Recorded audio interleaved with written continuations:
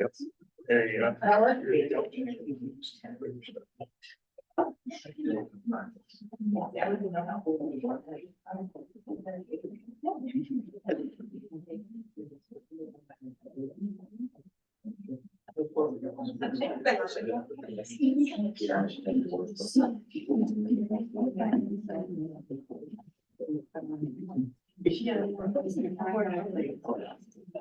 All right, we'll bring the school board meeting to order. First thing we do is approval of the agenda. I move we approve the agenda. A motion. Second. A second. All those in favor? Those opposed? Passes 7-0. And pledge of allegiance.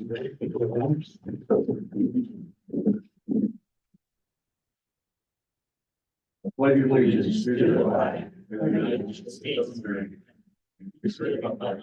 Nations advance. One nation under God, indivisible, with liberty and justice.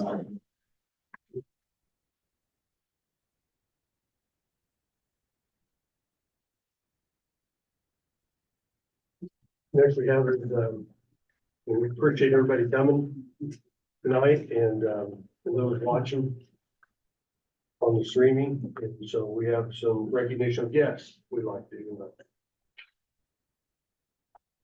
Yeah, ready? So I'm David Roberts. I coach wrestling at the high school Clay Center. And I'd like to recognize a couple of our state medalists. I have a couple of my girl wrestlers here that were state medalists this year. So I'll start with Alyssa Cowie. She took 5th place this year. She had a record of 31-6. So she's looking forward to. She's a senior this year, so she'll be wrestling next year at Wayland Baptist. So she's a collegiate wrestler. Pretty cool. And then also have Gabby Coppas here. Gabby won 36-0 this year, state champion, 3-time undefeated state champion, 98 match win streak. So pretty impressive. She's one of the greatest who's ever done it. So I appreciate both these ladies, all the work they've put in this year and the last 3 or 4 seasons with us. So I'd like to appreciate these 2 ladies. So thank you. I also have 6 boys that were unable to make it tonight. I'd like to also mention them as well. Thane Fitzenmeyer, he's a freshman. He took 6th place this year. He had a record of 29-11. Hayden Calavoda, he's a junior this year. He took 4th place. He was 30-11. Morgan Brumfield, he's a senior. He took 5th place. Talon Fitzenmeyer, senior, took 6th place. Tucker Jackson was our other state champion. He was also senior. He took 1st place, obviously, and then Ethan Tears is a junior, and he's also took 6th place. So I'd like to congratulate those guys as well. Good job, ladies.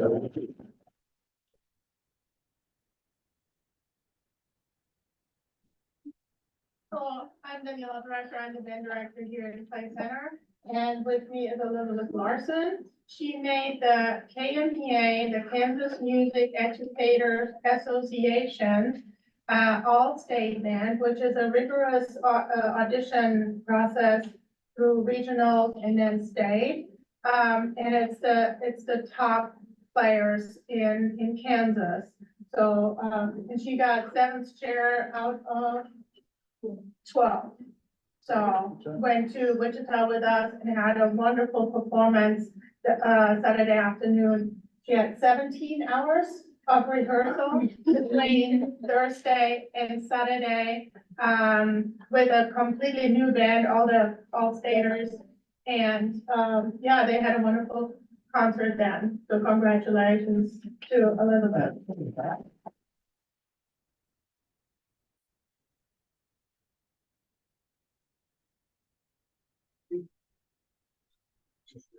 Mr. Young, want to recognize our power lift. Do we have anybody for power lifters? We do not have any power lifters here tonight. So if you would, I'll just read out so they get some recognition, if that's all right with you.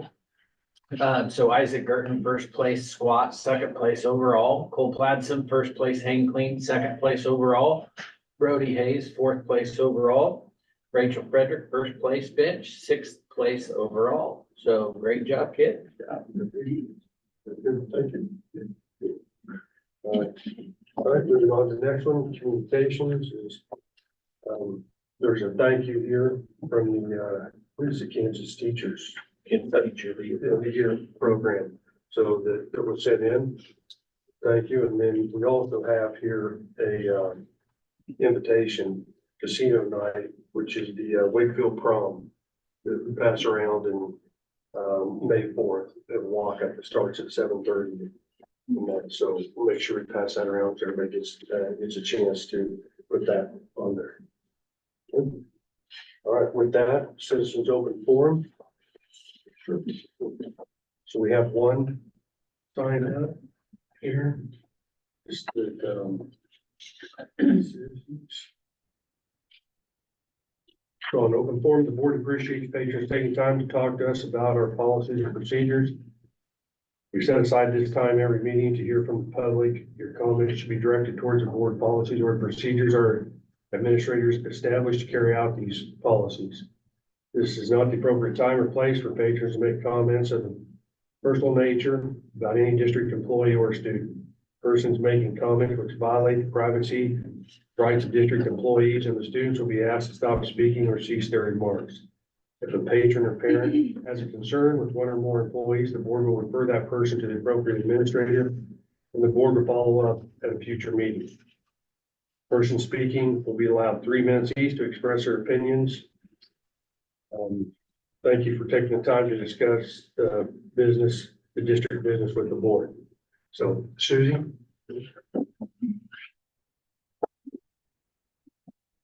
Thank you. I'm Susie Swanson. I'm from Clay Center. When I was in 5th grade, I brought home a report card one time. I had all A's and B's, except I had a D in citizenship. And I had no idea what I had done to get a D or what I hadn't done in citizenship.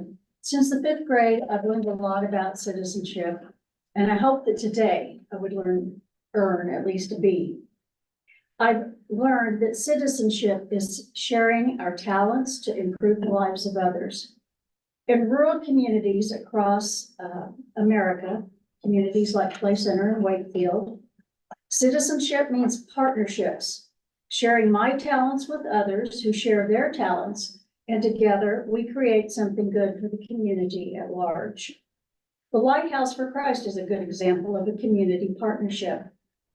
Also, Grove Clay County is a partnership among business groups who pool their money and personnel to form one organization to work for the betterment of the community.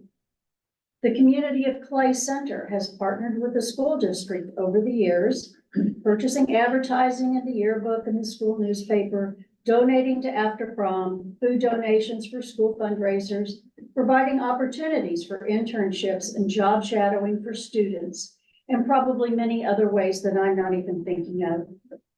I'm sure the same could be said of Wakefield. The school district was asked to partner with the community to provide childcare at a new intergenerational community center, but the majority of the school board said no. No, we will not partner with the community to provide something we are very good at, educating, nurturing, and caring for children. To the 3 school board members who said, yes, I thank you. My request today is that you think about your role as a school board in the community.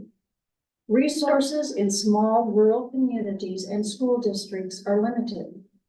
By pooling our resources, we make money and human resources go further. We strengthen our communities and our schools. If we are not growing, we are dying. None of us want to see a community and a school district that is shrinking in population. In the future, will you share your talents and partner with the community when opportunities arise? Or will you let petty grievances and suspicions drive your decisions? I am asking you to check your egos and agendas, which we all have, at the door, and work for the benefit of students, families, and communities you represent. I am asking you to be good citizens. Thank you.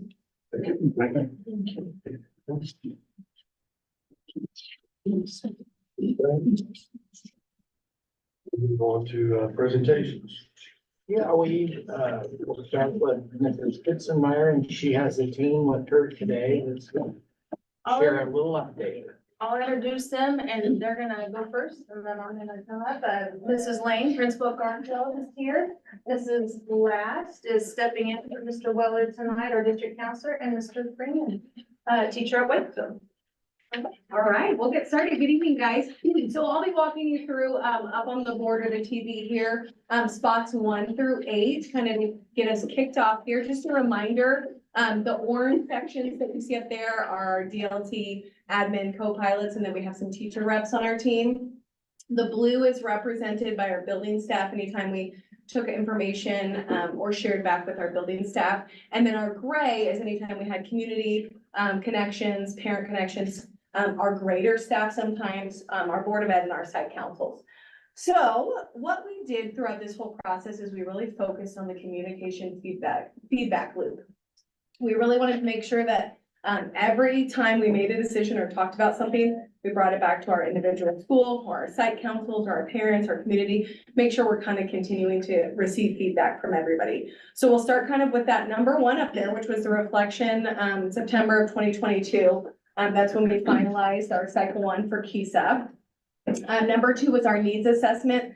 That happened in October and November. So we looked at our state assessments, our accountability reports, our attendance data, our graduation rates, and then we also investigated some of our state rubrics as well to see what areas we could grow in. This was our co-pilots and our admin were present at this, as well as some of our SAC staff and then some teacher reps or counselor reps for their building. Number 3 is where we moved into our OBT visits. That was in December of last year, 2022. Co-pilots again and admin were present to present to our OBT team for our KISA. Number 4 was our strategic plan. A lot of you in this room were there. It was a really great night hosted by Dr. Britton Hart. We had 2 separate nights, December 5th and December 12th at the middle school. It's just an opportunity for open dialogue to identify concerns, talk about growth areas, some of our goal areas, and again, give us that opportunity for the feedback loop. I know in my building, I had 2 of my site council members and a teacher there. So that opportunity then at our following site council to kind of talk through everything. What did you hear? What did you feel? What did you think? Was your voice respected? And just kind of continue that dialogue. And then we shared it again at a staff meeting in our building. So from that, kind of 4 and 5 were our what and our why. We created goal areas that we kind of started to recognize were maybe some of our areas of weakness, or things that we wanted to strengthen. And so that started in January 2023. You'll see our vision statements. One of the things up there, just as a reminder, is each student is prepared for post-secondary opportunities, career, and life. And then our mission came from that as well. Our school communities will prepare each student to be resilient learners that contribute to their society. So we created 4 goal areas: responsive culture, stakeholder engagement, staff recruitment and retention, and facility and resources that we want to focus on. From those 4 goal areas, we started to create teams. Mr. Weller is on one, myself is on one with several teachers, community members and staff. Number 6 then is our goal building. So that's in orange down there, February 2023. This is kind of our how now. This is where we kind of kicked a lot of things off. Again, that communication feedback loop became important again with the mission and the vision, and DLT worked on the how. So we started doing kind of this jigsaw where we worked with different members from different schools, and we got Post-it notes and we all kind of talked about what was important in our buildings, what we could do better in our buildings. And then we created some shared ideas that we put up on posters around the DLT space. And then we came together again as a big group, kind of saw what were our commonalities, and then again, took it back to our school. And we did that same activity at our school, which I think Mr. Freeman will touch on a little bit more. And so then number 7 up there is the building input. That happened shortly after in February at a early release day we had. The information in the process was recreated. So we all got the opportunity to have shared voice, talk about what was important, what we could do better. And then number 8 is that piece I'm going to kind of wrap up on. So that's our KISA goal setting in April 2023. So keywords then from all the posters were kind of tallied and organized in common themes, with a growth area then of ELA and employability skills as kind of our main focus. So I'll let Mr. Freeman and Mrs. Last take over. Okay, so from all of that, we came up with 2 goals that we're working part of our KISA cycle. The first goal is we'll develop academically prepared students. And our lag goal to go along with that is to increase our percentage of students in levels 2, 3, and 4 on the ELA Kansas assessment from 66% to 76% by spring of 2027. So that's our plan there. Our second goal is to develop socially prepared students with employability skills. And the way to do that, to measure that, is we'll maintain our effective rate of post-secondary success within the top half of the confidence interval from spring of 2023 to spring of 2027. So that's kind of our wildly important goals, our WAVES, and then our lag goals. And then our lead measures we will implement the ELA curriculum and standard focused activities in accordance with our Kansas standards and district created curriculum map document. We'll create and implement district created curriculum standards alignment maps for all content areas with vocabulary focus across all grade levels and disciplines. That's for goal area 1. And for goal area 2, we will create and implement a district created continuum map that aligns the Kansas CAN competencies with our individual plan of study for pre-K through 12th grade. The process that we've been using is we've had district leadership team meetings around once a month on average. And so our district leadership team made up of our admin and then co-pilots from each building would meet at various locations and talk about like the growth, what we want to see within our schools, specifically talking about our wildly important goals. And so we had poster boards up and we had to decide, what are we going to do? Like, what does it look like to walk our children through kindergarten through senior as far as graduation? What's important at the kindergarten level that's just as important at the senior level. And so we are not separating them. I mean, they're separate, but we're also walking them through. So they're getting all those pieces all along the way, not leaving any one of them out. So we worked through that. I don't remember the exact number of days that we spent on that, but it was a lot of Post-it notes and a lot of posters, some shuffling around. And then we took that. So the co-pilots, we went back to our buildings, individual buildings, and then mimicked that very same process at the building level with all of our teachers. So that way they're not just getting information spewed out to them. They're actually a part of the same process. So they're taking action in it. So they feel like they're a part of it. We're building those goals with them in mind. Specifically, they're saying this is a kid in kindergarten, first grade, all the way to senior year. What does that look like for them? And so deciding then how does that fit within the main KISA plan as a whole. So what's interesting about our WIG goals is, if you're not familiar, WIG goals are measurable. And so we'll have scoreboards in every single building that will help us kind of track to see if we're meeting our WIG goals. And then every time we meet as a DLT, when I meet with my building as a DLT, when we meet as an admin team, we're going to check in each other and kind of say, are we being accountable to meeting our goals? What can we change? What do we need to do? What can we change within our building level to make sure we're meeting these goals so that each one of our buildings then affects the greater goal as the district. So we each then have our own lead and lag measures within our building that will better support the higher goal as the district. Every time my building met, and I know the different buildings, ELA was a big piece that every staff member talked about, as well as those employability skills that our students are missing and a way that we can close the gap for them to be more successful in the future. So I'm gonna talk a little bit about our lag data. Sorry, I've got to get to the right thing here. So I'm gonna share a little bit about our lag, which again, we're connecting it to, and you guys have the paper ones too in front of you, but to our state assessments as well as our post-secondary. So I'm gonna just give you guys a little bit of information on both of those. So the first thing I wanted to put up there, this comes from our district accountability report, and next month our buildings are going to be sharing their building action plans, and they will be sharing what is their specific data. But this one comes from our building report card. Something I wanted to make sure you guys, as well as anyone listening, also knows is the correlation that those levels have to the ACT scores.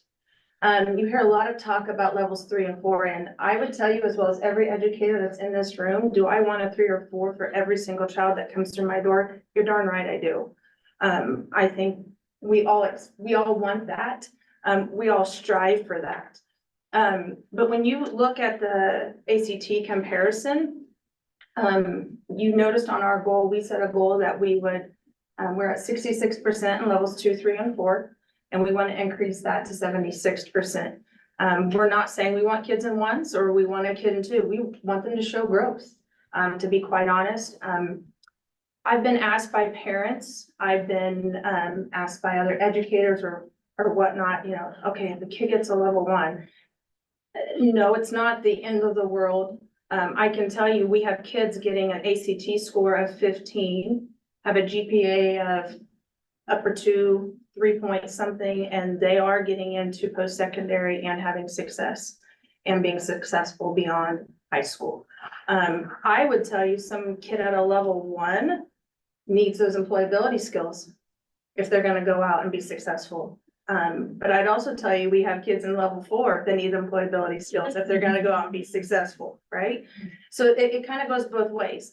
I think the ACT comparison, that is from Kansas kids over almost a 10-year period, looking at how they did on state assessments and how they did on ACT.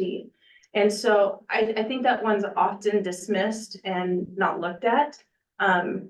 And, you know, I'm not gonna go around the room and ask everybody's ACT score, but there's some average scores up there that sometimes I think are ignored as well. And we have some kids who work really, really hard, and deserve a little credit for that too. So, I want to point out too on our ELA, we talk a lot about teacher recruitment and retention. And I talked about this in the fall, but I want to bring it back up again, because our numbers changing again. At the secondary level, grades 6 through 12, 2 of our 9 ELA teachers have been in their job for 5 years or more. And next year, we're only going to have 1 out of the 9. Teacher turnover impacts what's going on up there as well. And so does the availability to different resources, professional development, collaborative time together. Just something to consider on our ELA scores. Every single one of us in the room wants this to get better. And I know, hearing from them, when they went back to their buildings echoed the same thing.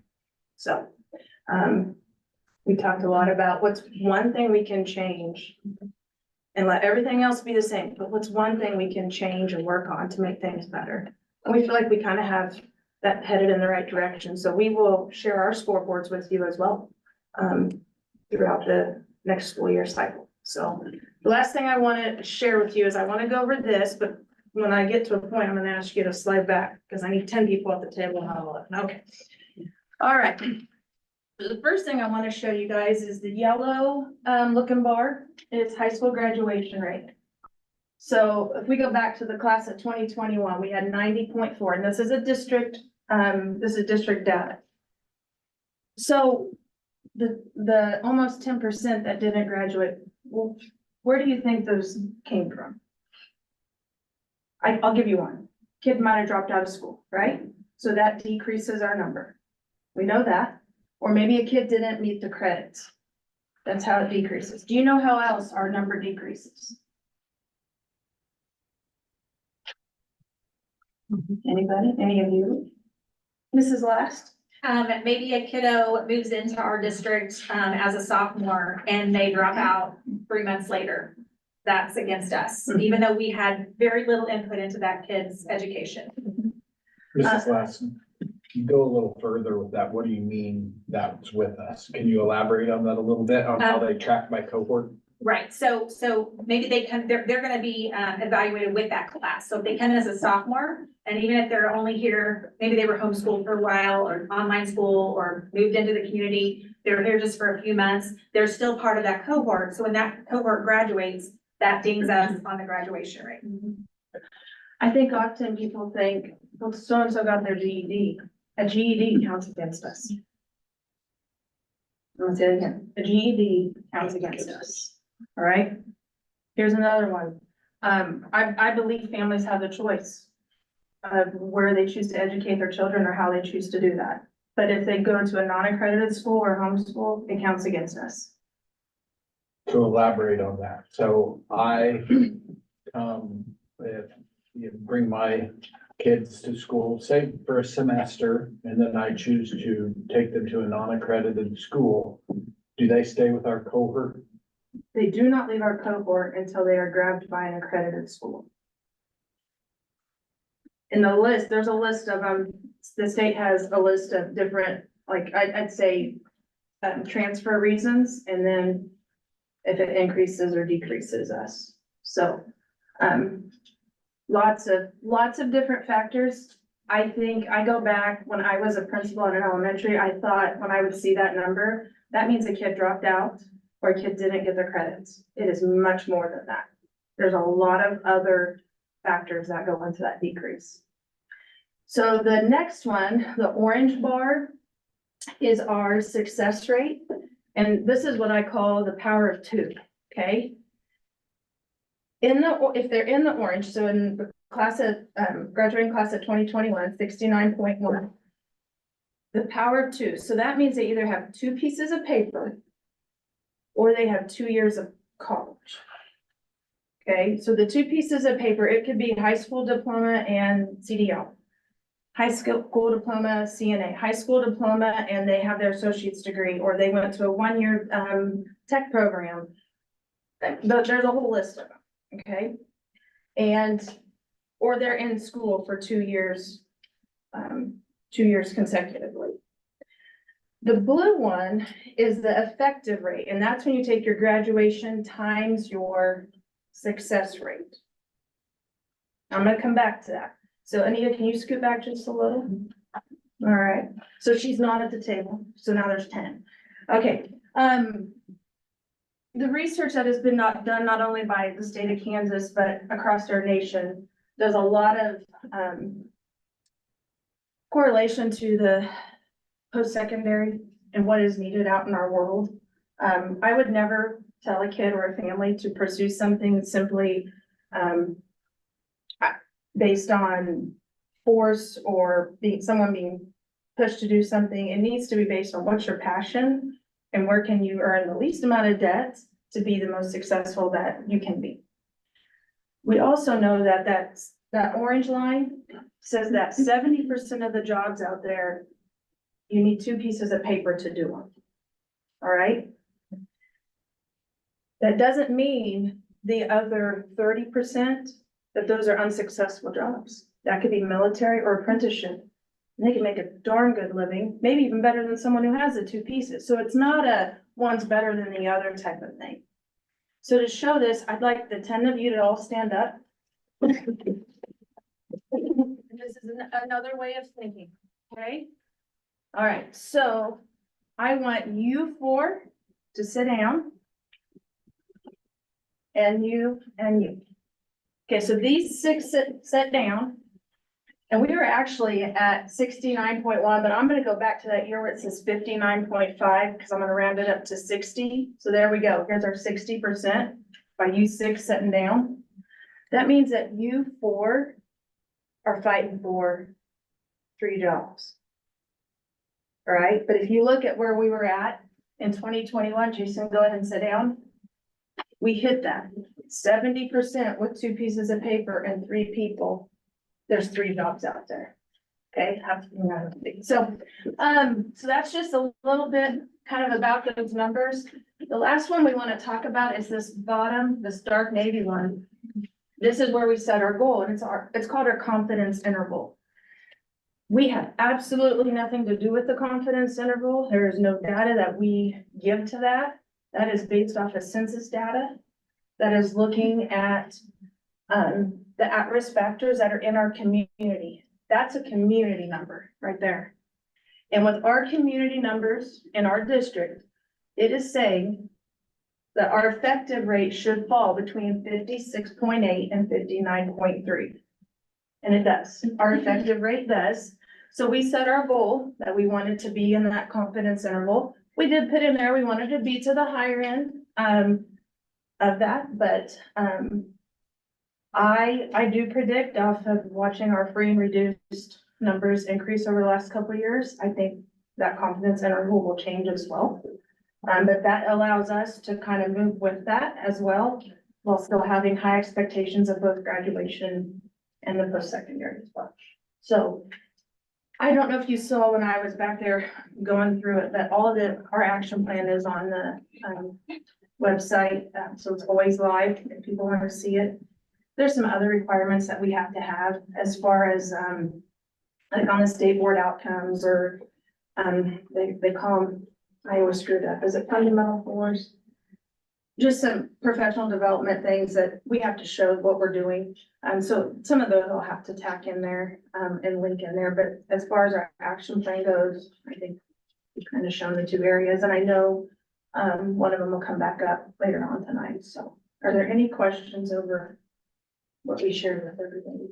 So maybe one thing to consider after tonight, and thank you though, guys, that you did a great job explaining that. So on our accountability reports, it's always, you're always seeing 2 years ago data.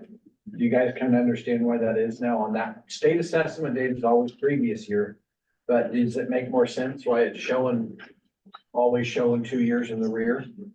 Because we're tracking our kids for 2 years after they leave us to make sure that they're still enrolled. If they're at a 4-year degree, they have to be, I can't read the small writing, but correct me if I'm wrong, they have to be enrolled and in good standing, basically. And as long as they are, we get credit for them of being on track and success of earning that degree. But now your kids that graduated and earned another certificate, so it could be a certificate while they were with us at CDL, a welding certificate, a nursing certificate. Or if they went to a 2-year college, we track them too, still through the National Clearinghouse data. And that's why it's always 2 years behind. So if they went to a tech school and received a technical degree, they would be counted as in our effective rate as earning one of those pieces of paper. And that's why it's always 2 years in the rear, because we don't know the results of the data based on how those students are doing 2 years after they leave. And I think something to remember too, this isn't a high school graph. There's predictors clear down to preschool that will predict where that will be. So I think that's what you'll find maybe interesting too, when the buildings come and share their action plans. They're gonna share how that looks at their building and their level, what they're doing to predict or support that, so. Any questions from anybody? I would just say that the English as a second language, in my profession, we took chances on kids and they didn't always have the highest GPAs and ACTs, but the one thing they could all do that would end up being successful in getting a college degree was they could all communicate. And so they've got to be able to communicate. I think that's why that ELA one is so important, is that, you know, if you can't hold a conversation and explain yourself and talk to other people, you're gonna have a hard time making it. I just think college. So that'd be the one thing. The other thing I would just say is just, I know there's a lot of outside influences and stuff like that that affect all that, but we have to stay focused on what we can control. Yep. And do the best thing we can do with what we can control. Tracy, I'd argue that the employability skills are probably just as important with that too, of being able to make eye contact, shake your hands, you know, those kinds of things that fall into the communication piece as well. You mean not sending a text? Is that what you're saying? Yeah, there you go. You could spell it right. Well, But from the. they got autocorrect, so. From the state legislatures and money, those assessments are important. You know, I mean, that's the bottom line, so. I do have a question. Do parents have to give a district or the state board authority to track their students 2 years out? I wonder. They don't, No. I'm just curious. I would, I guess, assume that if you as a student don't want your data in the National Clearinghouse, that's, you're over 18, so that's when you're out, when you're 20 and you're at college. I don't know how that's even, Yeah, I'm just how they do that. curious. I know if a kid earns a second certificate while they're with us, we just mark that in their, more in their records that they did that. But, you know, we have a few who do, and I'm not sure how that works. Thank you.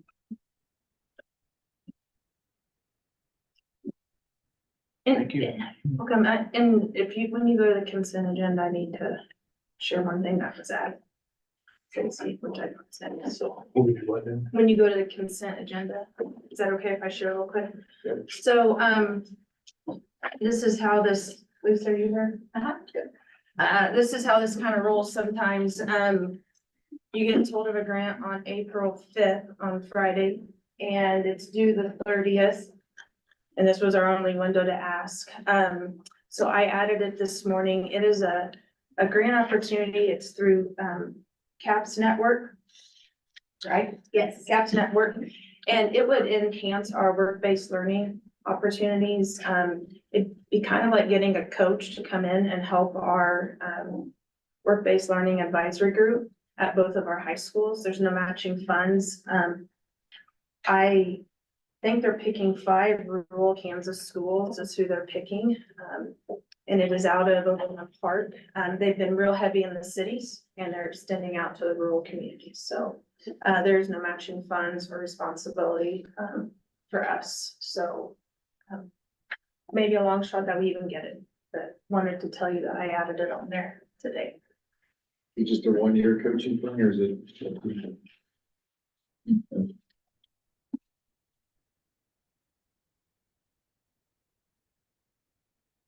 There was another grant that was on there too. Yeah, parents as teachers was on there. What is that exactly? Yeah, so parents as teachers, we've been a part of it for years, and it's a matching grant that we participate in partnership with Milton Middle Glasgow School District. And so we have a parents as teachers coordinator. And that coordinator recruits families in need to attend or to participate.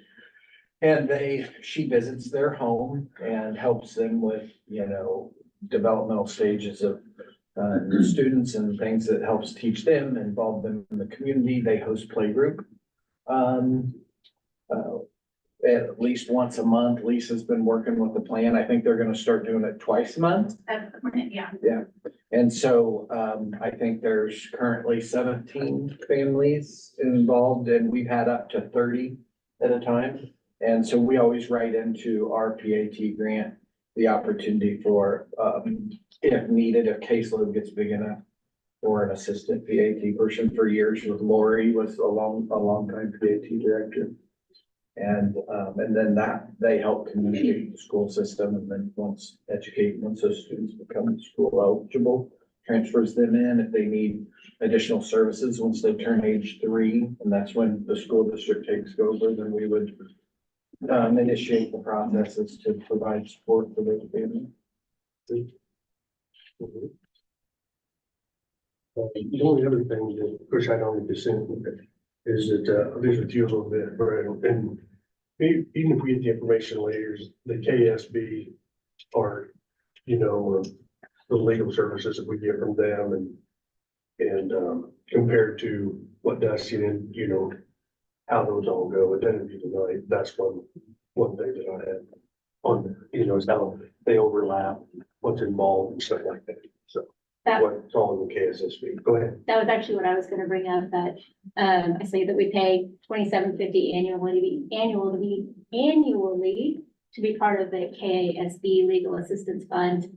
And from what I understand, the Ryan and Mullen contract is more when he's representing our district, and that KASB is when we have individual questions that we need answered. I also, because of that, I went to look to see like, is there cost for Ryan and Mullen, and it's more than doubled this last month. So I pulled the line item over there, because we didn't have anything district level that would require that increase in cost. So it's been individual conversations with board members. Just as a reminder, KSB has a team of attorneys that are at our beck and call. I called them today to ask them 3 different questions. They answered the phone right away. They got me the answers. They have all of the statutes in front of them, and we pay for that service already. So by paying for that service and then using Mr. Mullen for the same thing, we're really squandering taxpayer dollars. So I strongly encourage us to use those KSB resources. You don't have to use the website. You just call, make a phone call, send an email if you have more time. And I've called them at least once for the past 5 months. And they never complain, and it's not like they charge us as a district. That was kind of, I was, get into some of that in detail, because I agree, we all need to be the same things, and then, I mean, it's in my opinion, and I think I visited with Brian a little bit about this also, is that if you have something and you would like to get Dusty and them involved with it, is I would appreciate working through for me first, for Brett, and try to control some of those costs. You know what I'm saying? Maybe there's a way, rather than just reach out to them directly, is to work through me or Brett, and we'll get you the answers and all that, and we want to do it in the best way we can, that's cost effective, so we're not wasting dollars. But everybody okay with that, in that regard?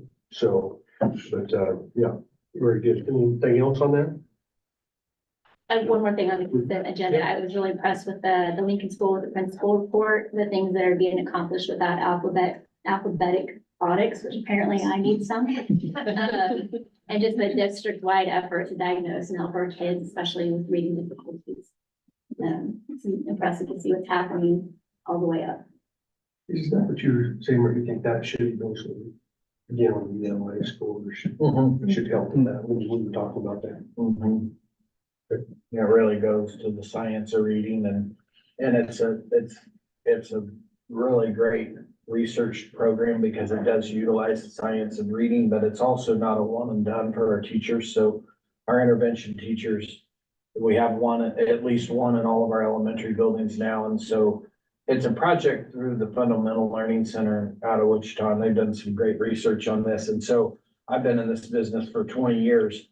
And it's always been super frustrating to see all these interventions and all these things we do with our kids that are struggling. And lots of times we still see year after year that 20 to 25% just can't quite get over the hump. And so now that we know what, the research is saying is that 1 in 4 students is going to show some signs of, or some tendencies of dyslexia, which shows that they need to learn those sequential skills of reading in a different manner. And so really it's the multiple modes of learning. And so instead of more of it engages the body and the mind together to learn those reading skills. And because what we know now is some kids just need that and need to learn differently from that. And the great thing about this training is we got some of it paid for and we paid for some of it. But when a teacher signs up, they go to a 2-week training in the summer, and then over the course of the next year, the experts come and observe them teaching 5 times throughout the year.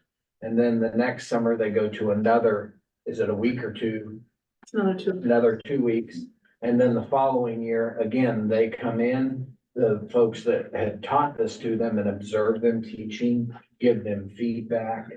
And it's a 3-year process. So it's a much different approach to implementing something. And instead of getting the training one time and saying, go do it, it's over a course of time, some accountability, some coaching, and a lot of professional development. And we have seen some amazing results.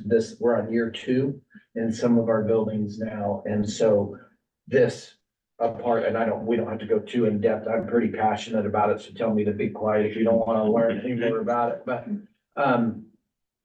the great thing is it again, for our students, we don't just put them in this group for 6 weeks and move the needle a little bit and say, all right, you're good, go back. They are literally in this group as a cohort for 2 years. And it comes with a lot of screeners. And so it's showing some great promise. Some of our buildings are even looking at how they might be able to implement certain aspects of the science of the teaching into the core classrooms. And so I think there's a lot of great possibilities, and I'm really excited to see the students that have gone through it for 2 years, the progress that I think they are going to show at the end of the 2-year cycle. So We have 6 teachers trained, and Mrs. Lane and I met with another teacher last week that we're admin as well, so.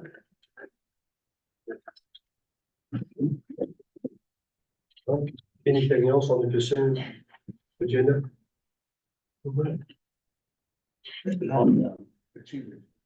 Tracy, for instance, on the KASB, you say that we're going to discuss that further then? Yeah. Okay. Yeah, I got that down for special meeting. I think it's one of my subjects. All right, sounds great. Thank you. Except that we are approving to pay for it today. Yes. just making clear that. Yep. No, okay with that. Well, that's why I just want to go into further discussion with that, also prior to that. Prior to us agreeing to pay it. Yeah. Andrew Johnson. What I was just curious about is that, the redundancy of, using KASB along with the, also having our board council on that, because I assume like, right now, let's correct me if I'm wrong, but you're not here as free gratis. No, As of this is now. I mean, we're set up a little bit similar in terms of a monthly retainer. Okay. But, yeah, See, and that's what I was wondering about, because, that's what I'm just curious to see if we're doubling up on redundancy. For instance, if we can, if KSB, if it's something that for instance, Dusty, if we, board, for instance, president, superintendent does have questions, for instance, for council, then, as retainer, because as retainer fee, then Dusty is well versed to be able to answer their questions. And this way, we're not paying an annual fee for $2,750, if I'm not mistaken, to KASB to be able to also answer the possible, say, questions that may arise. So it's my understanding, talking to Brett about this, is that Dusty and there's retainers for him to be at the board meetings and things like that and be to us, but when we use him for an interpretation, it's an additional onto the retainer, correct? Correct. So that's where we're like, if we can use KSSB for those things, it wouldn't be so redundant, and we can eliminate some of that stuff. but I think, Brett will correct me, I mean, I think KSB is similar in their regard of you pay the $2,700, but, and again, that's kind of, I think, as Linda's addressing, the questions, call them and ask. If there's any legal work to be done, for lack of a better term, then they're the same approach, aren't they, Brett? I mean, you Yeah, they pay a give fee you an then, not hourly rate. top of what, yeah. And so I think from my perspective, the retainer for Ryan and Mullen is to be here as a resource and a protection for all of us at our meetings in executive session as a part of the retainer. 98% of the legal questions I have, I don't call Dusty. I call KSB. The only time I typically would use Dusty is when I feel like there's gonna need to be a legal interpretation given back to you guys as the governing board, and it's more out of my league. And so is what I do in those situations, would call Dusty and say, Dusty, I need some help with this. I don't trust my own knowledge base to call KSB and relay that to you. Can you please call KSB, form a legal opinion, and you be the one that interprets that to the board? And so I rarely call, I think the most recent example would have been some of the Title II stuff, Dave, that you asked, and just out of my wheelhouse. I didn't know enough about, I had called KSB, they were telling me legal, and I was like, out of my league, Dusty, please get with KSB so that you can be here and relay that legal perspective to the governing board. And so from my perspective, the main difference is Ryan and Mullen's retainer is to be here at meetings for all of our protection, to make sure that we're following the rules and staying in bounds. But when it comes to calling about employment things, student discipline things, or an employee discipline issue or whatnot, I call KSB almost all the time and don't even involve Ryan and Mullen. And so I think you look back on those bills, apart from when we had, I think we had a pretty, last year, the year before, we had a pretty significant student issue going on that we probably had some more costs in attorneys, but it was, again, it got to a high enough level where if we were gonna deal with some legal things above and beyond, that I needed our local attorney to be collaborating with KSB so that when you guys ask questions on what does that mean? What if there's a lawsuit? All of these kinds of things that then it's not me trying to interpret legal things to you. Gotta need both too, in case there's a conflict of interest. And we've come up against that. So that's at least my 2 cents on it. I don't know if that helps. Thank you, appreciate it. And I might add, I mean, I collaborate with KESB fairly frequently on whether it's things that Brett gets hold of me on or, you know, issues come up. I think we may benefit somewhat from, you know, not rolling into their hourly rate, because I'm able to talk about background information and get them where they need to be. I think Brett would say, also there's times, you know, from a legal opinion standpoint where, we'll talk and I'll go, you know, here's what KSB says, here's what I think, you know, gonna be that way with any 2 attorneys, you know, kind of that you end up with a little bit different perspective and I guess whether it's a sales pitch or toot my own horn, but I do feel like the district And maybe I gets could a share service out of just the background, being a part of the meeting, knowing I never have to catch up on. And I think on kind of there's where- an example perhaps even on tonight's agenda.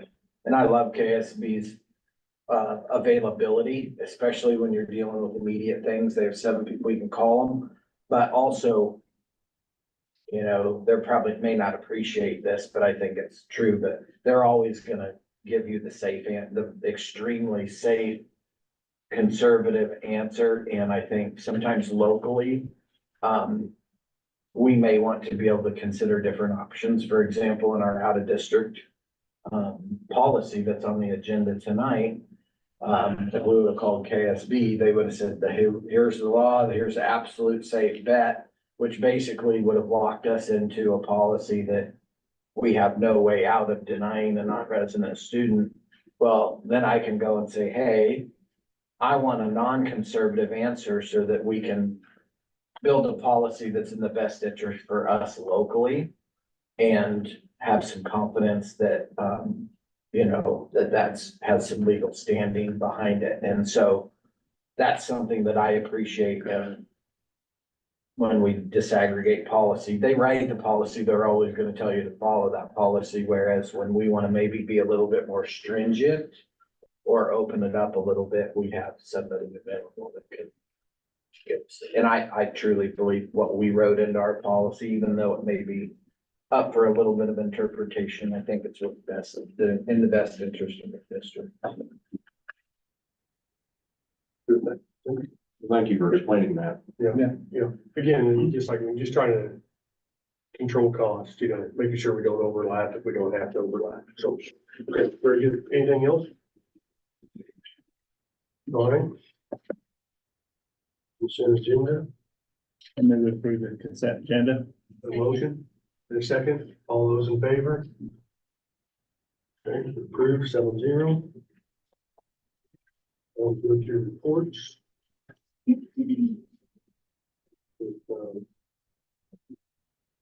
So board reports and positive comments, any board members?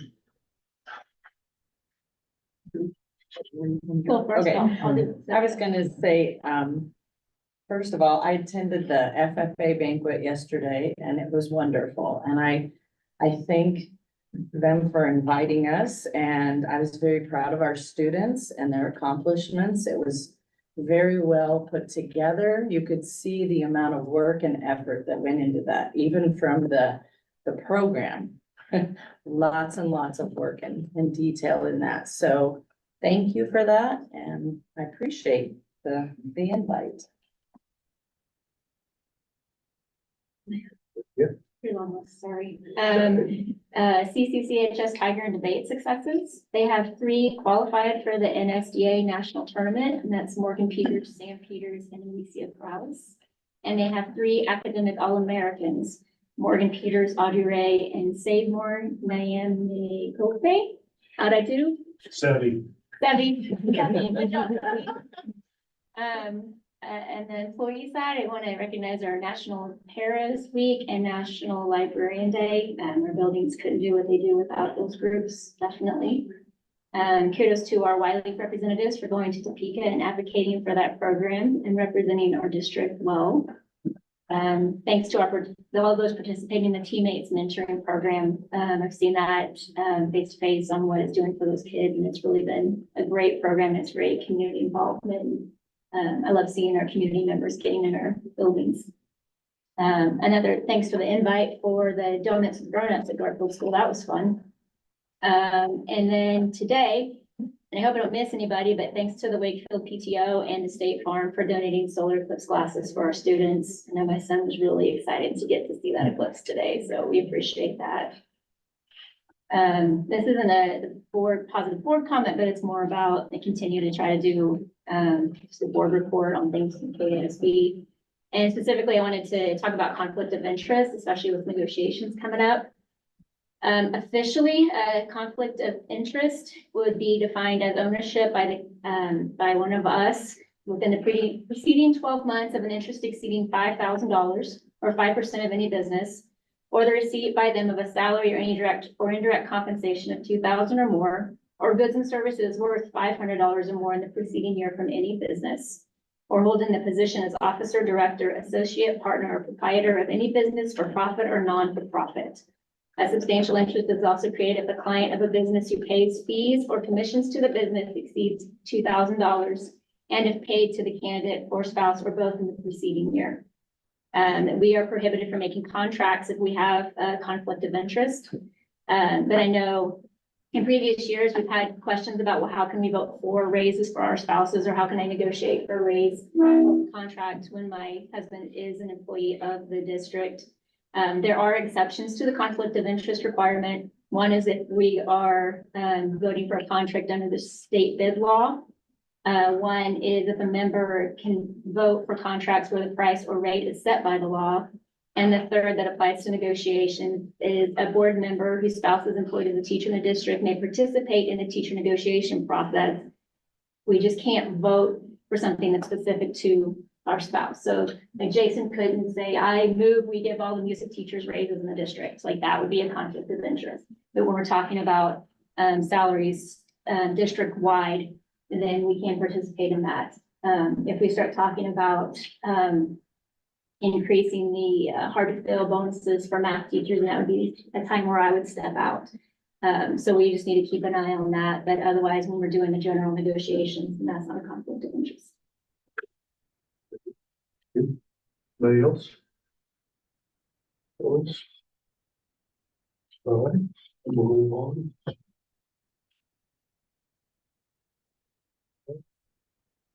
Yeah, the first thing would be graduation. If you guys would, if you have an interest in attending the graduation in Wakefield or Clay Center, if you just email August and let her know. And then she'll pass that along to principals so that we make sure we have a seat for you. And I don't think it matters. Typically, the board sent two, but if three of you want to come, I don't think that's that big of a deal. If we have more than two, is it that big? Or would you like to keep it? It's a little tied up on the stage. So are you saying two? Yeah, if we could, please. Okay. We can do that. Thank you. Yeah, and Wakefield doesn't have a stage, and so we sit on the floor typically at the gym, so I don't think Mr. Peter's not here. If that is an issue, I'll have August let you know. But if you would, and if you guys wanted to decide now who's going, that's fine by me too. That'd be easier, and probably, do we have two that would go to Clay Center? Yes, please. Okay, Jason and Linda, how about Wakefield? We got it.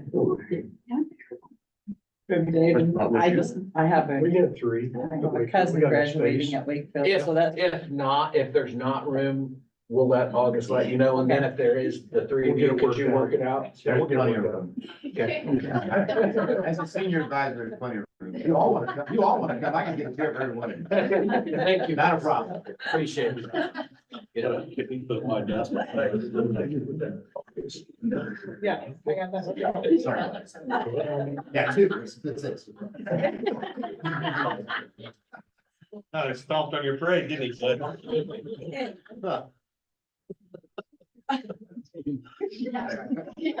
All right, we'll keep us moving. I did put a report in there that Andrea did fund audit for, I think, since we got Skyward, because that was the easiest, whatever year that was. She put the purchases over 5,000, that request was in there. The biggest thing that I have, and then some open positions, but legislative, I won't bore you too long and go through all of them, but there were two that I think were real wins for public education and perhaps across the state and a couple of areas. Senate Bill 87 was passed. 387 was passed by the House, but it failed in the Senate. And 386, 387, one of the two, it's special ed funding bill. I can't remember which one it was, 387. And so it did not pass in the Senate. And no other amendments can be made, but it went to conference committee. And the committee did agree to add the 75 million for special education. That would be the 5-year plan of 75 million over 5 years to the budget to be paid out of the state general fund without what was widely known as the voodoo math, which would have taken local tax dollars and said they were gonna pay for us. And so that's, I don't know the exact impact. That happened late Friday night, early Saturday morning. I think they got done at 2 a.m. So I haven't seen a spreadsheet on it yet. And just, I wanted to clarify something in that conference. They did say that districts would be required to put all the LOB money that we do, that does get generated for special education into the special ed account. Just so you guys know, we already do that. That's how we supplement special ed right now.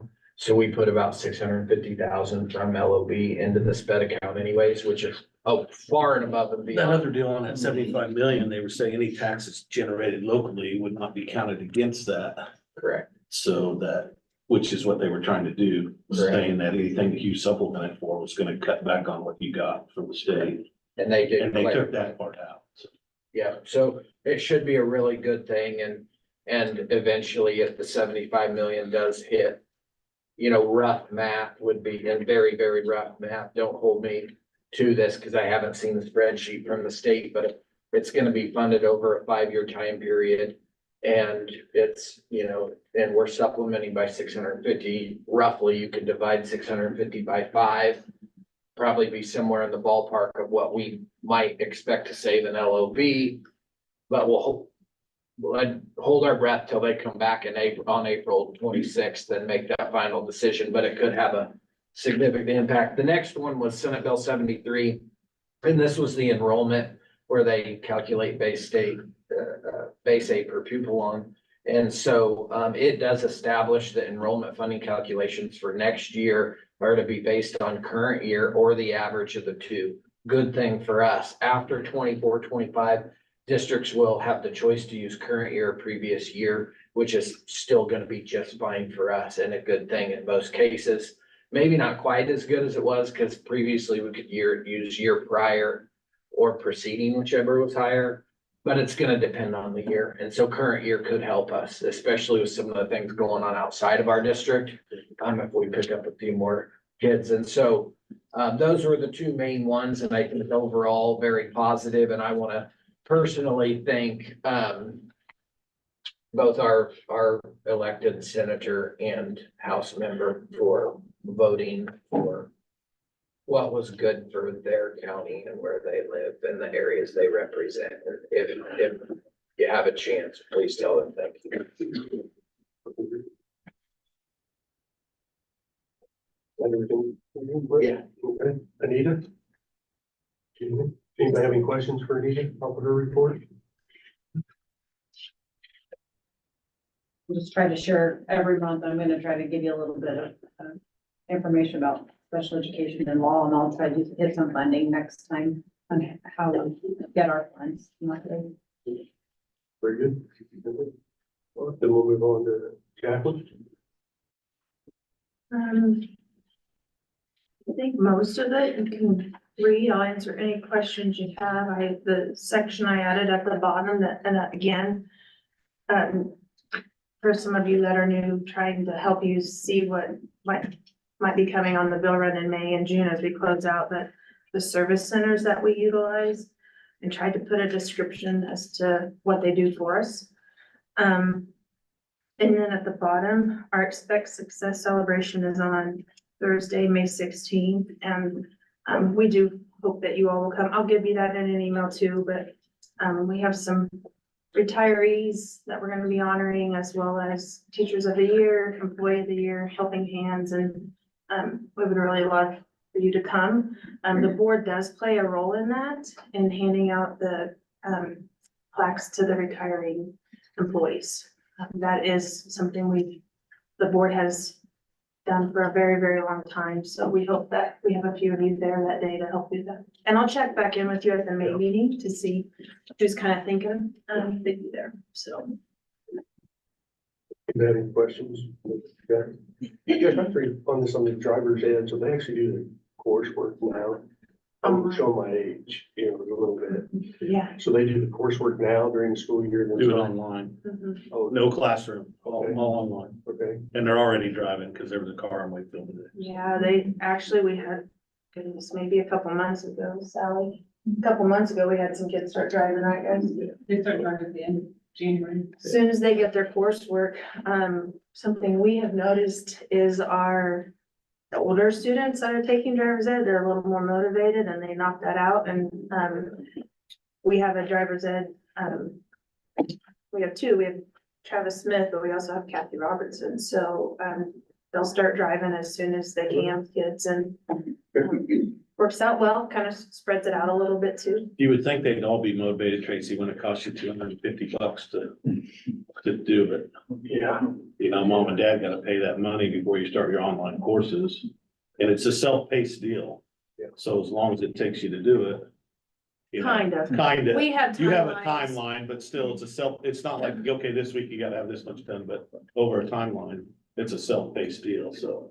I guarantee you, I would have paid the money rather than sit at all those hours with Rocky and Jerry up there in that classroom during the summer, and then you go out and drive, so definitely, that's a pretty neat system. I was just curious how that works. It's, I've been through it with my own kids, and, there are, read and answer questions, but there's activities.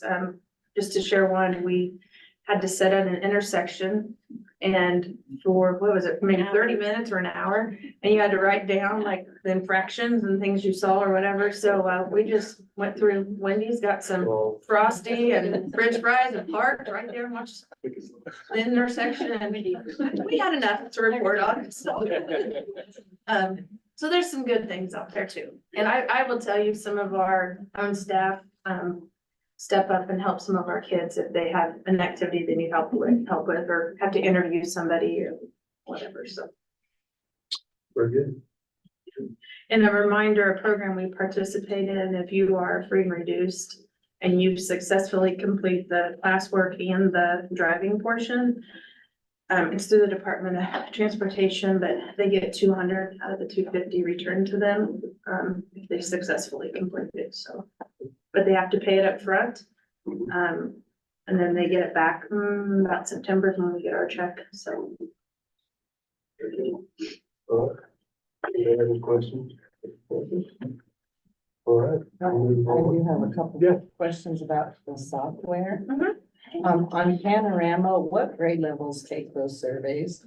Third grade on up, 3rd through 12th. Okay. And on the surveys, do you create the surveys or they? Hard counts, well, I started with, Kristen Wright when she was in our district counselor position, she helped. And then, Lisa's been reviewing, we've used the same one, but we get to pick, what we ask. Okay. So, and parents, it's on our website, the questions are available to them, and it's linked into the enrollment as well. I can get anybody a copy if they'd like them, because we do get to pick what we ask. Okay. And what grade levels, Zello, what grade levels? Is that? Well, the kids get on, we have access K-12. But it's not, it looks way different. In kindergarten, it might be the classroom teacher putting it on, and Lisa, are you in here? Yep. All right. I'm gonna bring up Lisa. Grade 6 through 12 is more just a student, but do you want to give a couple elementary examples? Yeah, third grade, we use it kind of off and on, I mean, a little bit here and there, depending on the year. It's And more fourth- to supplement It our is, career yeah. conversations. They love it, but it's just kind of a fun little activity. In fourth and fifth grade, I do go into classrooms and I walk them through the activities in fourth and fifth grade. And then same in middle school, Nick is doing it in his counseling lessons. Sometimes we do it in advisory or pause. And then high school, it's done in advisory. Is Kelly doing, or you? Advisory. Advisory years. Yep. And Kelly uses it in her counseling lessons, I believe, for elementary. But junior high and high school use it during their advisory. The elementary is mainly like just exposure, like you go and then you can explore like these different career clusters, like careers in it. It's not at all like decide what you want to be. No. Our main goal in fourth and fifth grade is just expose you to as many careers out there. That's why we do our like monthly career talks, and they get to choose which one they go to.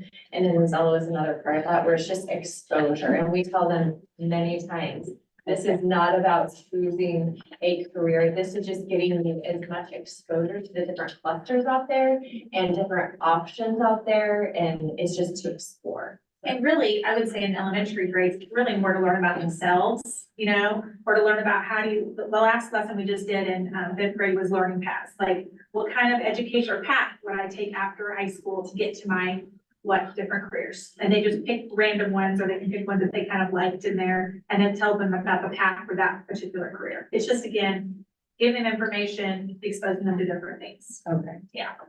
All right, thank you. I think that's all I have. Good. All right, then we'll move on with the discussion of business items. So first one is asset funds. Yeah, so, no action tonight, just first read. We have a team that's gonna present one of the ideas to you. I'm not gonna bore you by reading the whole report, but this is kind of the last 3-4 year history of ESSER funds, how we've used them, what the eligible expenses are.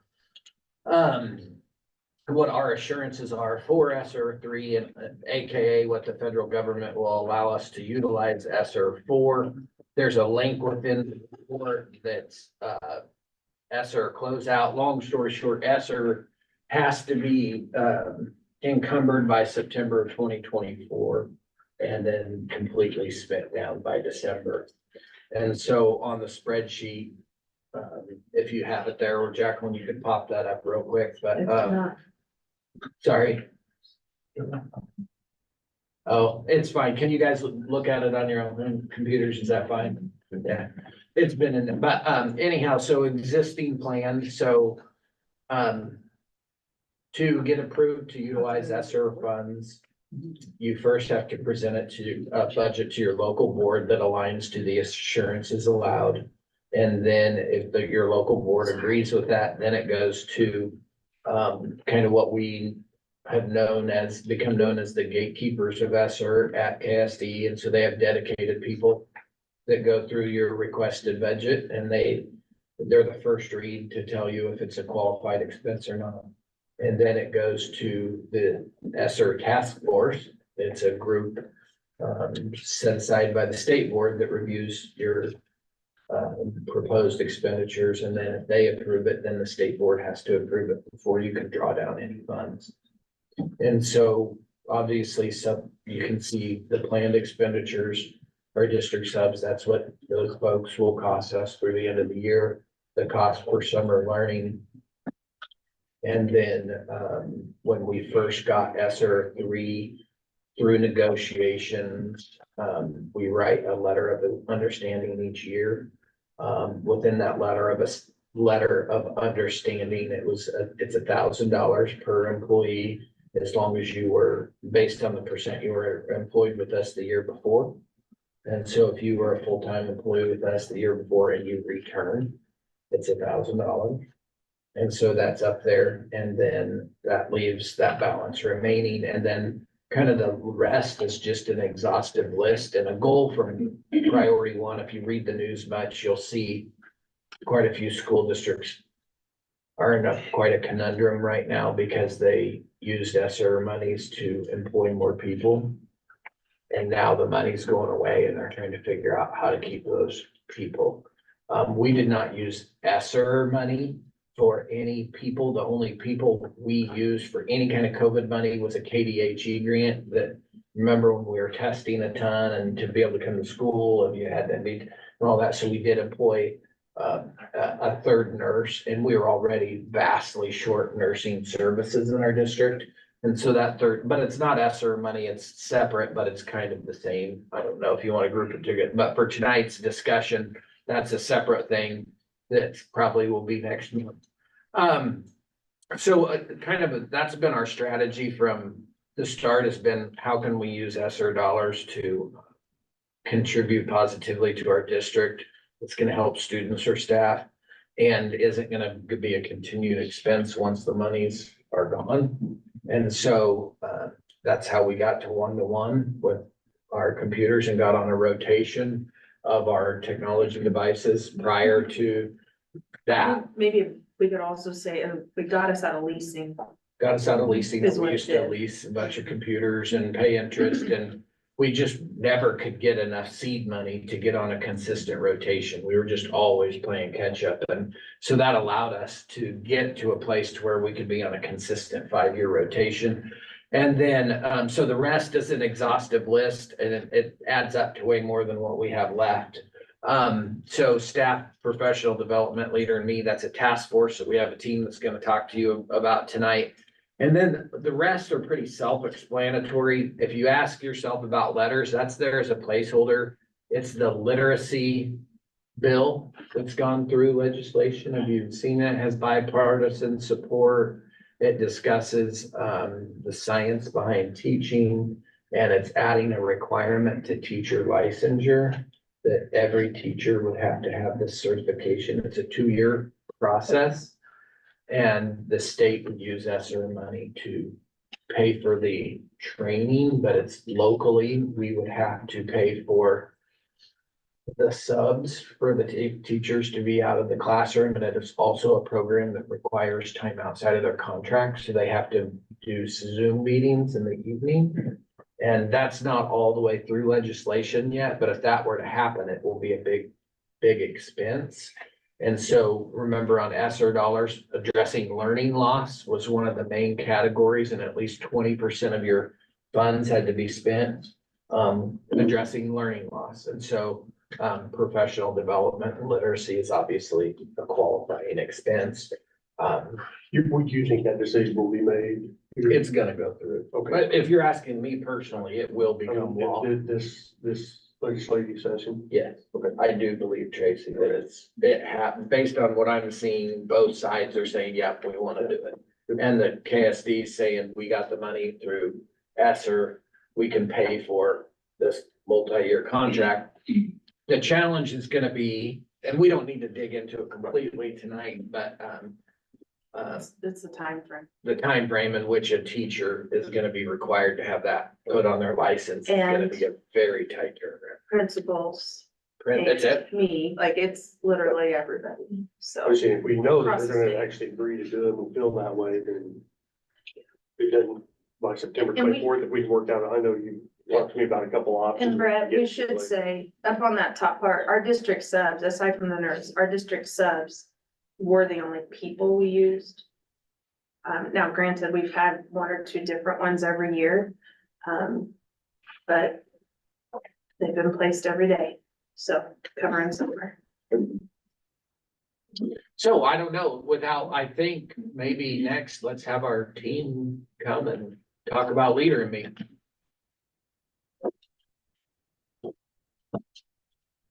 Well, they're coming up. How do we qualify the handicap swings with ESSER funds? Outdoor learning. Yeah. So being out, Yeah. it qualifies Outside as with their a, peers and they you can you can't Makes spread sense. COVID. interact with them. Yep, we'll do it. We'll do it. Yeah. Okay. So I'm Sarah Cott. I'm one of the counselors at Garfield Elementary, 4th and 5th grade school. And I'm part of the committee that was formed to address one of the goals that was talked about with the social and employability skills that was identified through the district leadership team and also in response to kind of the overwhelming need that was seen after COVID-19 closure from the schools and the staff that was saying that this is a big need that we want to focus on. So if you look up here, it's kind of our process. We created a task force to investigate programs. Our task group has actually been meeting for a little over 2 years.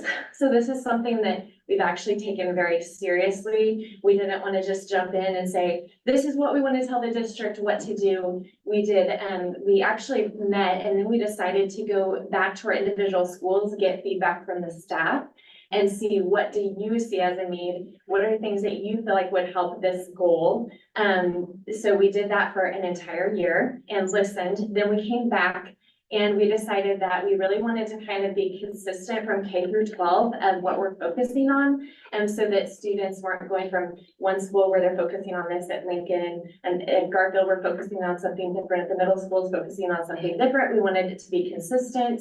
We wanted, I felt coming into Garfield that, we only have 2 years. And so if I'm speaking different things than what Lincoln's speaking and what the middle school is speaking, it's not gonna stick.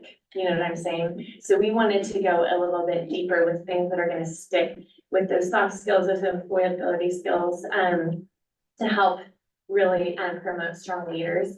We piloted, we looked at different programs that were available to meet these needs. We narrowed it down to 3 programs.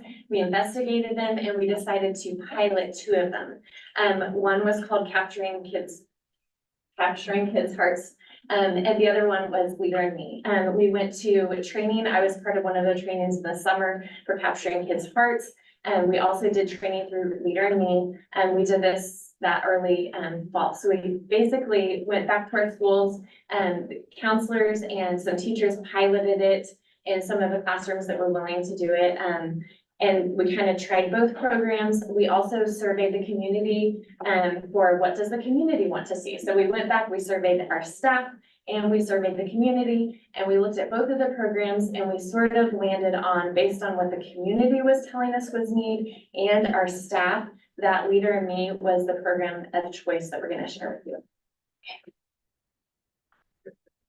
And so as I shared, Matt and I shared in February, this is kind of a word cloud from the feedback we received from the community for those surveys that we did in December and January. And so I just want you to kind of note some of the words that are up there. These are the big ones. The bigger words were mentioned most often, the smaller words less often. Okay.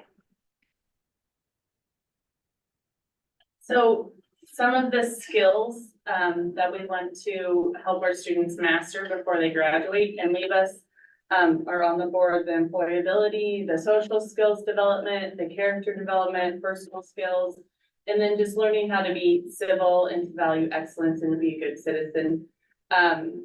I teach down in Wakefield. Kim Simon, sorry, forgot to introduce myself. So some of the things that I see in the classroom that the students need to work on are the interpersonal skills, which have already been mentioned this evening. They're great at sending text messages or communicating social media, but when you have a conversation with them face to face, it all changes. And then Lisa and I visited also, the tone of a text message or the tone of an email and this and that can be misconstrued. And that's something that you have to consider: your body language, your tone of voice when interacting with people, especially out in the workforce.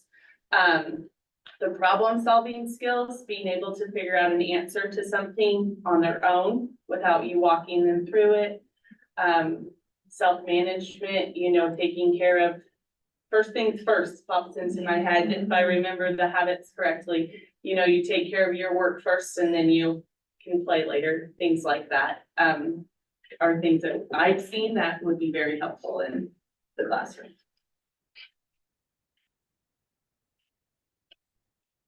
I'm Mara Coster. I teach sixth grade English language arts at CCCMS. On the slide up here, you have the Leader in Me wheel, and it represents several of the employability skills that our community members have identified skills that they're looking for in potential employees.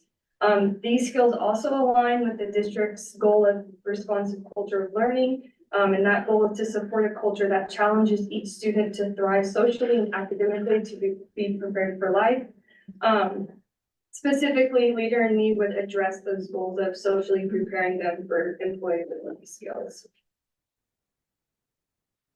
Right, this wheel is the career and competency wheel. This was developed from the state, from KSDE. And these are the skills and attributes that employers in Kansas would like to see.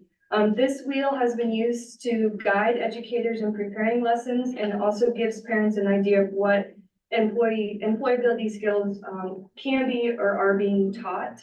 This wheel aligns with the Leader in Me wheel, specifically with the skills that will teach a well-rounded curriculum that includes knowing oneself, the personal effectiveness, the responsibility, critical thinking, time management, and also by leading the self and then leading others.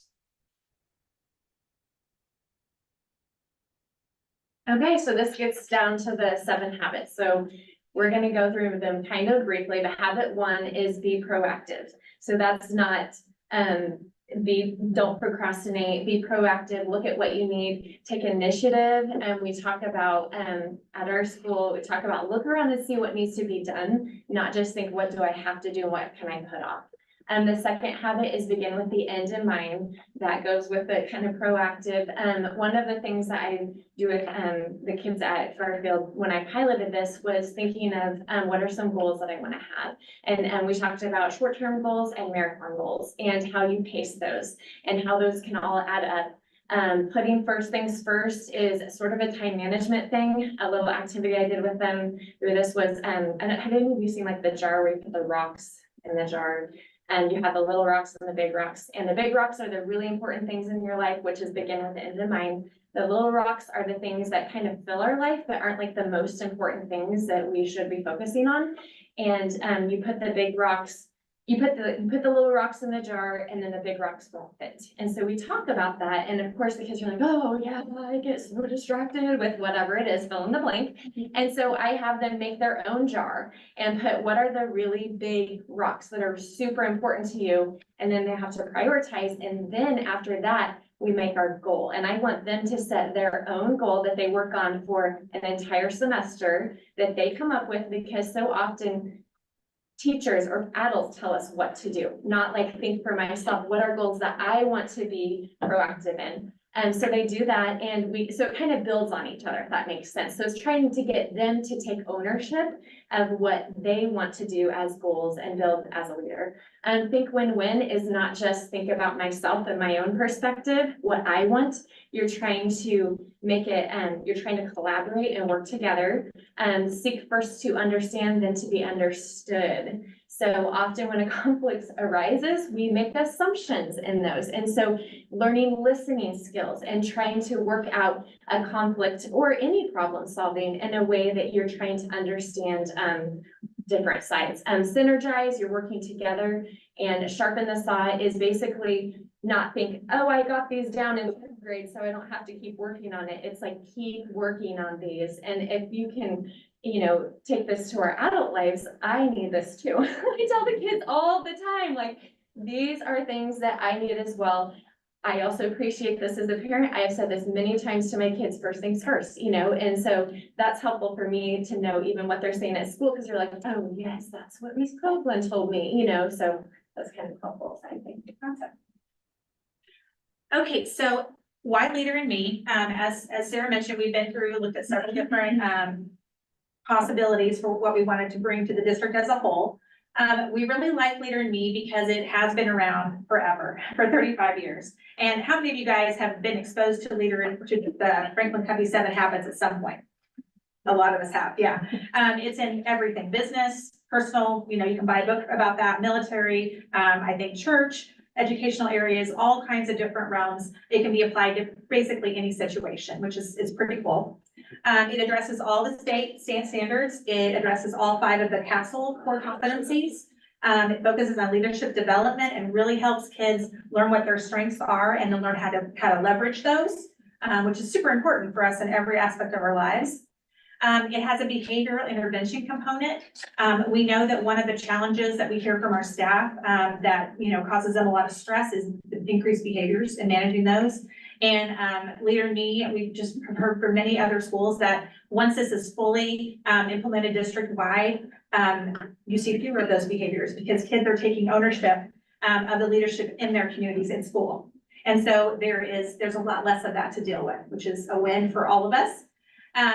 They have a great, proven support and coaching, program for us. So we have a lot of people, a lot of, support from the Leader in Me, people coming into our buildings and helping us develop it however it works for us.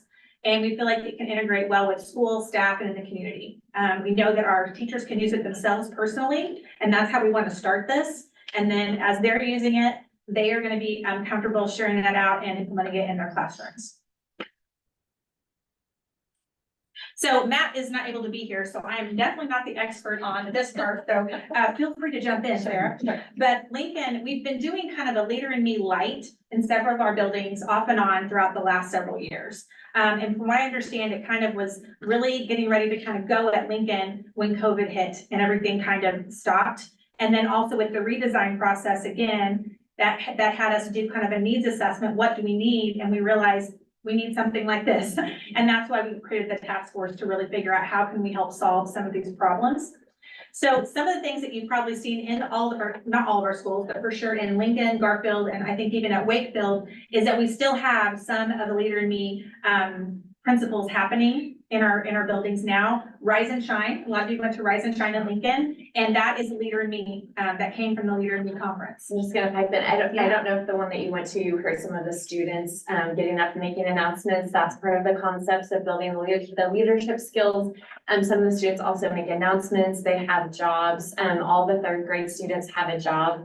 It's a little different at Garfield. I can share about that. Yeah, but it's very much, it's a student-led program. They want students to be empowered and then to lead for what they want to have happen. Marathon Club at Lincoln came out of Leader in Me. Leadership notebooks, we have those, I think some at Garfield, some at Lincoln in some classes. Those came from Leader in Me. What I've heard from staff that I talked to about, how did this impact your building when I was visiting with them, is that it did provide that common language for the whole building. And that's what we want to have for the whole district. We really feel like that's a missing link that can pull everything together and really make it not just us kind of doing the shotgun approach at, let's try this to fix this and this to fix this. We have a plan for the whole district. The jobs were a big part. Kids, we know that kids love responsibility and kids will rise to, the occasion. And so we've really seen that happen. And Sarah, maybe you can share about your jobs at Garfield because you have some really cool And things. also just wanted to share that, when we looked at this as like, if we're gonna be all in, basically at the elementary level, you do a lot of the teaching about it. And then the system kind of works when you get to middle school and high school, you're more implementing it. So like you're going in like, my dream would be that a high schooler goes into the school thinking, what can I give to the school? What can I contribute? What can I get involved in? Versus, oh, I have to go to class, or, like that they would have that kind of attitude.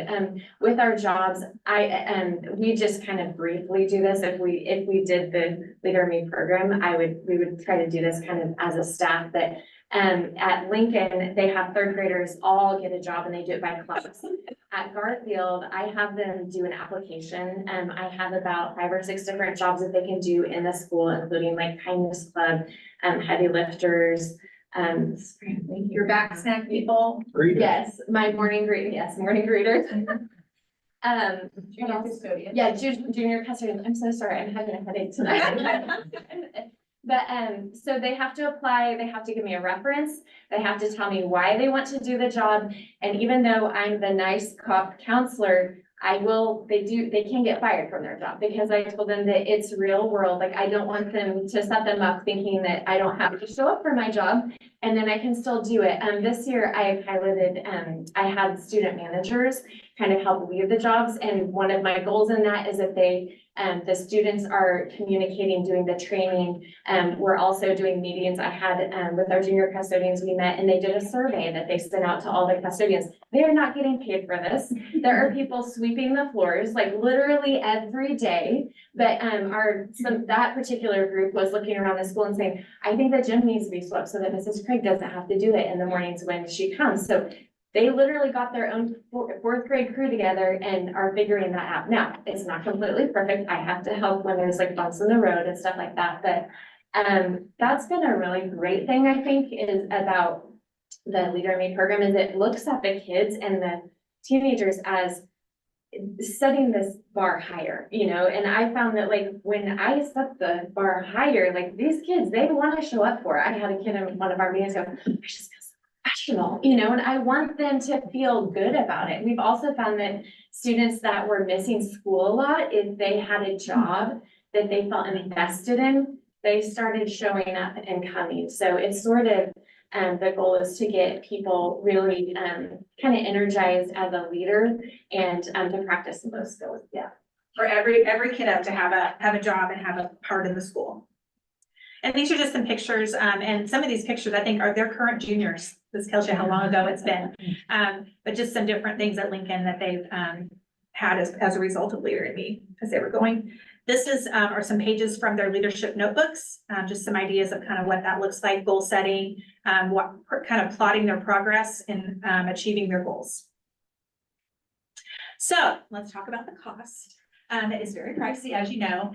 This is why it's pretty amazing to have ESSER funding to be able to put toward this. We probably would never be able to do this if we didn't have the ESSER funding, truthfully. So as you can kind of see, I'll just kind of quickly go through this. This would be year one, staff and materials, 2 days of professional development and coaching, then teacher materials every year for the second, third, and fourth year, as well as student materials, 3 to 4 days on site, coaching and professional development in every building, the membership fees, all that good stuff. And it allows enough funding to pay for subs for all the days that we'll need them. Once we get past, that would cover our entire 4 years, first 4 years of the program. So that gets us going. We are set and going. And then after that, our only main cost would be just the month or the annual membership fee. All of the materials are available digitally online. So we feel like by the time we get to the end of that 4th year, we don't probably need to have the printed materials. So that would save us there. And we feel like that money, we're already spending money in every building on trying to do these little shotgun approach things. So we don't feel like it would be any extra money that we'd have to come up with annually to keep it going. Do you want to talk about the training that we talked about too for new staff and continue with? Yeah, so we really want to, one thing that we really value with having the Leader in Me curriculum is that they come out and do all the coaching and training for us. And we feel like that's really important, especially as we start a new, we need to have someone from the outside come in and get everybody on the same page. It's not me or Sarah who they see all the time, you know, we need that buy-in all the way around. But we do feel like after we get it established after those 4 years, then for new staff that come on, we can do that training. You know, we'll be established by that point, and it feels very feasible for us to be able to maintain that moving forward, a team of us. Any questions? Yeah. Go for it. Go for it. On the initial startup, for instance, right, on the, you know, it covers the first 4 years of the program. Now, if you have this additional personnel coming in to, you know, to help, you know, train a trainer is what we used to call it. Yeah. For instance, on that part, then does this initial cost, does that cover that expense for this extra staff? During the 4 years? Yes. I think so. It does. It was part of that. When we went to the training, they said if you're doing the full program, anyone that comes on, they train them. And the other program we were at was the same. And they just had school districts that were all bought in and all their new staff was there and got to go through everything the same. So for the first 4 years, it'll be a. Okay. That's what I was just curious about, because, you know, when I was reviewing some of this prior to the meeting tonight, then, you know, I mean, I just noticed, you know, comments in here that was, basically is that, currently right now, with the staffing that we have, now I know everybody's got a very important function. And I realize, for instance, that, you can only do so much that you can, per person on that part. So, I'm thinking if we make a program successful, then that's what I was wanting to know, what kind of recommendations do you have? And it sounds like you've already addressed that then, on having somebody else come in, for instance, and be able to at least train a trainer, for Yeah. instance, and Yeah. get the boots on the ground. Yeah, because I think there's a lot of value in the coaching because, I'm just part-time at Garfield and I've been just trying to pilot this plus do my regular stuff and it's just a lot and it's nice to have that coach. I actually was very blessed with, I had like 4 teachers. Actually, almost everyone in our entire school said, hey, I'll do this. And so I kind of had to narrow it down for what I had time for and they all could meet with a coach. Because it can be overwhelming when you see this website of all these resources and they say, okay, start with this, like start with this one thing. And then the next year you build on this. And so it's not like we're going to start and go everything the first year. You're going to have to, because we don't want to do that to the staff. And that's why we wanted to get the staff buy-in. We did not want to say, hey, now we have to do this, and you have to do what we think. One more thing. Yeah. And as one of those staff members, it's nice, like Lisa said, I've been in the district like 5 or 6 years now, I think, and it's something that we're familiar with. Like, it's not brand new to those of us that have been around for a while. So the terminology and the little things like that, it'll be easier for the buy-in for the rest of the staff, I think, too. And if you had, I'm just thinking the ESSER fund, why would you use this on it? I have a friend that runs multiple businesses in Manhattan and with lots of college students that said after COVID hit, there's this phenomenon of people just not showing up to work or not having good communication skills. I'm not saying it's all because of that, but that's kind of why we were looking at some of this because we really did see a real impact in this area. Okay, thank you. Yeah. So what time of the day would you do this during the school? Ideally, it would be a culture thing. So I think what they focus on is they want the culture of your school to be like this. Like specifically, they have little, they have 15 to 20-minute lessons that you can do. In Garfield, we did it at morning meeting time. So at Garfield, our school day starts at 8:25, but we start our morning meetings at 8:15. So most students are there at that time.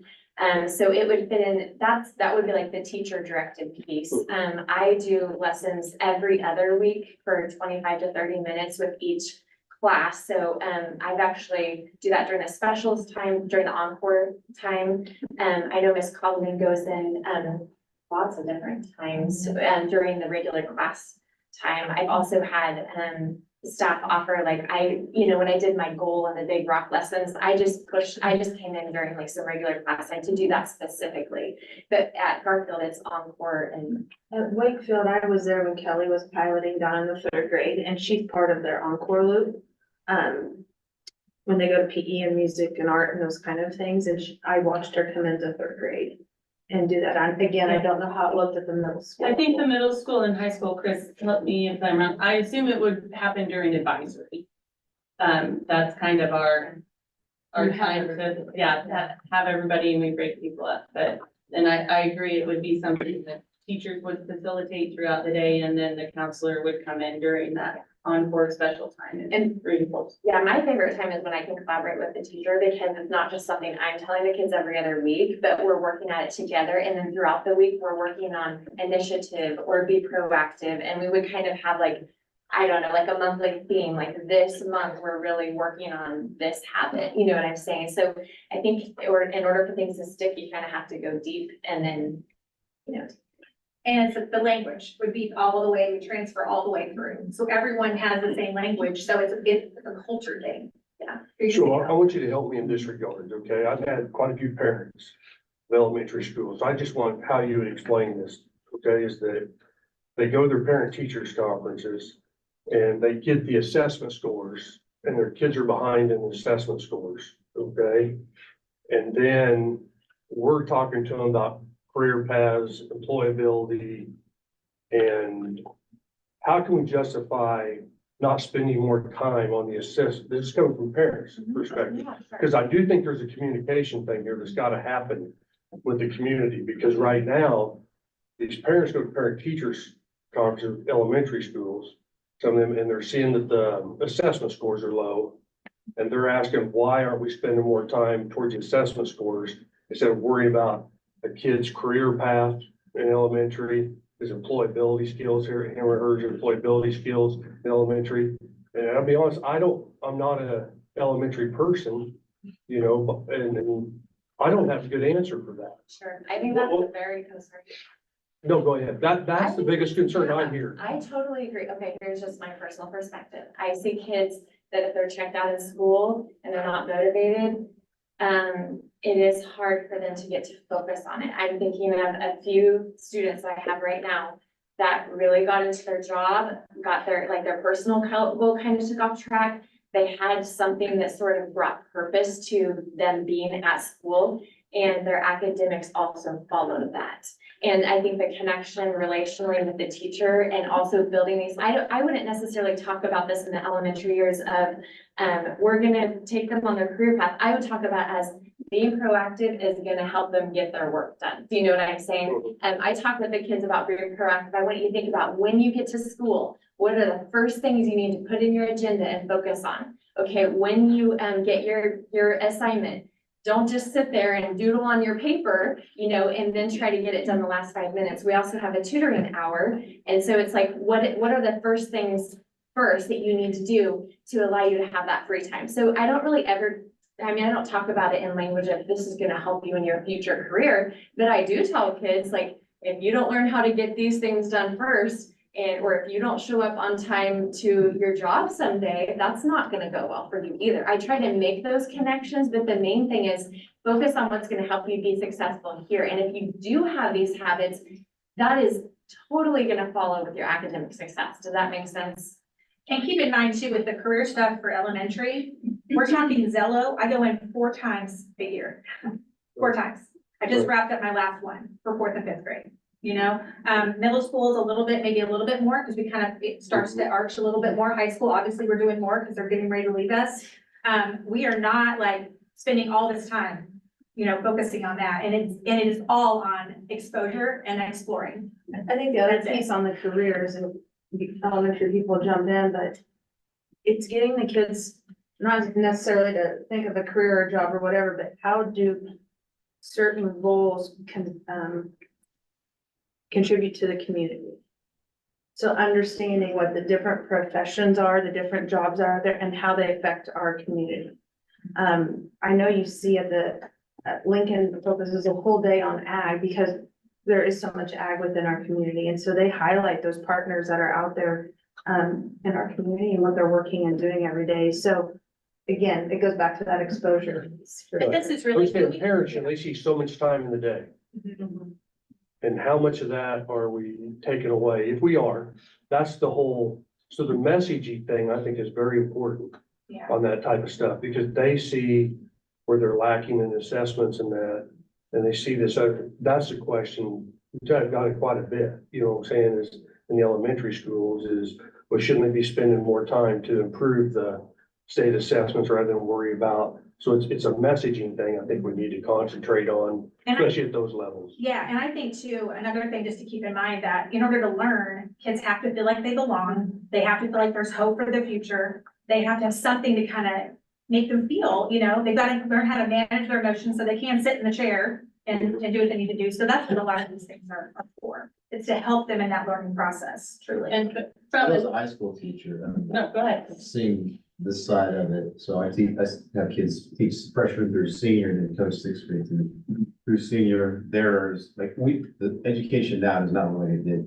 even 10 years ago or 20 years ago. So like we at our job are no longer, like I would love to go just be a teacher and just go think about just being just like here are the assessment scores. That's not the case anymore. We're getting a good majority of our students are coming into us where there is, like, we're taking on some parental role, teaching them things and skills that we grew up having those. It was just understood. Like, I know I sit down with my kids, like work taxes and do those things and get those skills. But I know for me, when we've had those things in place, you mentioned the word culture, when those things are in place, the academics are a part of that. And I think you talked about conversation. I think it's a conversation that needs to be had then with our elementary, those people that come to you and ask about that, because that is it is not a third grade thing. It's only third grade. Like, this is something you're gonna carry with you to every single place that you go. And if we get, like, if the culture then is right, as we're talking about, if the culture is right in our educational buildings, then the new kids that come in, we get a lot of that,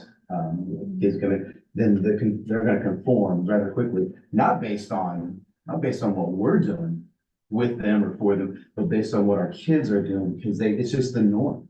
Like, it is the way that we do things. And so I think just on that side, of it, on the health side, that's a huge benefit. Because you spend a lot of time as a classroom teacher, coach, or trying to teach those other type of skills, and it takes that takes away from quality educational time, because they're not gonna get the academics if those other things are not in place. I think it's a magnificent. From the elementary standpoint, like Chris said, my plan would be to incorporate the hardcore teaching of it like during our morning meeting. And then as far as implementing it throughout the day, it would be if an issue should occur at recess, or if there's a behavioral problem at lunchtime, like we would tie those into that. So it's not necessarily taking away from the academic time that we have scheduled, but it's like enhancing all of those transition times and in between, and just kind of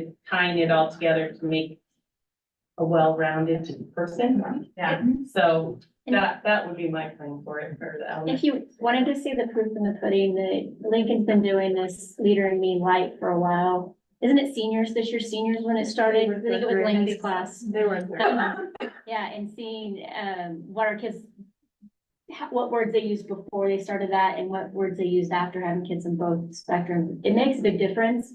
But the number one measure of student success is their attendance at school. And if you look back at that backboard and you look at Lincoln School's attendance rate, and you consider that that's the school that implements Leader in Me curriculum the best, it's clearly working on getting students there. Right, I get all that. I'm So just saying, I go so back that's what I would to hope that parents would see explaining is. that we can say all we want, those assessment scores. When a parent, I'm just saying, when a parent comes in and they're told that their student is at, one of the lowest assessment scores, they are asked, that's their, so the messaging part, that's all I'm saying. We need to do a good job of the messaging part. So I would because hope the they are- messaging would be that this helps us get our students in school so that we can improve their scores overall. And you guys can help with that, because now you kind of know, right? So you can help us spread that. And when I work with students that are repetitively in tutoring because they're not getting their work done, which is obviously a big academic issue, all of these habits help them get to a better place academically, if that makes sense. And we're not spending like huge amounts of time just talking about teaching it, but if it's an expectation in the culture that these are the things that we are about and we're expecting of you, then I think that makes a big difference. We encourage our parents also to, we kind of follow the chain of command. And we try to get those parents to call the school and to ask those questions as well. Sometimes they might miss that email, they might miss that newsletter that goes out. So we do try and encourage those parents to give us a call. Now, I may not be able to answer the question, but I'm gonna try to get to the person that can answer that question. Lisa Last might help me out with those things. Send them my way, I'm happy to talk to them. Well, I think some of the issue, I've heard it over the years too, is when a parent or patron walks into a building and sees students dragging recycling containers or trash cans or vacuuming libraries. Those are some of the concerns I've heard. That's what they see, and they're wondering, why is my student doing these jobs when I send them to school for academics? And so I think that's a valid question also, and so maybe you could address that. So Shana, at like Garfield, they do it during their lunch hour, so we have like a 15-minute hour, and so it's all voluntary. And I actually contacted some of the junior custodian parents because I said, this is what your child wants to do. They have this idea to do this, and I don't want to take that away from them, but I wanted to clear. I also said, you have to go outside and get some of your recess time, and you need to do that. But in my opinion, if they want to spend some of their recess time taking 15 minutes to take out the recycling or sweep the gym, I'm not gonna hold them back because, and I make sure it's a non-for academic time for that. I don't know, I can't speak for all the other schools, but we do this as like a voluntary thing. We had a student that noticed at the very end of the day, they had 10 minutes to get ready, and he said, well, there's the staff in the office that, like, we could take their trash out. And they just do that at the very end of the day. They take extra 5 minutes. It's not a teaching time at all. So, And they do it, I will say they do it too, like I'm at Garfield on Mondays, at around noon, and Mrs. Cott's not there on Mondays. And when I walk in, there are kids doing their jobs without Mrs. Cott, like, it's not like they're just doing it. And they're so proud of that, I would say in the lunchroom too. I do lunch duty at Garfield with Ms. Steemach, our lunch aide, and the expectation is that the students sweep their spot and wipe their table when they leave. Because you leave the space better than when you came to that space. That's a part of this mission, is to instill that in our children. And I would say, Tracy and I'm sorry, Shannon, it sounds like you guys are kind of hearing a lot of that communication to you guys, kind of what Bud is saying, that chain of command piece. I do that with parents. If they reach out to me and say, have you checked with the teacher yet? So if you're getting these complaints and concerns, send them our way, because I'd be happy to address those concerns. Because what I hear when parents and subs and UPS people are in our building, it's like, this is so cool, your kids are doing all these jobs around the building. So if you're getting a different narrative, we'd love to help support that and address those concerns. And as we talked earlier, a lot of it is just tied into the assessment scores. Sure. You know what I'm saying? That's at the elementary level, so. Yeah. and just a It's clarification, all we do about all of our jobs before school, during lunch recess, and at the very end, like lunch, like. after that. So, Before yeah, subject it's not are during very class time at all. In fact, that's why I feel like if you want to be a part of this and they apply and go through all of that and they're taking their personal time, I'm like, they're bought in, you know? Yeah. So. Okay, well, thank you all. Okay. We're gonna need to move on. Appreciate you Thanks, guys. doing that. Thanks. All right, capital outlay, budget planning. Take 5. Yeah, I agree. Yeah, take 5 minute break. The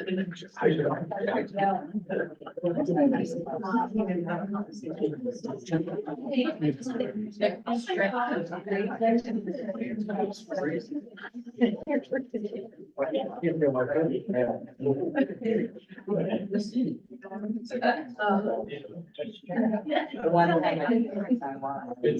Just water bottle back there. Yeah, the shape of that. It's just a little different. Like, I missed it. I kept thinking, should I check it out?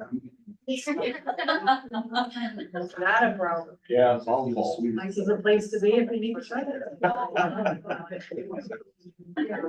Yeah, I figured we should have Apple chargers somewhere around here. It's out.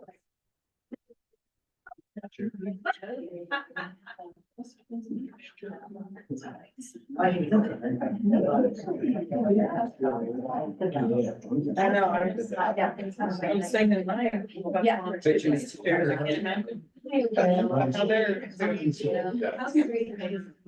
Yeah.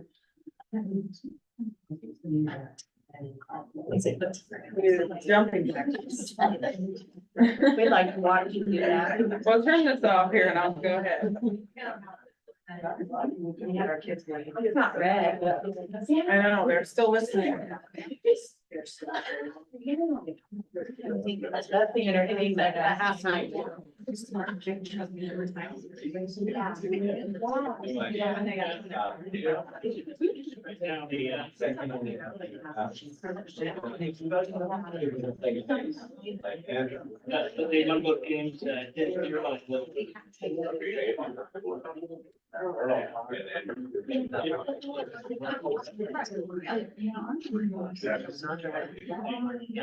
High school.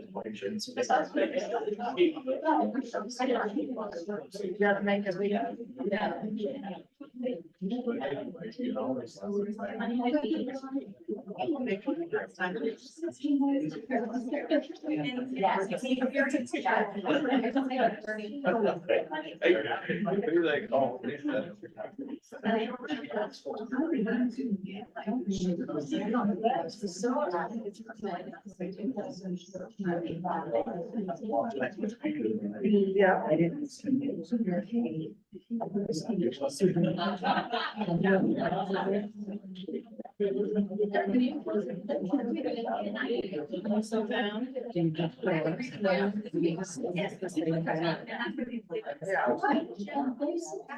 Some idea, stories, I'm excited to events on this day. What did you? Natalie's not sure. Yeah.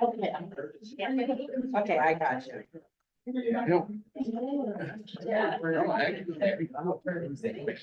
Oh, okay. Yeah. Been there before, just anyway. Standing this. Pretty exciting.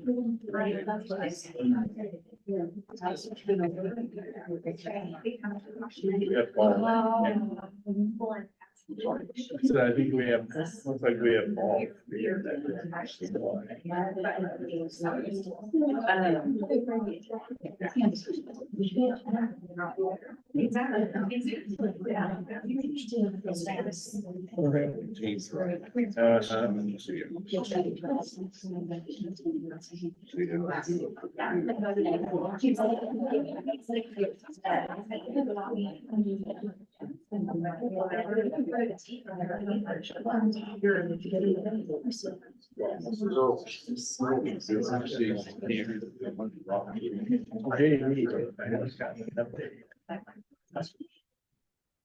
I haven't heard.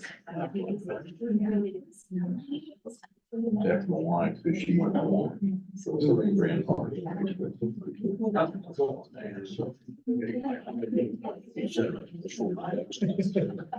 Who are you rooting for? Well, you know what?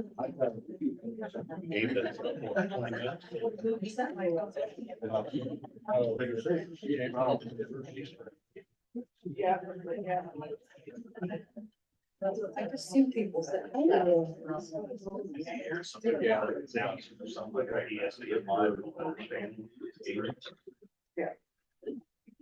Yeah. They might.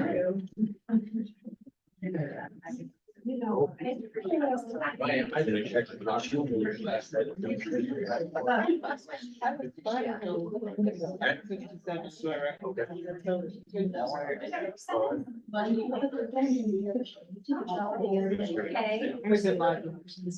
That's why I like.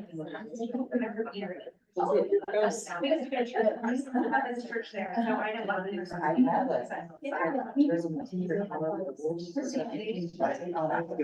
Yeah, now you make sure. The interview today. Yeah.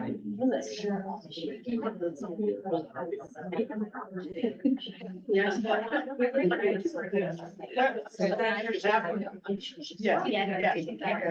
Video and. Record already. Well, it's. Yeah, hold on this.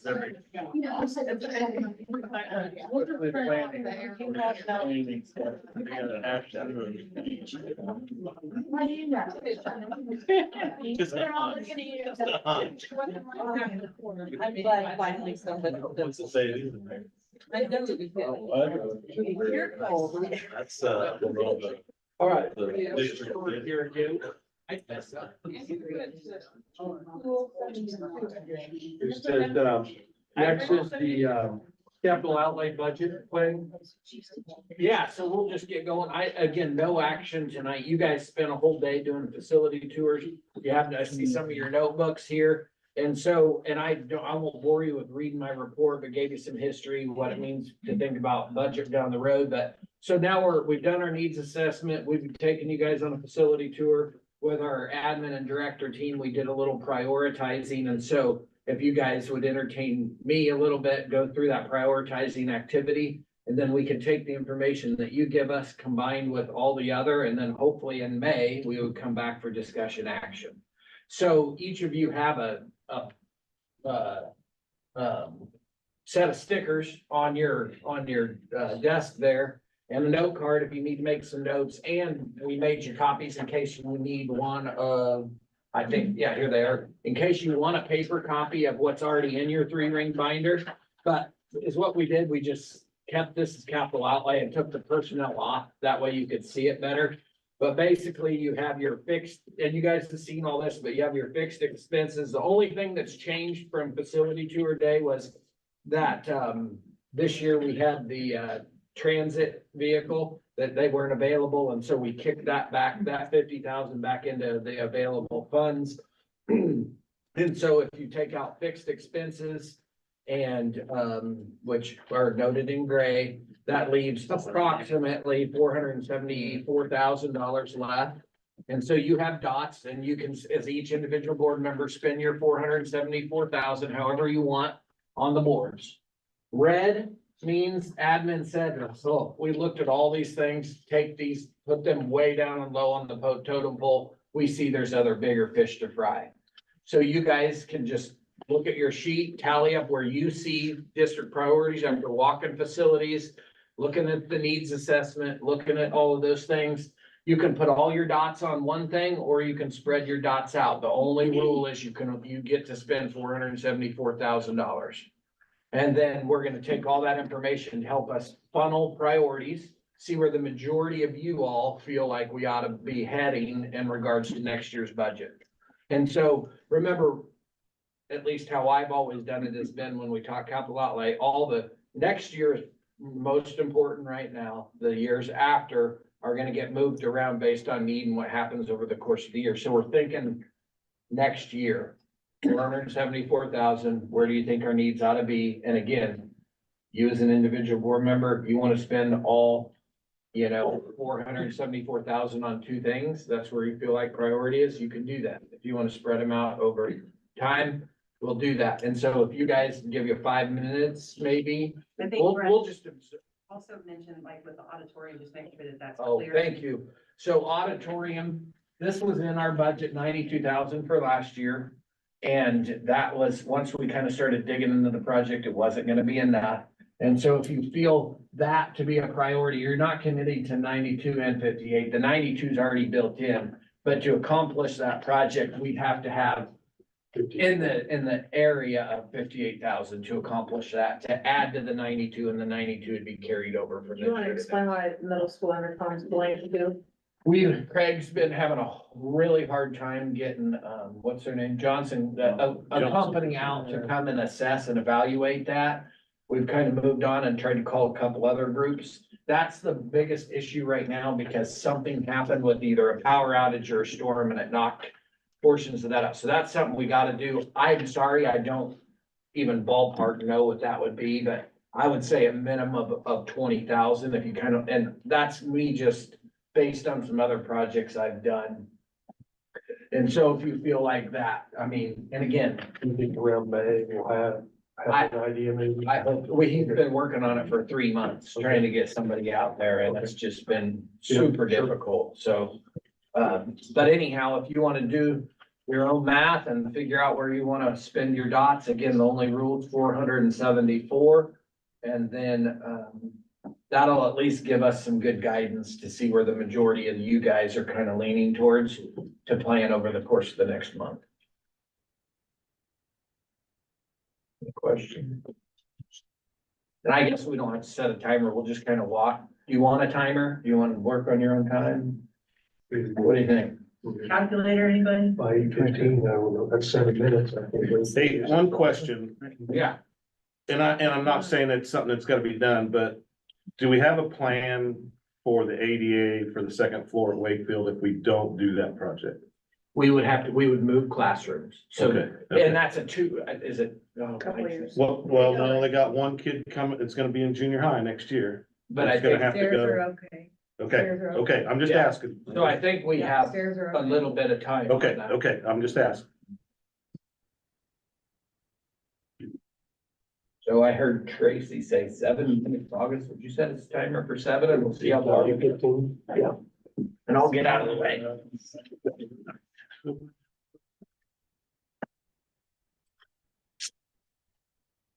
How, you did these, there's 24 of these and there's.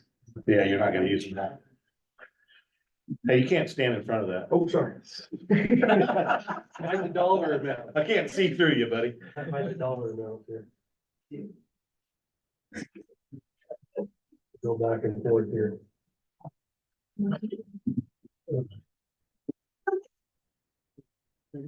Being a math guy, adding up in my head as I go. I don't know, what is the total we get? Four what? 474. Use your note card if you need something. I know. Elementary. You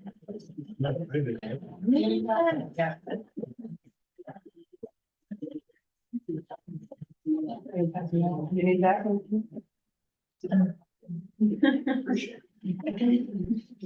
That, You need a calculator? no. Using your phone?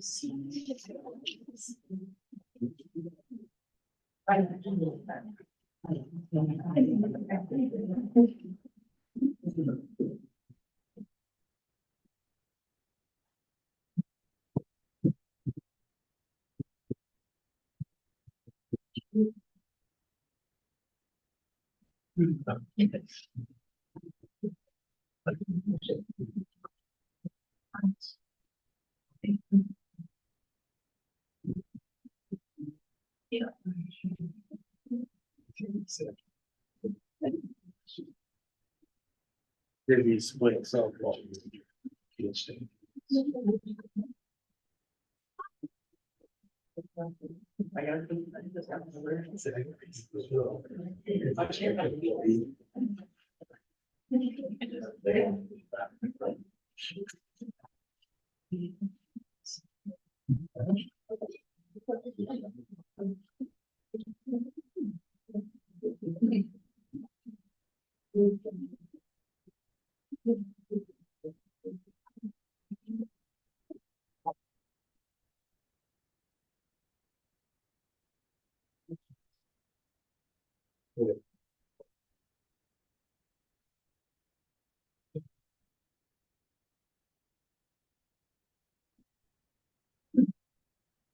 Their age. There's a lot of that.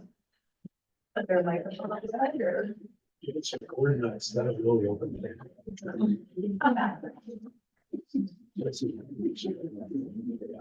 Oh, yeah, just handling that, had been used.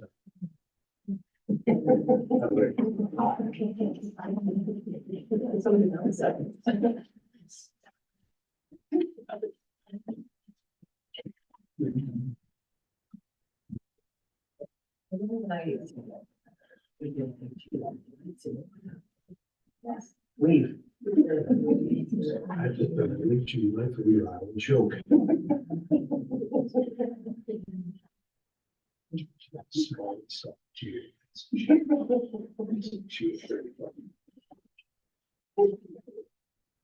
And so, thank you for doing that.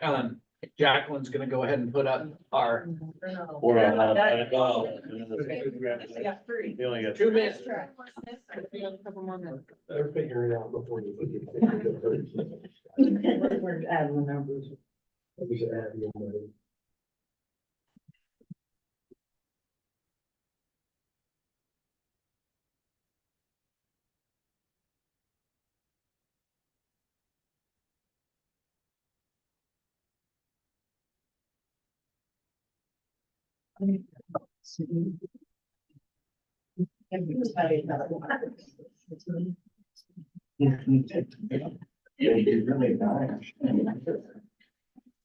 Yeah.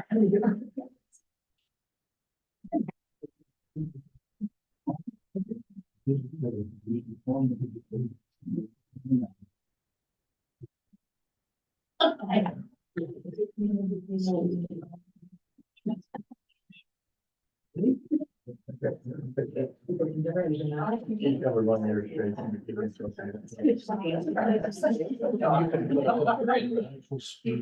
under the next door.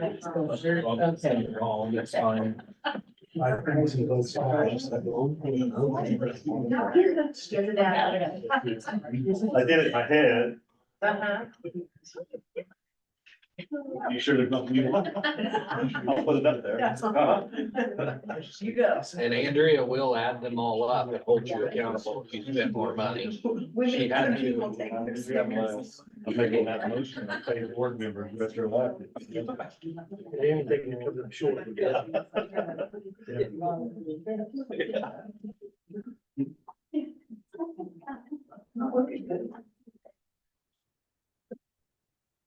Jump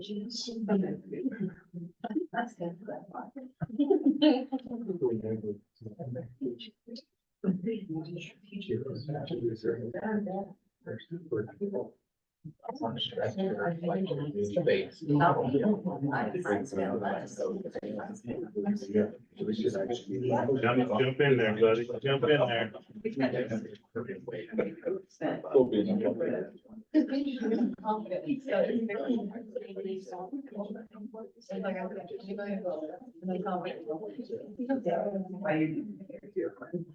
Oh, I understand.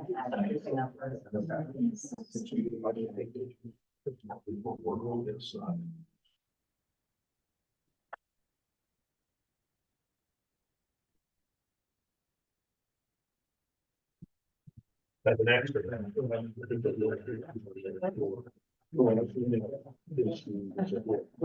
think I can do it. If not, voting.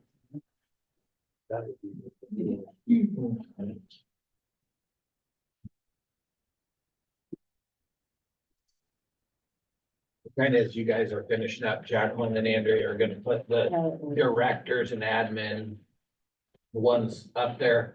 And we can certainly open for discussion tonight if you guys want.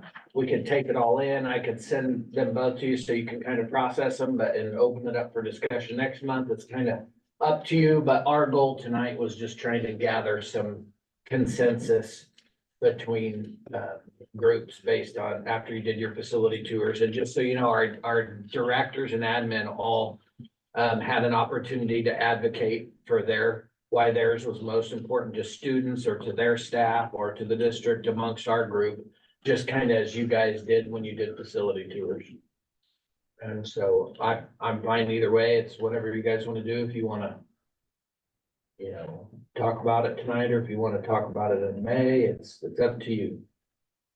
I guess we could get a little update in our special meeting.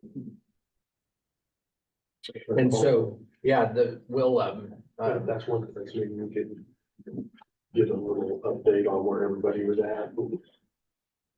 So we just have a little bit more information before we finalize it and that, and something, but we'll get down there. does anything stand out to anyone that you think, anything that we oughta, that I need to know of as we kind of head? Mike, is that the old activity bus, there's still some value in that. There is, absolutely. Do you have any idea of how much that would, a low ball figure of? Yeah, and I mean, we would have our options on what bus to get rid of. If we're to get rid of the oldest bus, I imagine the salvage value on that would probably be 10 to 12. You're not talking about getting rid of the old, activity bus? That would be an old activity bus. That would be our. It won't be air brakes, right? Yeah, That's the one. exactly, yeah. I think it may, there's fairly good values, a fairly low mileage bus, but it does have some age. That it has with the, camper guys want, they wanted the big vehicles. So there would be some, and I haven't looked to price it, but I'm just You don't mind, it's kind of, the thing of replacing that, I hear you on we don't have very many people who can drive it because of the air brakes on it. And so Yeah. it would definitely make things easier. Yep, absolutely. We just went through that process of trying to test and get air brake certified. It's gonna be difficult finding people willing to do it.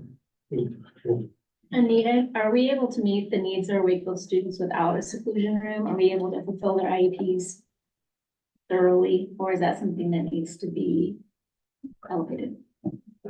I'll share one thing, then I'll let her go. That's actually for anybody. That the Sure. emergency safety interventions is for any student.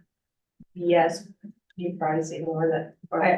So Does now not you have take that over. place to go. There's just not room to have a calm place when they need to, and it's not a seclusion like we're actually secluding them, although It we've can't, had to do that. I mean, we've had to do that and we've needed to do that at Wakefield and haven't had a place to, there's just not a place to do it. There was a room like an upstairs, but when someone is in crisis, trying to get them upstairs to get them into a room where you can do that. You can't. You can't do that.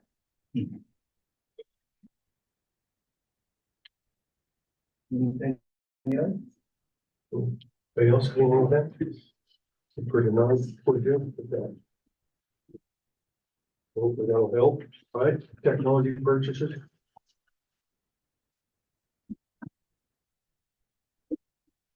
Any questions?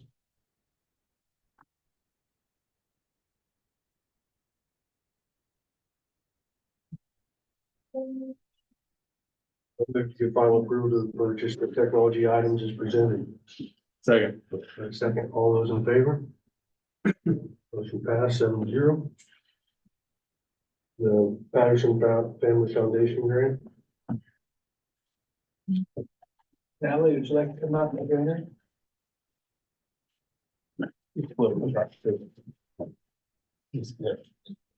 Great. Should be. It's something.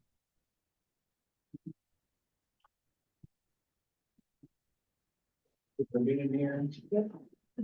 So Natalie had reached out to me and asked about the possibility of looking at the Patterson Family Foundation grant money that is awarded to the school district and seeing if kind of gauging interest in the board to see if what their interest might be and potentially approaching the Patterson Foundation about potentially transferring the money for the purpose of childcare. Is that Correct, fair? correct. And I have reached out to the Patterson Foundation already. So just to inquire what would happen to school, because I did write that grant on behalf of the school. I dedicated my time and my effort as a partnership between the school and Grove Lake County and to find solutions to childcare. So I did reach out to them to see what and they said, well, they needed confirmation that the school board wasn't going to be using those funds for childcare. So. And then they would take it back to their board to vote. It wasn't a given, but they would consider it since I had worked so hard to solve the issues and they were proud of the work that we've been able to accomplish in our community. And one of the reasons why we got that grant, because they had seen all the work that we had done together and collectively, so. It has to be used for child. Yes, sir. Just want to make that. It was to increase childcare spots in Clay County in conjunction with the school district, because they had saw that the school districts were ideally best slated to help with childcare in certain situations, and that's why they offered it to schools. I think we have until September to respond to the foundation on how we're gonna use it, But till September on that. from what I understand. Is that true? Yes. We have 1 year from the date that it was given out to respond and tell them how we're gonna use it, If we're going to use it. if we're gonna use it, correct? I believe it was, in September, we have to provide a written report to them. Right. On how the funds are being used, and if they're not all used, how they would be used. That's based off of memory, and that's dangerous, but I believe. And it's just here for the public, it's not here for action tonight, by any means, just talking about it. You know, I visited with Brett about this, and the fact, is there any way that we could use it for, with the after-school programs we're doing, Project Lead, anything like that is still taking care of kids. It just can't be. It's that specific that it has to be daycare. I think it's 0 to 5. Is that it has to be in daycare or childcare. I mean, so it's not like we can use it for anything else. And so, you know, it's not for action. I would just tell you is that I don't understand why, if we're not going to use the money, why we wouldn't try to help keep it locally. I'd hate to see it go back and we lose it completely. So that is my feelings on it, that 175,000. You know, we're never gonna agree on everything. I just want everybody to know this is that, you know, I have people calling me and telling me it was my responsibility to get votes, and no. As a board president, my responsibility is to get you guys the information you need, and we talk about the things you want to talk about, but we each get one vote. The most important thing is after we vote, everybody is on the same page and we carry out that plan after the vote, whether you agree with it or not. And so I'm very appreciative of the process we went through to get to that. We made that decision. And so we're moving on. And so I do have down, when we talk about the April. I don't think we're ready tonight to make a decision. No, we don't have whether to We're make gonna it keep it or not. Right, I agree with that, but I'm just saying if we can't do, if we're out of it, I think we have to do everything we can to support that it stay local when we make that decision. I think we need to look at our other option. Right. And and see whether we're gonna utilize it or not.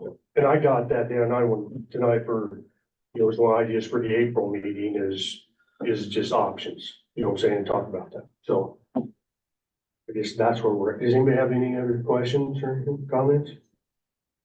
Can we place it on would it be the May agenda for action? Is that, That we determine by that point whether our school district is going to pursue daycare in the next 2 years or not? I think we can plan on that, but it may be June. Is there a timeline for us with Patterson Grant as far as? We got till this September. I understand that, but as far as them being able to use it. Oh, I'm not Have sure. they They haven't- just asked, they me- haven't. they actually just asked me for a news article showing that you guys had denied doing childcare.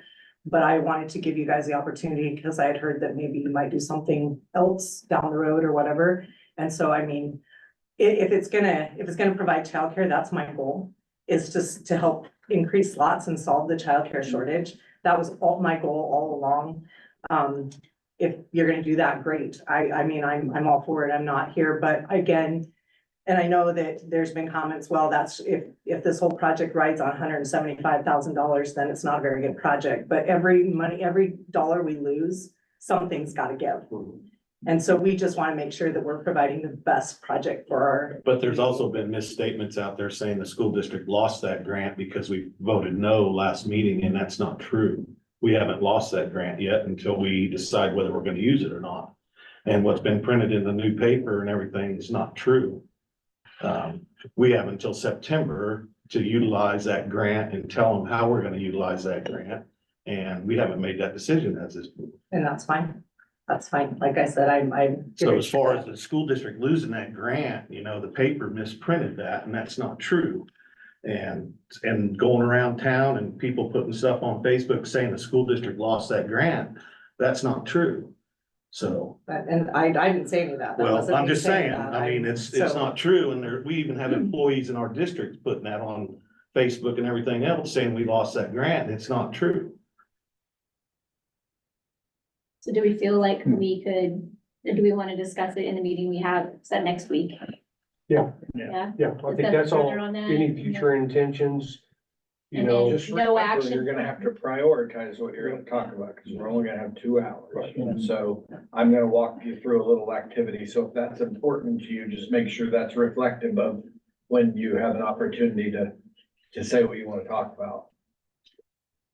And to me, that is just in the April is the matter of how seriously are we really into considering that this, even with the grant? You know what I'm saying? But I tell you, if we can't, and there's not to do that, then I think it is our obligation to try to pass that on to the city, so at least the city doesn't lose that money when we come to that decision. I think it's a bad deal if that money leaves, if we don't have a chance to at least keep it in the city if we're not going to use it. So leave it at that. Everybody good? Yep, good, yep, I agree with that, thank you. Thanks, Natalie. Yeah, thank you. All right. Climate cutting? Anybody have any questions? On the platinum cutting? Clarification. Sorry to bring it back. That's right. No, I've never been given this much in an equipment and we need to handle this for auditing purposes the right way and have you guys make the official approval. Can you clarify? So when I open the award letter, it says we received 29,868. Yes, so it's also for professional development. Oh, so that's different. That's what I was wondering. The where- equipment was the 27,305 and the remaining part is for a couple work days. This, we're looking at late May with our CTE teachers. Okay, so their main purpose is gonna be to work on the communication plan, look at how we share about our pathways to our families. Making sure that our parents and students, families are all aware of the course offerings, the, different pathways that are available, all those kind of things. So. And that was a requirement of the grant. You couldn't just write it for equipment. So we did like quite a bit. So, and the max was 30, so I had to. Any other questions? On I can't find it on my computer here, but I printed it off. So this project budget application, the number of items is 11, and then it's that we have the last 18 people. Is that 11 part of the 18 people or? I'm sorry, I'm trying to find it here. What is the 11 meaning here? 11. So we were gonna ask 18 people, but we only have funds for 11. Okay. So anything over that comes out of our Fund 30, which we have professional development money. I just didn't want to, I only had enough money to do 11 people. I didn't want to tell 7 people they can't come. I know there'll be 7 people that might not. But if we end up with 12, then that additional one, we use Fund 34. We have professional development money. And That. it said on the formula, 18 people times 2 days times $233. So are the 11 people 2 days also? Mhm. And I don't think we're gonna end up with 2 days, to be honest. I think we're gonna end up with 1. Okay. But we can't go over, that amount out of the grant. Okay. So we'll spend up to that and then. Okay. I recommend purchasing the plasma cutter as presented. Motion Second. and a second. All those in favor? Motion carries 7-0. New courses, 2024-25.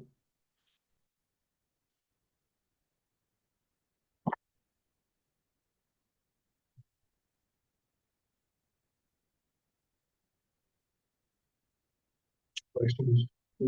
Yeah, my other question was, do we have like a financial responsibility management class specifically? It is required for graduation. Yep. I've seen that. Is that, so it's at the high school level? High school level, yep. Where it's taught? Mhm. Is it, because obviously with my new job and Yeah. my math background and kids coming to college, freshmen, they have no clue. And that was something we wasn't offered in school, it was general business, which did none of that, you know what I'm saying? So I just want to make sure we are offering something like we that. are, so it turned into a high school graduation requirement, I'm gonna say 10 years ago. And the state was they give different options. And it could have been an evening seminar class, let's say, that we require, or a day long, whatever. The board 10 years ago decided, nah, that needs to be a half credit or a class that the kids take. And the new state graduation requirements do require it to be a class. They went away from having like some evening seminar or a one-day project that you do with the kids. Those weekend things just isn't enough. It's not. We also take the kids their junior year through a financial simulation, where we bring in someone and go through what that looks like as an adult. Here's your job that you have. Now here's your expenses. And they kind of walk through a scenario and, we thought it was more beneficial at that junior year for the kids, just maturity wise. Credit reports, all kinds of different stuff. Take a loan on a car, I mean, they all have car, you know, so. Okay. And I will say our local banks come up and help. We ask different banks each year to come up and help, and so they're really good participants in that and give good information to our kids. Very good. All right, anybody else have any questions? Jacqueline, just out of curiosity, you know, in the middle school sector itself, do the kids that are they taught some financial responsibility, you know, courses and accountability, things like that, you know, that's what I'm just kind of curious about to see how redundant that is. No, there's not a financial requirement nor course at the middle school. Anything that comes in there would be by way of their math standards. Okay. And some of the, applying, for example, when I taught middle school math, to teach the kids how to do equations, I used figuring tax on an item when you're going to shop. You know, just because something says it's $10 doesn't mean when you get up there, it's $10. And so I would use setting up an equation and multiplication to throw in a little bit of real life as well. So same thing with figuring change, for example, what you should be getting back when you're paying someone, if you're using cash or whatever. So again, I think those things naturally happen in some of our math standards, but financial literacy is only at the high school. Okay, thank you. Mr. Hoffman, what was the title of the theme in the math room we were in last week? I'm trying picturing it. I can't remember what the theme was. Anyhow, we were down in Wakefield. We were in middle school math and they were in stations and they were doing, Mrs. Bybee was doing, they had to figure unit price. And she had a neat thing, but unit price, when you're shopping on something, what's it costing you per unit? And she was teaching one of the math standards, but she was teaching it through real life skills. Our admin team does classroom walkthroughs once a month and we rotate buildings. And we do walkthroughs and then we compare notes with each other on, just so we're more consistent when we're evaluating teachers and what our expectations. Let's see, so that's a real life example last Wednesday. Anything else?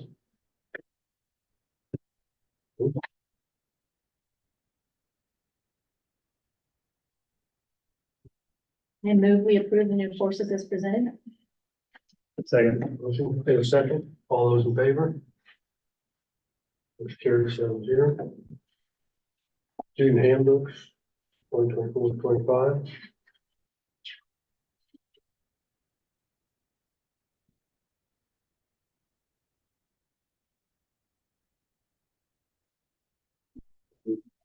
I know it's second read and so open for questions at the end. Yeah, is that, so I wasn't ready, you know, we moved this from action to, and I know we got timelines we gotta get to, but I still have some things here that after going through it that I think we need to talk about is that, before we do this, have a little discussion and then we can get it. The first one is the cell phone policy thing, you know, is that I do, I mean, my thing is that those things they are a distraction. And I think that they don't belong in the classroom. I have no problem with over lunch and before school and after, you know, pass through periods and all that. But, you know, to allow them, in the classroom, I'd like to see us, I mean, but I would like to see her come back with the policy. I like the policy that's at the middle school. That's me personally, when you read that, what they're doing down there. But to come back with a couple options, but I mean, one can be what you would like to be, you know, like where's the change that you have here. But another one is, I mean, I don't know how everybody else feels, but, you know, I can't justify passing a policy myself that we allow cell phones in the classroom. And, you know, I think the thing was on, Facebook that somebody sent me, and I don't know, the one teacher did all the tallies. I don't know how many people seen this or not. It told them to turn on their notifications, and this is one class over one day, and it's amazing the number of hits on their phone from all the different apps and from text to everything while they were sitting in that class. And, you know, I have a problem with being really loose on that. So, you know, when you look at, Lincoln School, you know, they don't allow, of course, elementary, I don't think we should. But at Garfield, I couldn't find anything specifically to phones.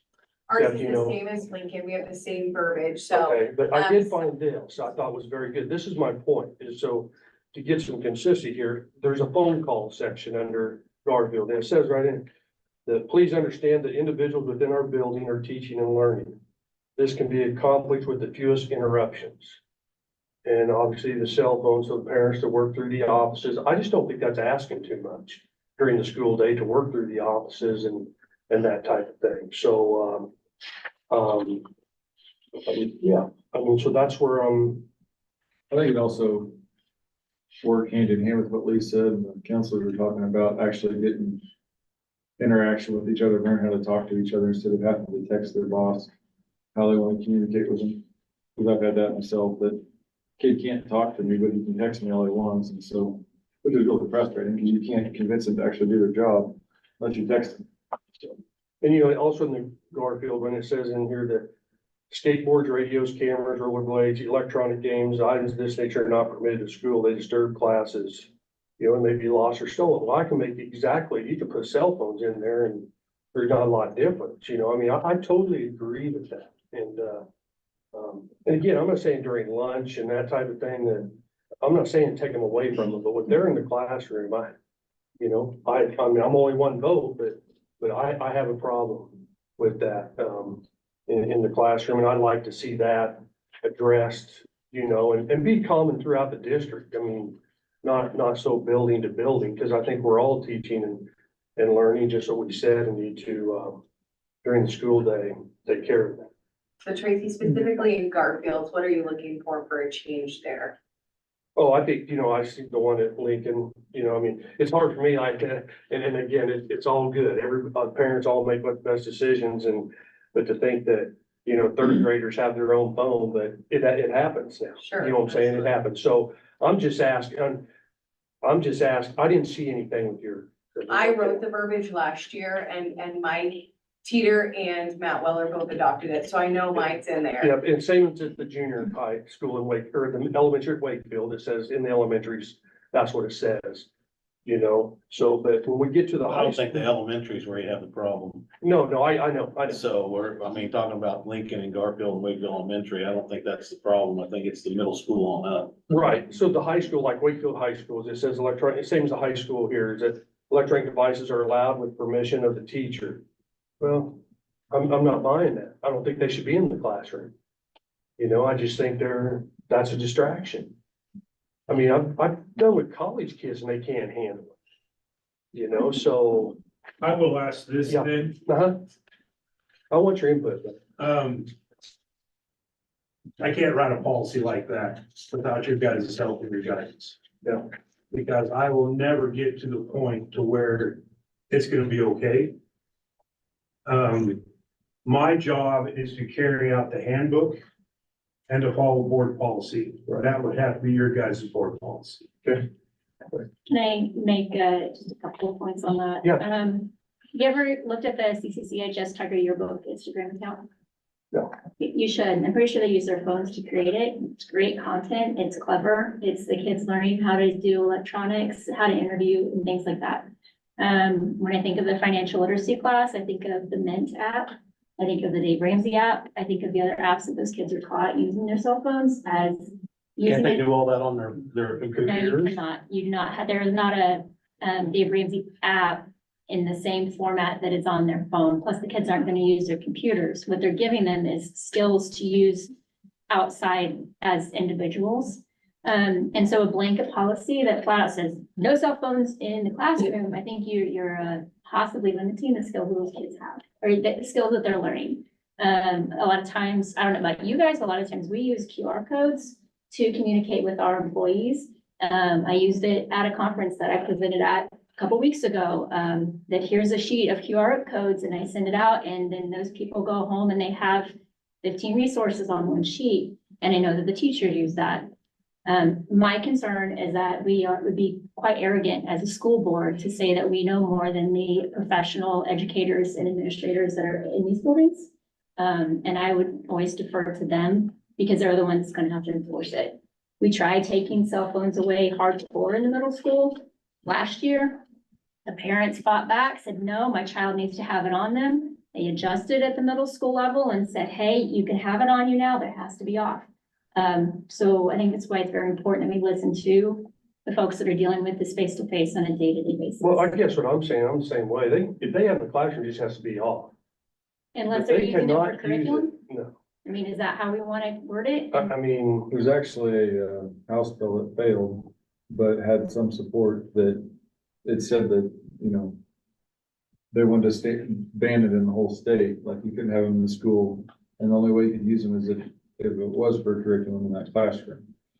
Yeah, So- Price versus New York City Board of Education went to court over it. I mean, if we want to It's pursue it. HB 26. it was in February, they talked about it and they did not do any, they didn't do anything with it at the state level because the KSB and the teachers, they just said it should be a local decision. So the state people let it fly at that. But they didn't say anything about anything else except where it should be a local deal. District by So- district. If I might make a recommendation, well, number one, I'm curious, do we have a majority of the board that wants to have us head in this direction? And if so, that's important for us to know, and if that is the case, then my suggestion would be we ask our principals to get with their staff with some parameters and say, hey, here's some parameters that we need to work within, and let them come with some recommendations on language that meets their needs, because I'm not gonna pretend to be in Mr. Young or Mr. Hoffman's or Mrs. Lane's shoes on the enforcement piece of that. Like, I'm sure they're thinking of enforcement, what that means, how do I do that every day, how much of my day is gonna be spent. I'm looking at two teachers sitting in the back of the room.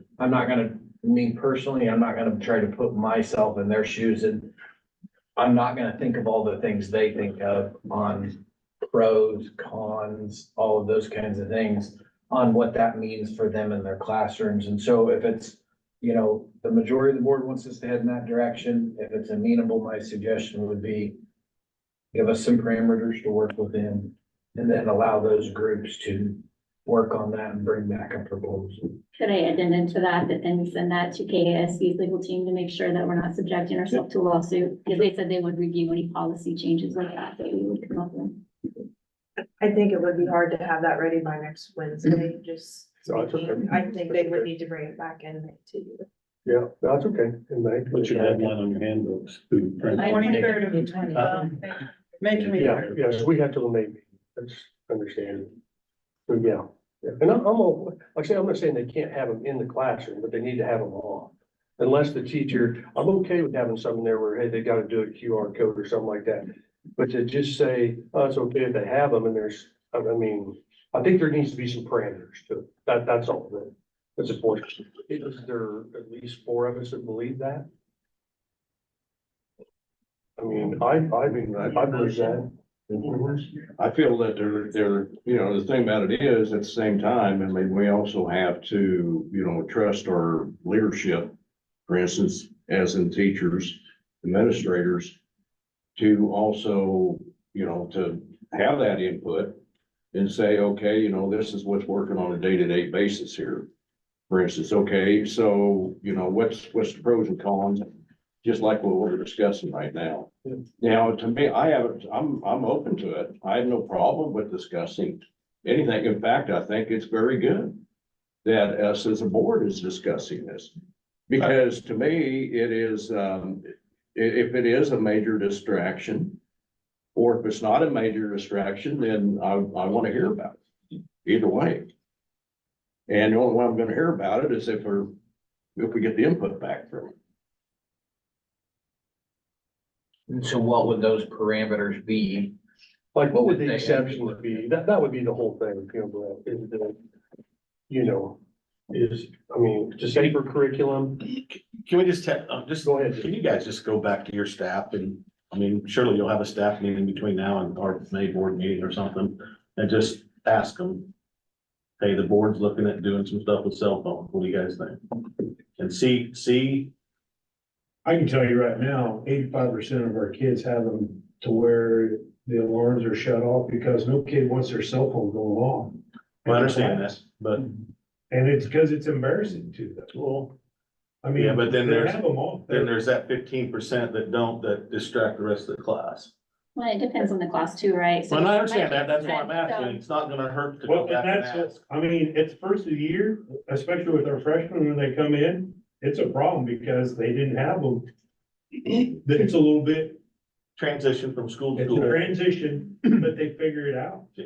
And I think that's the biggest thing, and that's what we talked about back in March is we're trying to teach these kids how to utilize them in the proper way. And just to say, hey, you can't have them on at all, or they have to be shut off. I mean, mine just went off right there. So I think that's what we're talking about is how to teach these kids to utilize them in the right way. I mean, I understand they have laptops, but I was covering Nicole Weller's class today and I had 3 kids that they all work at 1524. Their boss sent the schedule out in a text message and they all 3 got together about who was working and they were done with their assignment. They're just like, Mr. Young, can we talk about this? I'm like, yeah, you guys gotta figure out who's working and if you can't work tonight, they're switching out schedules and texting their boss back. I mean, those are employability skills. Like it or not, this is how our kids communicate. I'm not saying that, but they are a distraction when it comes to teaching time. I've lived it. And so my way is, how do we come up with a policy that minimizes? And I think you all should have some input into it, but how do we minimize that, a policy to eliminate those distractions on non-curriculum deals? But it seems like they I already have think, it. no, I don't think so. The students are expected to follow the classroom rules. Ms. Pullman allows 0 cell phones. My children are very clear on that. Yep, cell phone goes off in Ms. Pullman's class, like, oh my gosh, it's not gonna happen. But if you're in a class, where you're brainstorming, where you're working together, where you're doing small group and you have your phone out because you're like, hey, let's look up and see this idea, then it's okay. And if the kids are not following the classroom rules, then that's when Mr. Young gets involved. So I don't think we can really make it based on a social media post that's been up for, quite a few years. And I guess I thought you already had. This teacher is input. based on that. This is based on my experience from being in there with freshmen in college. Yeah, but that wasn't this year's high school is in place in it. And these guys have, I mean, did you talk to your teachers about your handbook already? Or is that, Talked from the meeting we had in March that, I mean, how do you implement a blanket policy for every single classroom when every single classroom is different, especially at the high school level? other than if you don't follow the classroom teacher's rules, then there are repercussions? So I would go back to a suggestion if it's amenable to the group and is what I'm hearing and is what I've written down, and correct me if I'm wrong, but some questions to ask would be what would be some exceptions? You know, how do we deal with alerts in classes? How do we minimize distractions? And then a district-wide approach. Is that accurate? Am I accurate in what I've heard that some of the desires to be? And KSSB may have some, Well, no, They I was gonna don't. ask, you know. They don't, I asked. you're saying policy, do you want a change in the handbook, or do you want us to come back with a policy? And that's something we could ask KSB too. So I did reach out to them about it, and KSB does not have any draft policies, does not have a specific policy or handbook language for student cell phone possession or use at school. Cell phone policies for students are left up to the discretion of the district, like you said. We've been more than happy to review policy language or handbook language for the district. We do have sample policy language from other districts we have reviewed. So how That's, I about, guess, what I would be interested in is some of the other policies they've reviewed from other districts.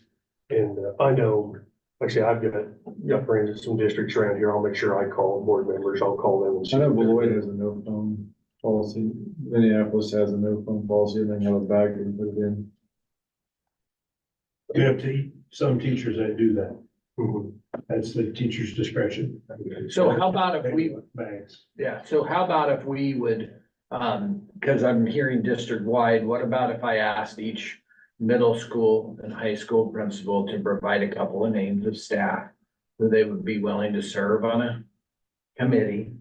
And then we meet a couple of times over the course of the next month and talk about some of these things, see how the teachers feel, how the administrators feel. Things, like I said, that we're missing. Again, I can't put myself, I keep looking at the two teachers in the back of the room back there. I'm sure their wheels are turning on pros, cons, all these kinds of things, but maybe at least we could at least see where their perspective and their opinion lies on it and then bring that information back at May. Is that a doable start to the? I think to point out that, at the middle school and high school, the student handbooks are printed inside the agendas and at Garfield. And so there's a print cutoff date. The date is listed in your docs already. Yeah. So they have that date. So if something doesn't happen in May, that could be a hindrance in that next step. Okay, we'll work on that. The other thing that I have, from the handbooks is, again, I'm just one person, but if there is, an appetite for this while we're at it, is that, so the violations of extracurricular in the summer, okay, is that when you look at Wakefield's, consequence for a substitute from extracurricular during the summer, says consequences carry over into the next sport or activity season. Even if this means carrying over into the next academic year. So clarification, if a student violation occurs towards the end of the season, those penalties would carry over to the next activity. Okay? That's how it is at Wakefield. That's how it is at the middle school. But at the high school, they've added this part that says this applies to summer violations also. In the case of summer violations, no penalty is administered, but the students will be counted as having a violation. Well, my coaching background with me and I've read through all the things, the pride and being able to participate in athletics and extracurricular. I agree with that. And, I think that penalty should count even in the summer. And, the policies are already at the other two schools and how they go through it. So I don't know everybody else feels about that, but, and the other thing, I will make this point on this too, is that when I read through this is that, the kids make mistakes, okay, that they make them, when I was in college, none of this is to get rid of anybody, okay, it's consequences for bad decisions, okay, and I would make the argument that our first time offender things are too tough. I think it's 21 days, is that right? But It's what it is though, because you got tobacco, alcohol. Depends on what the violation is. But really, 21 days, that's a hell of a, saying, I don't know why 2 weeks, but that's here and there, I'm saying? I'm just saying, Whichever is less though, too. Those There's things also- are- said Whichever is less. It's not a blanket of days. Right, It like I'm is- it saying, is first whichever offense, is less. I've always been, hey, first offense on it, it's 14 days, whatever, it's next time it's 21 or whatever, you know what I'm saying? But it's also it's either 21 days or number of contests. Because in some sports, you may play twice a week, some you play once a week. Right, but I'm So- saying that the days, the thing I like about the days is that, let's say a kid does get in trouble in the summer, and then they start in the fall. Those 14 days, it may be practice, but I'm telling you, that's punishment to that kid. He ain't gonna miss any games, but he can't practice for 14 days. I mean, that's still, you know what I'm saying, but I guess my point is that I think that it just shouldn't go as a tally mark, is that if there's issues in the summer and they get, that penalty should carry over. It shouldn't be, you can do that in the summer and not have any penalty. That's my opinion, from you know? And so one of the big things that, and I shared this, but, there's challenges and pros and cons to every policy that you have, and this is certainly one in my 5 years here where different aspects of this have become challenging or problematic or gray. And honestly, the biggest one has been, and speak if you think I'm wrong, but has been because we're a public school, we don't have any access to the information of when a child does get in trouble, for example, with the law. The police can't just come and tell us, hey, we busted so-and-so and so-and-so this weekend. And so from my perspective, one of the biggest challenges with this student conduct policy has been, we generally end up only punishing the kids and families that are honest. And the ones who don't come and tell us about it, don't get punished at all. And that, you know. I mean, that's life in general, you know, I mean, if you rob someplace and don't get caught, you know, I mean, I hate to, Well, these are kids that are getting caught you know. by law enforcement because of confidentiality rules. Law enforcement can't tell us about it. Sure, the other counties, like. And I guess we control what we can control. In this policy thing, I go back to that of what we can control. So this says like the five, self-admitted involvement by the student, witness student involvement by the sponsor, coach, or staff member, verification by an officer, law enforcement report, investigation by school officials, coaches, or sponsors, positive result of the drug test, you know, and I'm not, I don't think we have to go out and hire private detectives and all that type of stuff, you know, but I'm just saying that those consequences should carry over into the fall if they happen in the summer, or, or if they happen late in the fall semester, they carry over to the start of the spring semester. That's, I think that, you know, you're representing everybody in the community. That's part of being the athletic part and the extracurricular part. And I think there should be consequences. Shouldn't matter what time of the year that happens. You compare, I think middle school and Wakefield, Are one way, high school, play center is a different way. did you compare that to board policy? Not just the handbooks? No, I just got the handbook. You If might it need needs to to be be a board policy. If it needs to be a change in board And I- policy, we need to look at that. I'll be the first one to admit I might be wrong, but I'm almost sure it's in board policy that the middle school and Wakefield should say it's a strike only. There's no consequences. I'll tell you. If we make any changes, all three of those should read the same. Well, I agree with that. That's my point. There should be some. Yeah, one way or the other. One way or the other, I agree with that, but I'm almost sure the board policy states that it's a strike only and there's no consequences. Okay. So if it's Look at that. amenable, we can approach this in the same manner. Gotta be careful here on time and how much time Yeah, we're gonna yeah, spend on absolutely, committees, absolutely. but Yeah. we could get together with our secondary principals and we could dig into it, because I don't know, Tracy, I haven't looked at, you know, we only look at it when it's a problem and then we move on to the next problem, and it's usually a year in between and then you forget. And So- it's been a problem for the high school.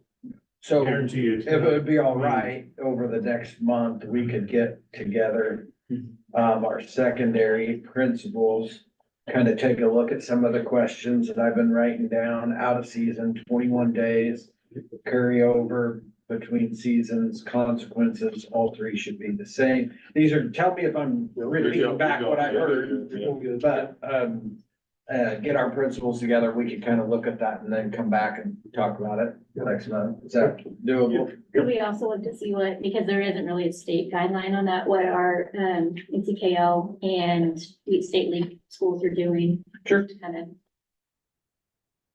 get a comparison. Yeah, that's doable. Hey, did I? Was that the only two things on those handbooks? For me, you know, Okay. initially going through it, Jeff, that's the only things that's why I took it off of action, just so we could discuss some of that. I know that, but the May, we'll get that, because I didn't, Brett made me some publication things when they gotta be published and all that, so we'll get that done. So that's, that, I believe is the only thing I have for, anybody else have any comments on the handbooks? And we'll have to, that's a good point, we'll have to tie that into what our district policy is, not just a handbook thing. It's just, we need to clean all that up, in my opinion. Okay. Yeah. H. Which one do you wanna? For the chart? Yeah, I mean, we're talking about it for a very long time. I do just want to make pretty clear on a couple of things, just so I can say that you were informed about it, but, so basically, just so everyone understands, that this was a law that we've had about a year and a half to implement, and that's why we're doing it. The laws goes into effect for next year. And, it requires that we set capacities by May 1st for the following year. And so to comprehend that just a little bit, we have not done enrollment yet. We don't know how many kids we're gonna have, resident children. We don't know how many resident children that live in our county we're gonna have yet.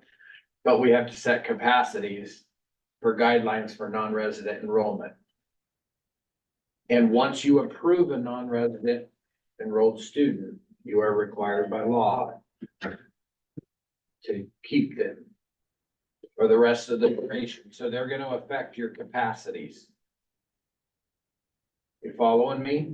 So we can't say no to them. And so teacher shortage, look at our high school now, look at how hard it's been to fill. What if Wakefield's a little bit different, maybe because they only have one section per grade. But you look at Lincoln, for example, and what if you can't replace one teacher in that section? Your capacities now have completely changed. But you can't say no to non-residents unless they're not in good standing. Not because you don't have any room or because you couldn't hire staff. I mean, I'm not telling them to do anything different. I just want you to be aware of the potential consequences. Second to that is in the policy, and it talks about transportation. You're not required to transport non-resident students unless otherwise noted in federal or state law. What is an IEP? Mandated by a federal law.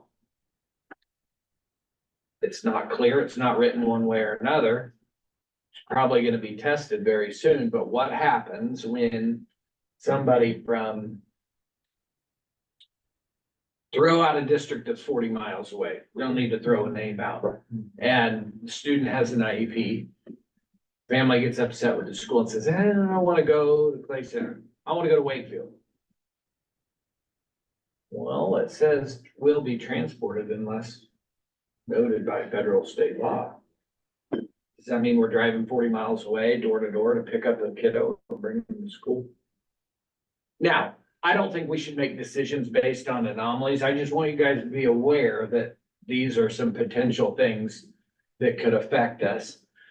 So on top of that, how did we set our projected enrollment? We set it based on current enrollment. Where are we now? I mean, a lot of factors. We don't have a crystal ball. And then capacity, if you open up the capacity one, Jacqueline, if you wouldn't mind. That's up there. Oh, is that the open slot ones? I can't, yeah. So, I have a question. Yeah. Lincoln. Yeah. Four kindergarten classes, 5 first grade classes, 4 second grade, 4 third. So we set our capacities at 25 a class or whatever at the first grade level. When we go to the second grade, we're gonna be more than 25 a class if we meet our capacity. Yeah, so we set K2 a little bit different. We set them a little bit lower at 23. But there's only 78 in the projected enrollment, and then there's only 14. When there's we could take up to 120. Cause there's 5 sections. But then if you do that, then. Well, I understand that. That's why I'm asking. But then that sets you up for failure the next year. No doubt, but so then those classes are gonna be smaller because there's 5 sections. They always have been. Yeah. And I still don't understand why we have 4, 5, 4, 4. But. Yeah. That doesn't make sense, but anyhow. And Can Greg, these be adjusted Correct me each if I'm wrong, year? but are we, Yes. We have to do it every year at this Just to be time. adjusted? I meant, yeah. Okay. are we setting, required to set, I mean, can we limit it to just out of district capacity? Or I thought we set the entire capacity. No. And so if your enrollment was lower, Non-resident. Non-resident kids come, no matter if you set your capacity at 25, you can fill it right, to you 35. get them no matter what, but I'm saying, yeah, I thought you sat the capacity. You have And to if set you your had a your open 30 seats. You had 30, a capacity of 30 kids, then And there's only. that was your there's capacity. only So if you only had 22 Non-resident. resident kids, You can only then take 8 non-residents could come in. Am I missing the boat there? You're right, but the problem is we have to set this in May and we don't know those numbers. We use this off of projected. But all you're setting in May is what your classroom capacity You're is. setting what your open is based on what Open your, slots. what your current enrollment projection. So I mean, look like. Dusty, I'm It's a not little telling, backwards. let's read, but I'm I 99% thought. sure it says. I thought, cause I thought that that's what we could just say, all right, we're gonna allow 100 kindergartners. And then if we have 80, but I mean, you guys have read a lot more detail than I And have, this is the part you can That's run all those okay. numbers you want, but what you have to publish. is your how many open- open spots, and you have to do it before we do enrollment. Correct. Oh, what you That have to makes sense. public. What you have to publish is that, the Is open. what's stuff. open. Correct. Okay. So now if the enrollment actually- comes up and there's less than that, we have more slots. Or if it comes up the other The other way. way around, we have less. Right. So I'll just read it and Dusty, make sure I can answer your question correct. On or before May 1st each year, the superintendent shall present the recommendations concerning capacity and student teacher ratios to the board for adoption, modification, and the board shall determine for each grade level in the school building in the school district for the next succeeding school year, the following. Capacity based on study conducted by me or a designee, the number of students expected to attend school in the district, and the number of open seats available to non-resident students at each grade, building, or program level. Which, so you've set capacity. We just don't have the graph in here. It actually is. Well, there's another graph that shows Right. projected Right. enrollment. You're gonna add them both together. And that's your our capacity. Yep, okay, sorry. But to your point, we could put, I mean, in the writing underneath there, it says what our guidelines were. There you go. Right, there you go. But we could make a chart. And there's another one that says, on or before June 1st of each year, the district shall publish the number of open seats available to non-residents in each grade level for each school building of the district for the next succeeding school year on the school district's website. Well, June 1st, that is the May meeting, and so we have to do it by then, and then from June 1st through June 30th, we accept applications from non-resident students. If the number of applications for a grade level in the building is less than the number of seats available for that grade, then basically we do a lottery, and you put everyone's name in a hat, drop names out. On this subject, have you talked to Roger Perkins about what's going on over there? I mean, cause some of those kids could fill those slots pretty quick. It could. Yeah. And I mean, not formally, no. Yeah, well, I know their board voted to send their middle school, high school to Glasgow and send their elementary to Miltonville. I would anticipate that we will be impacted, especially at the high High school, school level. middle school, high school level, probably. You know, something we didn't do, not gonna play into this is our number of out of districts we already have that we counted as our current kids. It's true. And so I guess I don't like to be doom and gloom, but I just wanted to be upfront with some of the unknowns.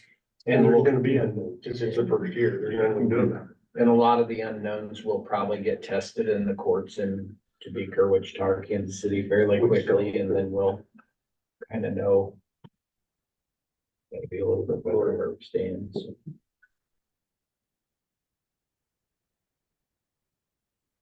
Any other questions?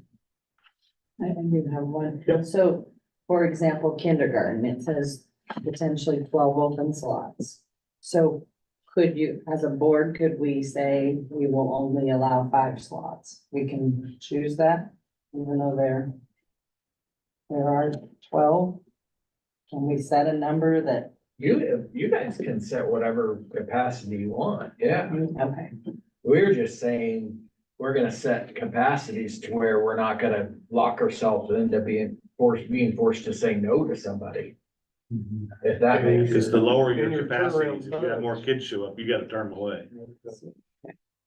And So it's kind of a Within catch a 22. reason, so we try to I see find, what you're saying. Right. But we have to set it by June 1, whether it's 5 or 12.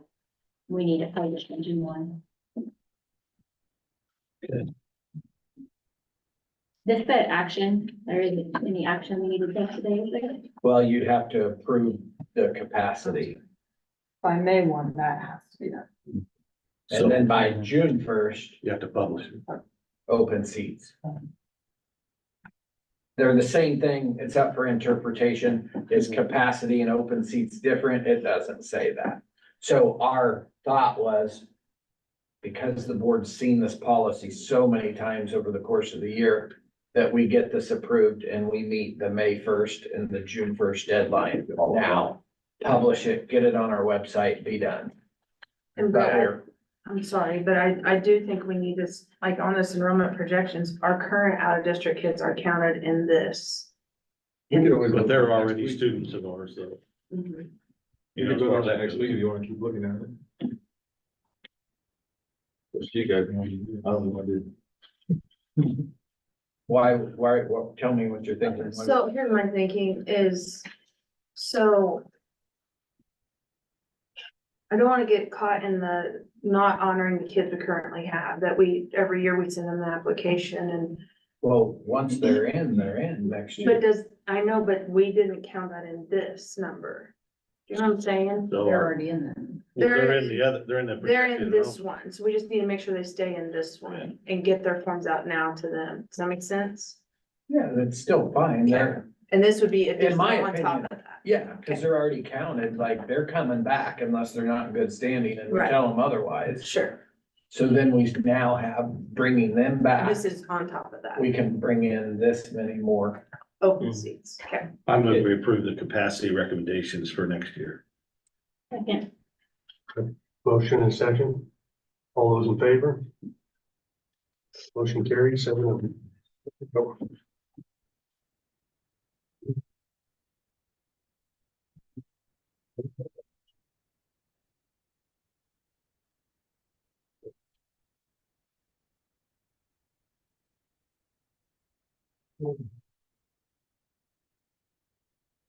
Special meeting? Yeah. I'll try to, I know what time we, 9, are we good? Well, you'll have a moment to get up and I'll walk you through a prioritizing activity if that's all right. And then to get the discussion rolling a little bit, but as we get up and move around here in just a minute, if you need to use the bathroom, there'll probably be time. It'd be okay for me to get rocking. Is everybody okay? I'm fine. Okay, so tonight we need to talk a little bit about setting the special meeting agenda, what that looks like, doing some prioritizing.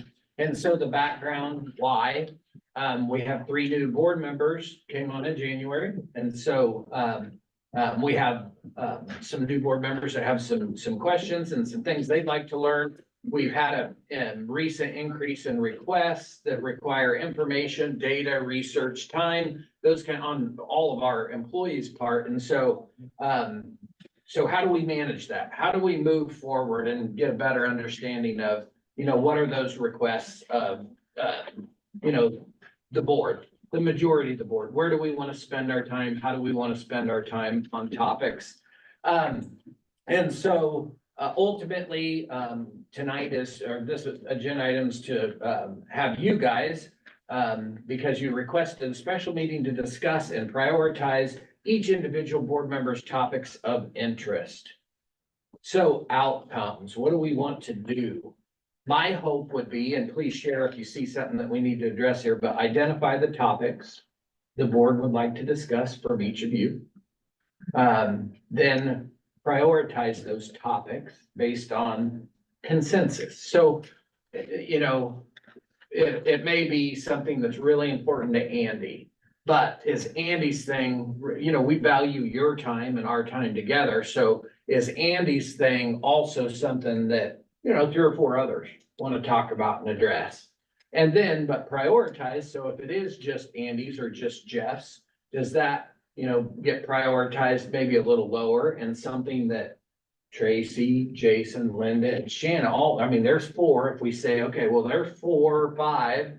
Well, maybe that gets a little higher to the priority and the board chooses to spend their time on that. So anyhow, I'm gonna walk you through a little bit of an activity. If it's okay, it'll get you up and moving a little bit. So a third thing is help us balance the flow and schedule of new requests into the existing work of what we already do. So how do we address your concerns and needs? They're all important. We want to address those, answer your questions, and do that with an appropriate amount of time of research and give it the time that it needs. And so tonight, the hope would be that we could, number one, set that special meeting agenda for the 17th. However you guys see fit, but within a manageable amount of time. And then find a way to potentially schedule future topics. So as we kind of rank them and, you know, as we get consensus on what's important, you know, we have this annual board agenda calendar that we use to kind of plan out our year. And one thought would be maybe we could add, based on priority, some of the items throughout, you know, the year or over a period of time to where we can give it the value and the time that it needs from a research standpoint and question standpoint, and kind of that kind of thing. So to get us started, I was hoping that you guys would, just to get our juices flowing a little bit, do a think, pair, share. So get with some partners, and I know our arrangement's a little odd, so we probably have to, I think we have 3 posters. So maybe if you guys are 3, 2 and 2 or something like that would work. But review your personal list of topics that we hoped you brought that you would like to talk about. And these are just guidelines, guys. So if you don't like them, tell me about it. I'm open to looking at it different. As I was rationalizing this though, how do we narrow the scope, funnel of the important, bring out, you know, the film to the top on what's important. So when you're in your groups, share and discuss your list with the board member next to you. Talk about, do you have common themes?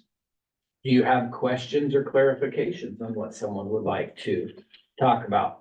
If you can, try to come to a consensus on 10 items. So that'd be 30 items. If it's 3 groups, that'd be 30 items.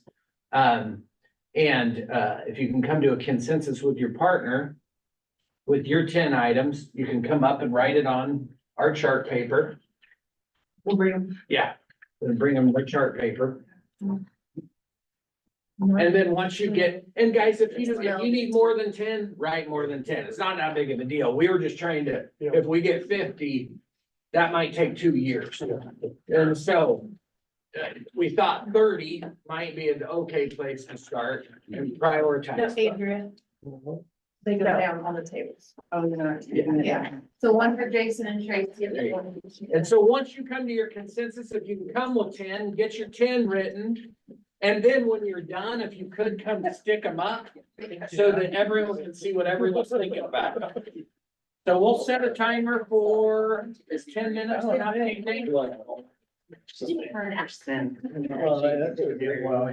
all.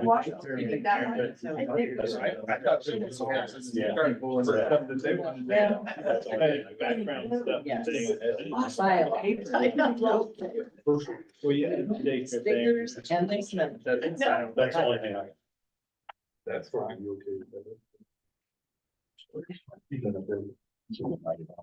So you have ready on the tally.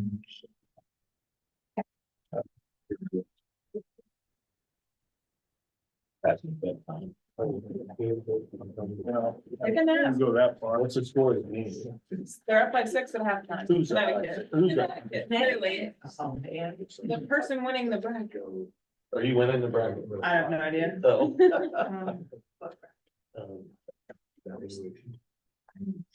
I won last year. But the credit was given to counts. It was, I did not, I looked up the email from Rochester, I couldn't remember. So it's interesting, could say, you know, Purdue's guys 7-4 and Connecticut guys 7-2.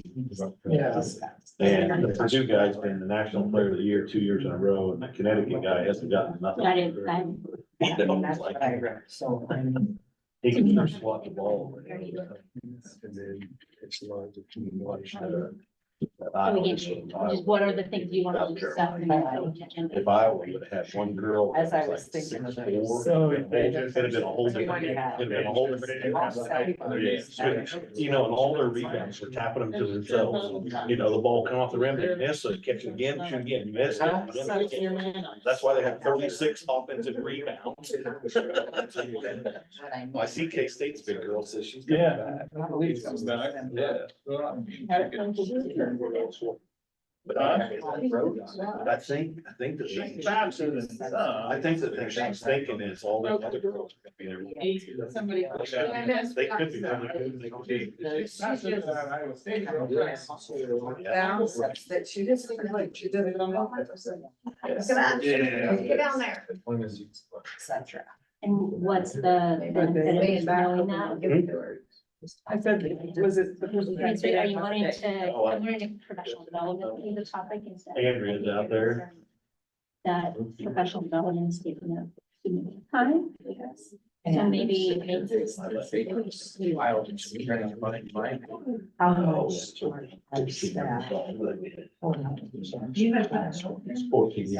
so the professional development plan is really the question.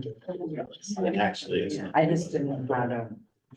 some that we took possession of 11 years ago. Still have.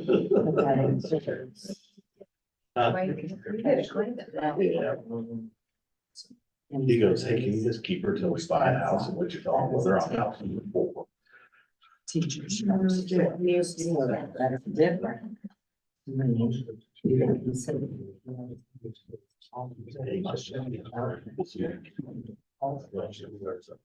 So it is a question. Yes. And maybe that is one of those things that we have to, whether we talk about it next or one of those things that we say in August. And like you present what the plan is, why you do it. That's what maybe we can make an investment.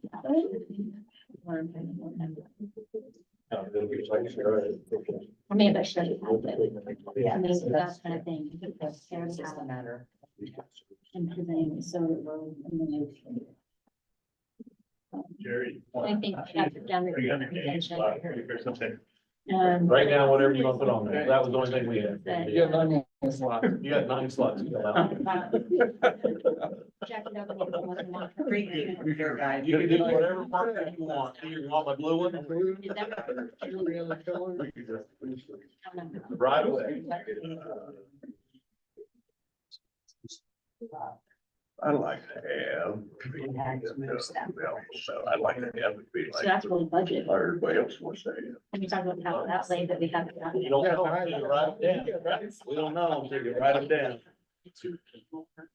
And more hiring. We got the best market. Like maybe Brett can do. provide food at all the meetings. Really deep. That's all I. It's your turn to buy. You know what, it's just, the Board of Education expenses is just a line. I know, it's just a line. It's a line. Right? You guys got any other ideas? No, Shoot them this way. I don't have anything. I'm old, Do you have I'm any? old guy here. I don't have any new topics. Have you have any? Opinion about the athletic policy? You've run the great baseball already. Yes, we played, we won in Kansas City. And See, then play center team got second. Or is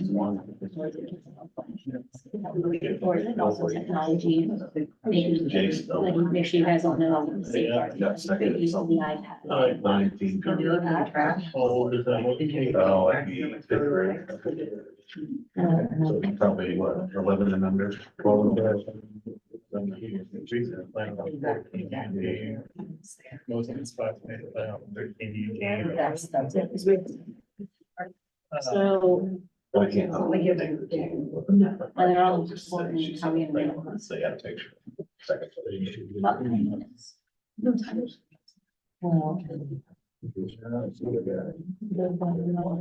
Soccer.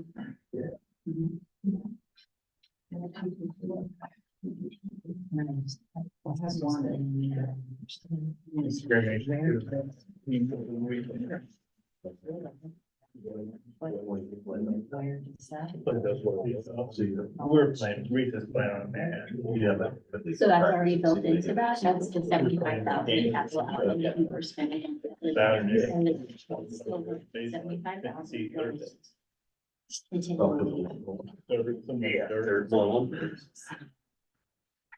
It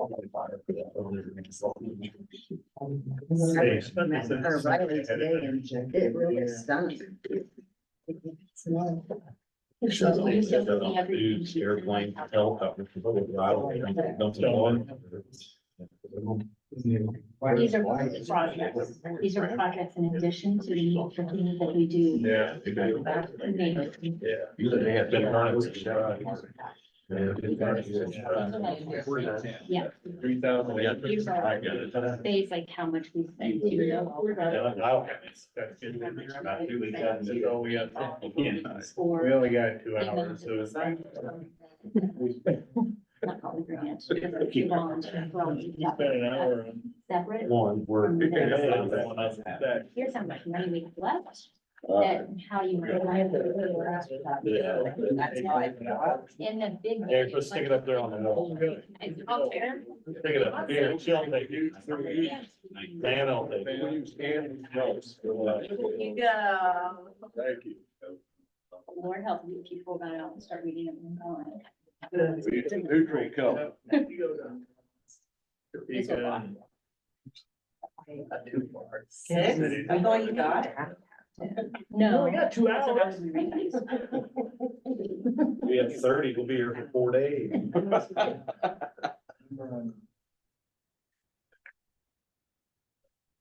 So we can take care Be fun, I think we're gonna play that with that. line. The timeliness of people. We're gonna play that one.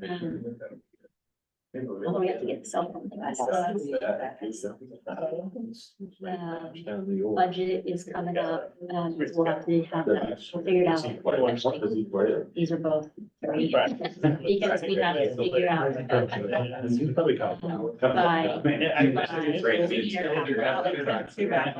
It's fine too. Yeah. I mean, it's, the composite, the drop 5 for the highest. The wood, that's not that much. Oh, we don't. Where should we put this one at? Maybe right there, it'd be fine. It's, Let's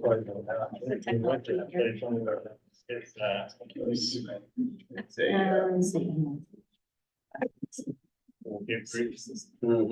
And we went to What the factory, yeah. That'd be cool. Yeah. Well, I'll get shot. Appreciate that.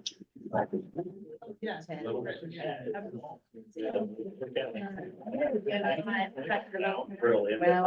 but I want. And I just put something about that. Yeah. Like there's. Right. Yeah, one who goes up all. Say, the Cooperstown, there, but make them fast. Oh. Probably have it. Did I do that right? It's got blades in there. Just, I really would like to try. Turn them out, stain them, varnish them, and they come back in 2 hours. Text or email. Yeah. Stick it in the box. Is that it?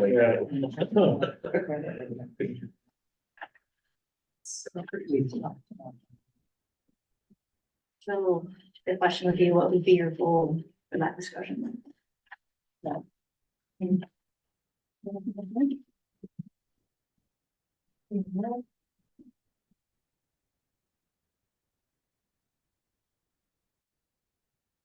All right, Brett, you're up. Can we get the dirt? All right. You want to put it off? Did you send it? Yeah. Or we're trying to figure out who's driving here.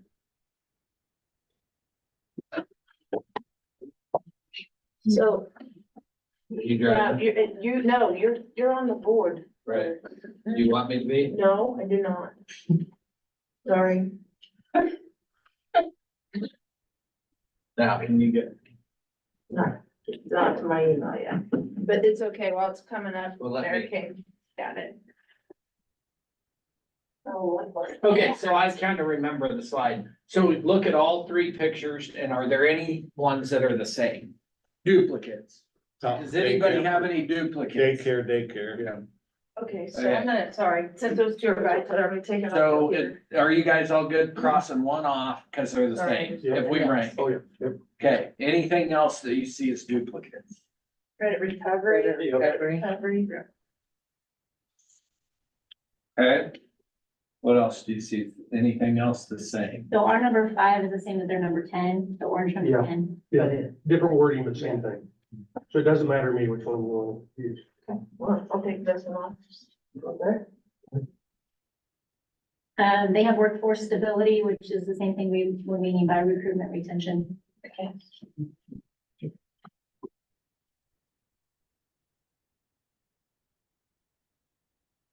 And their fiscal sustainability sounds nicer than our budget, but that was. That's what we meant, yeah. I crossed yours off. 'cause yours sound- Yep, they're better, Yes. yep. Go with that. Does that keep all district facilities open?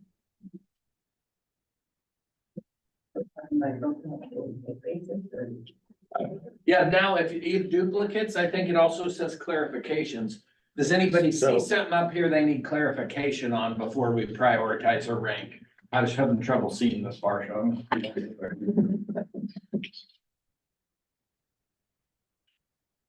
Well, keeping all district facilities open. What does that mean? I mean, all the schools. Keep them open. Yeah, not like open 24 hours a day, No, but like just. keep them, open no, yeah, like- keep students in all buildings. And district energy efficiency. What are we looking at on that?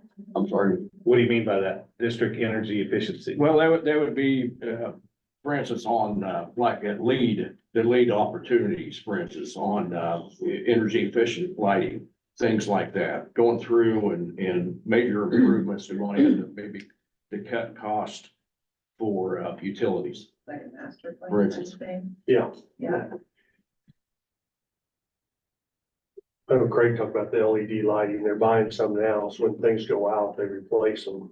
You know, so. I don't know if there's any grant things to look at, doing some of that maybe, or.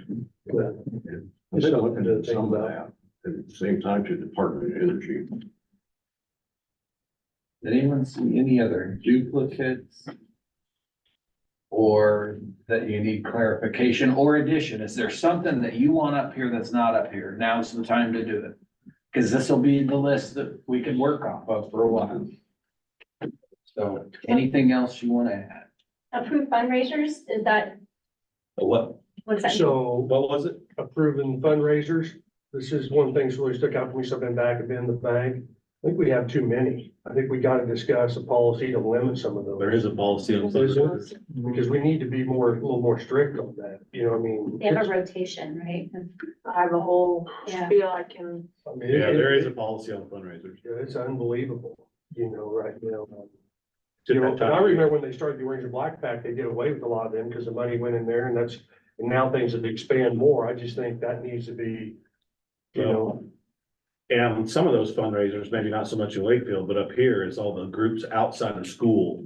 that I mean, do like fundraisers. Lincoln has one or two. No, but I'm saying all the baseball teams, all the basketball teams, all the volleyball teams, all the, I mean, it's just, Cause I remember. they do little fundraisers and stuff. They're limited. They're limited to one a year. And, you know, you get them from a bunch of groups, You do. you know, from the school, so. Yeah, there's a bunch, there's a bunch, yeah. So, Can, A here, lot I'll of, a lot of, yeah. but that's what that was about. Yeah. Yeah. Sorry. No, you're good. Keep yourself up there, okay? All right, sorry. And last call for items or duplicates. Anything to see that you Hey, wanna? Jacqueline, there's 4 lines over here if you wanna I'm gonna eliminate. bring them over, yeah. That way it'll. Okay, anything else you want to add? Going once? Going twice? Okay. We're gonna play golf. I had 30. So you each have a marker at your table. And we're gonna try to funnel and prioritize. So we have 18, so it's scratch 30, it's 18 items. And so you're gonna rank them from 1 to 30. 1 to 18. 1 to 18, you have to put a number on every item. Oh. Okay, 1 to 18, and it's golf, lowest score, highest priority. So one's highest priority that you personally want to talk about as a board member. 18 would be the lowest.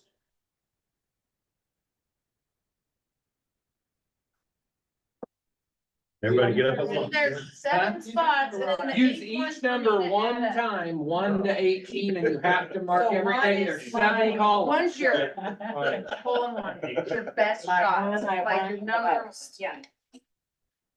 18, I don't. It's just at the bottom. It's, you know, it's there, but it's at the. No. 22nd hug is coming.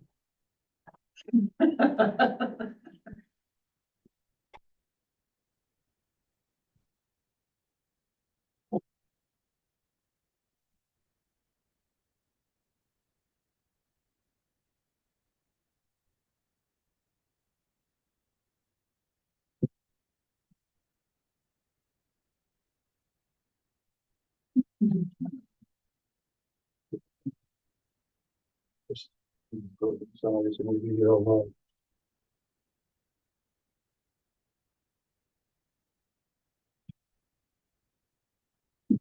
night. A working tip might go if you want to start ranking on a note card or a piece of paper. And I wanna confirm something I said, because I think it can.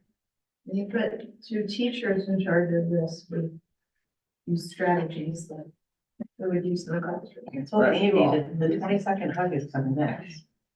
I'm capable. It's not. You met my daughter, don't you? She had. You know where she is from? Who that? Andy, you should put our Friday morning meeting.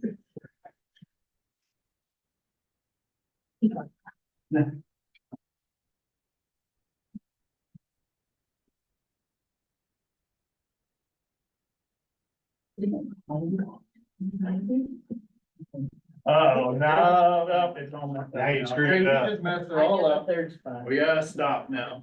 I'm in the third. You're right, Jim. You're in the first. I'm in the first. You're in the first. Sorry, I screwed I'm in the up. third.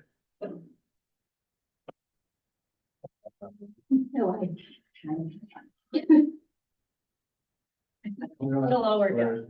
There is, yes, you can. Can't have 2 numbers. Sure.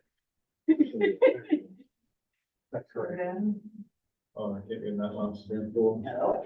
Doesn't matter. It doesn't matter. It doesn't matter what slot you're in, as long as you put one in every slot. Yeah, you all have a different color. but still add 'em up. Everybody's got a different color. Okay, all right, all right, so it doesn't matter, that, thank God. Just make sure you mark every. Just remember what color you have. Yes, ma'am. There's one that's got it, we've got a 3, a 14, a 3, and 2 boxes. Yeah, but I'm looking at their colors, so there's 2. You just erase the red cross one out. There you go. All right, There you go. thank you. Can't even follow instructions for this. It is 9:42 p.m. Yeah. Are you? For sale now, the original Big Chief, Mhm. that was, well, I tell you something, from the mortgage. Wow. It just wasn't into it. I had a terrible girl. Just wasn't into it. Yeah. There weren't any upsets. It's funny, Penn State's like that. Yeah, there really wasn't.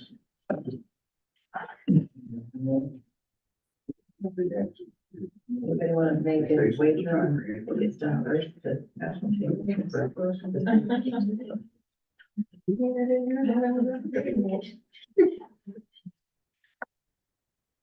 None? 15 minutes left of the game, so 43-34. Yeah, they're gonna be. UConn. Yeah, I mean, you can go ahead and use that. No.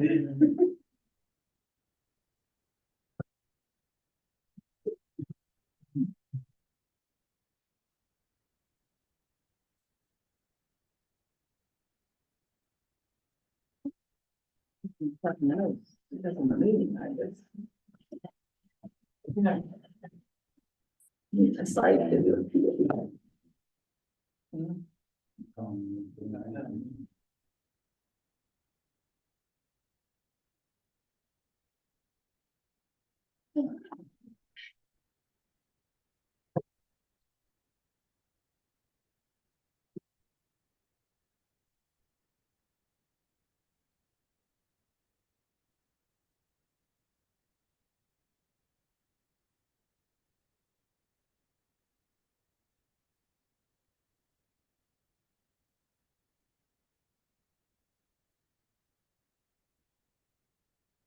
It doesn't matter what box you go in, because the color of the marker, just put it in the next one.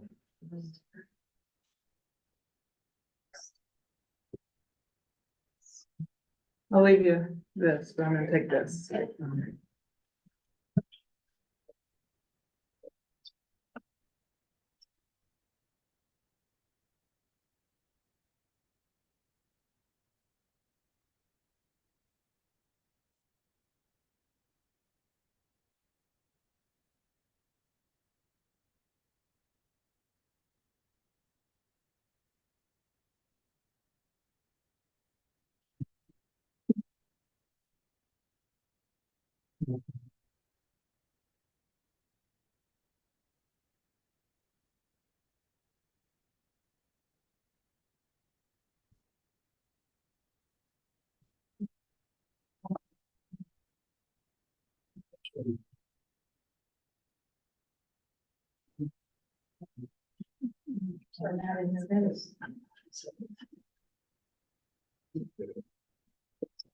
I can just add another.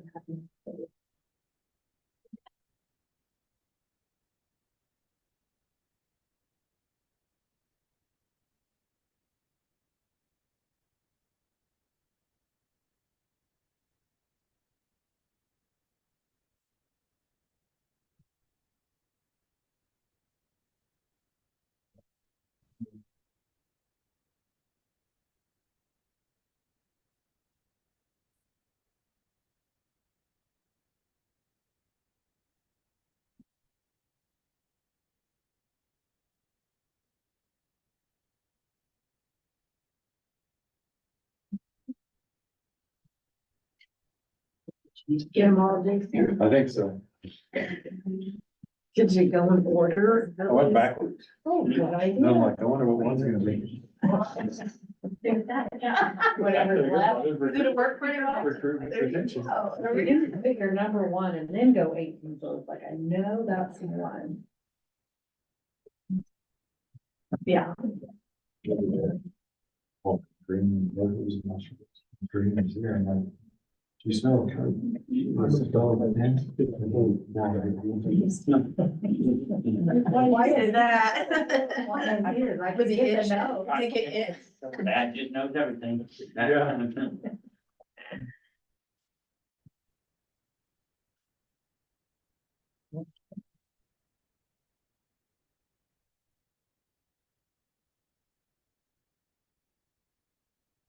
Now, that it can smell it, it's not big, but it is, I can't get the ears. Yeah.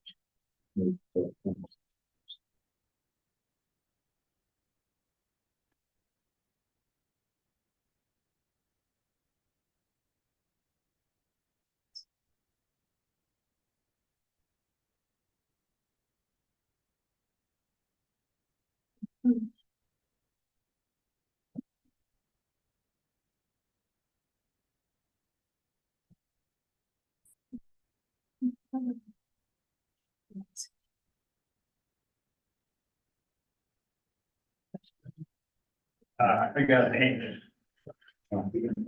I got them all right. You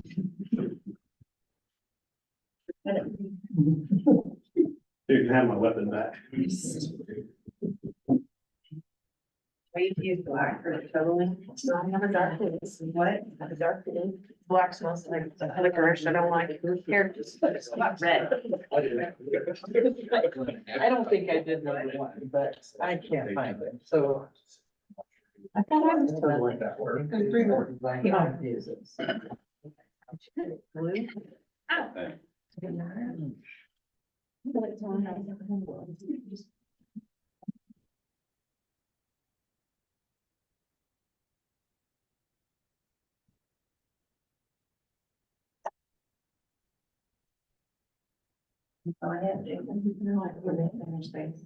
Yeah. This one is just.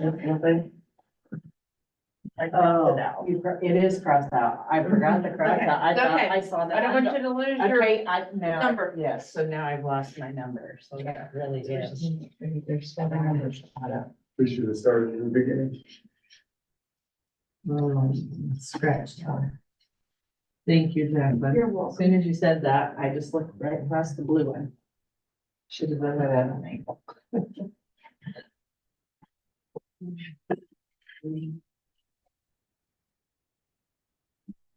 You're missing a recruitment attention. We were. I don't see the light. Or this Easier for you to control. I know, it's about next time we get a sign. That's not a call. I think you're getting there. That's the goal. Well, at least there wasn't 30.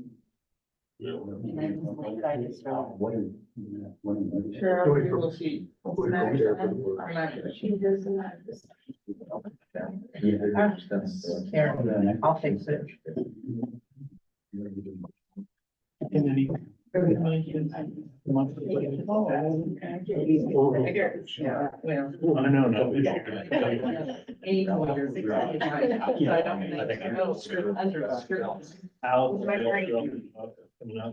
How did you do that? Say that? I got it. Look at my chart. You get your good sign off, right? I think you don't have a, can I do that? I know. It's just-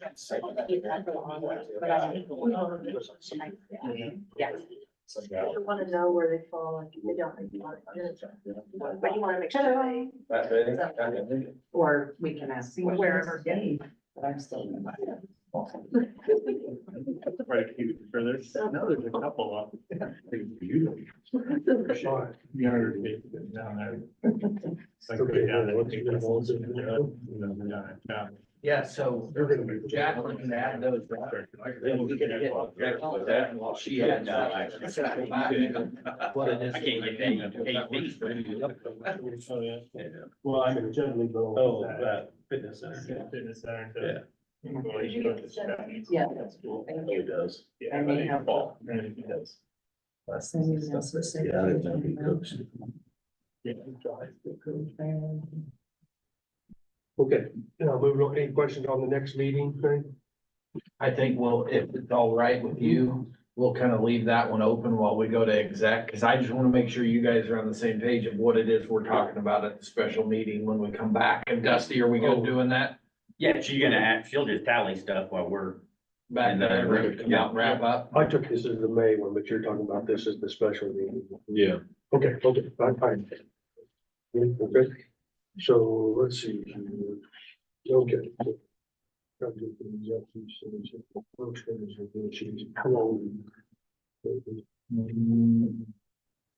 Probably, you guys talked a lot, but I just need clarification, so probably. I'll just read you what I got. So,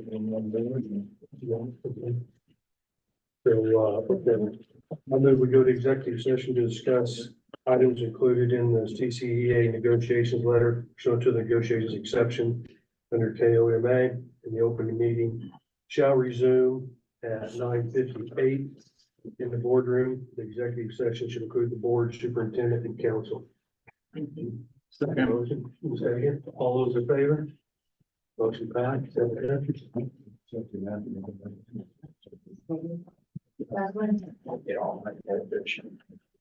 How do I? What? No, she's gonna leave it on. I'm leaving it over. Oh, okay. That- You want me to help you? Yeah, if you want. There we go.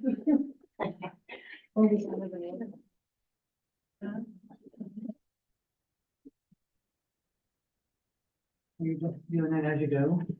I'm pairing them. Just like I group Okay, and then done. I have an.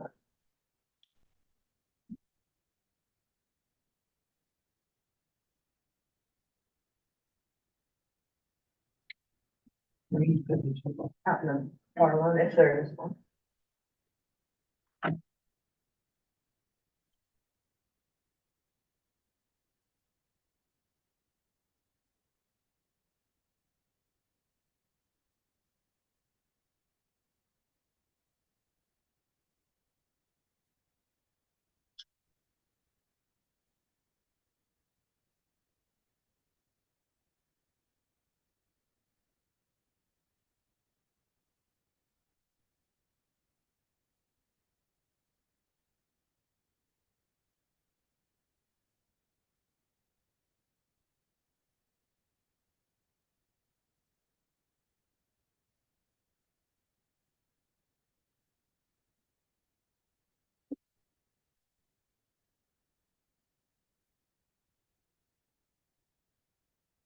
Oh. Yeah, 10 minutes. 7, one of each color. I have 8. Is it 2 colors? This person voted twice. Who's brown? Two,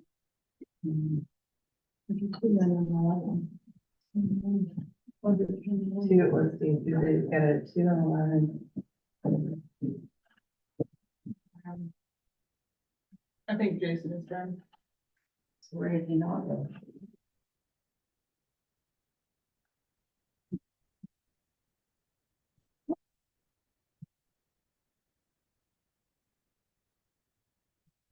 It's the, who's that, 5?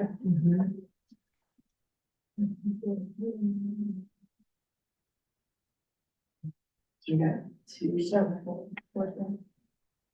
1, 2, 3, 4, 5, 6. Oh, he's got 2 7s. Okay. And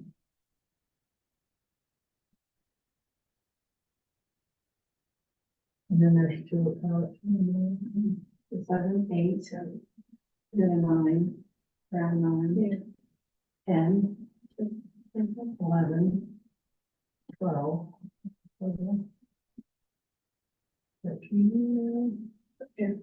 okay, 14. Okay.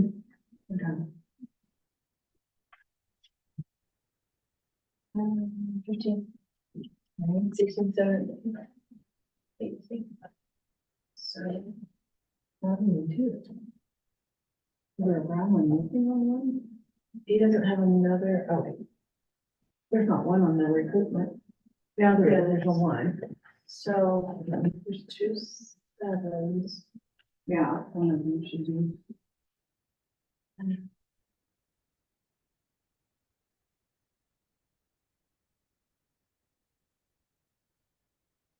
This is a 7. This is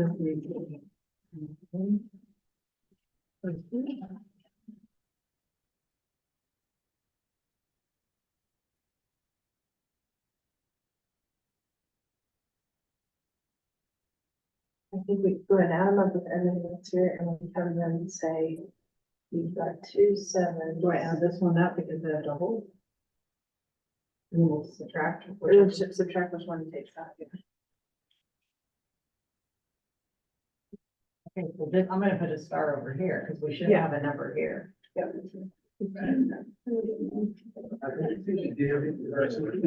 I'll grab it.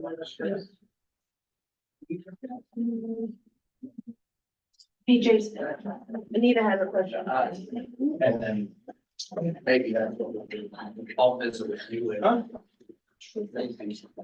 Did it? Oh, you're in trouble.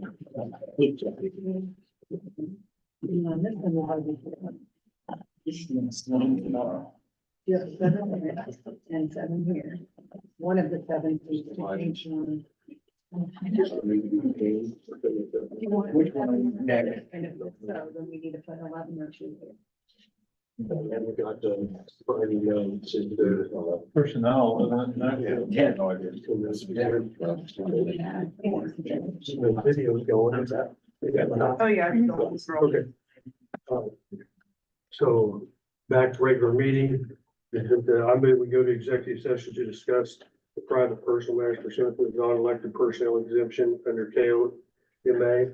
And that the open meeting shall resume at 10:10. The executive session to include board, superintendent, and council. Second. The first and second, all those in favor? Motion carries 7-0.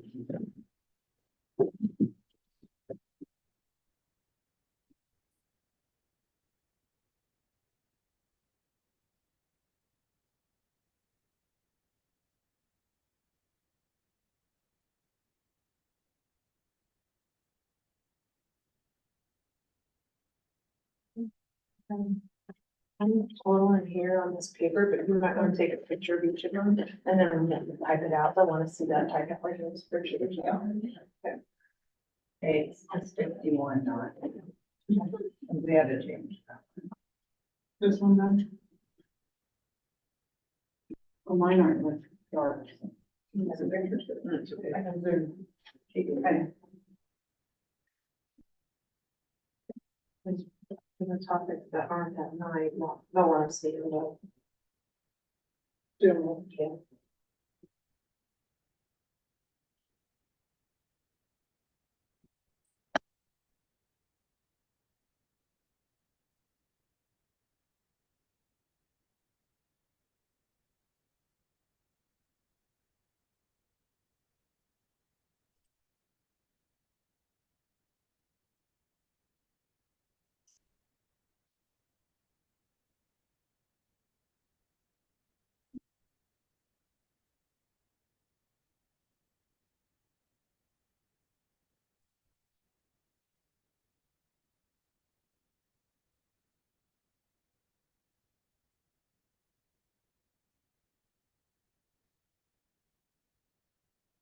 Andrew, do you want to come check me?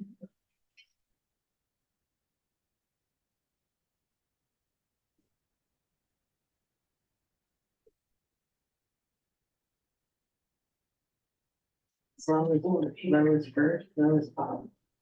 Yeah, so, Here's the. yeah, I just want to check it out before I get.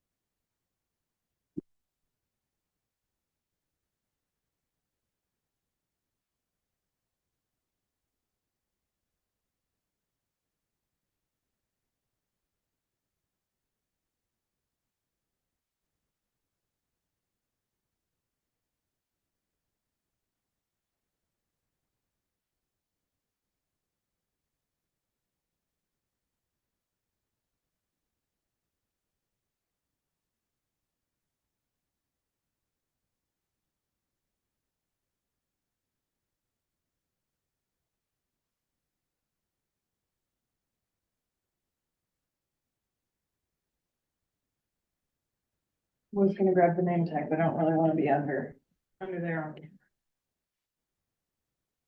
We have a broom, maybe this room.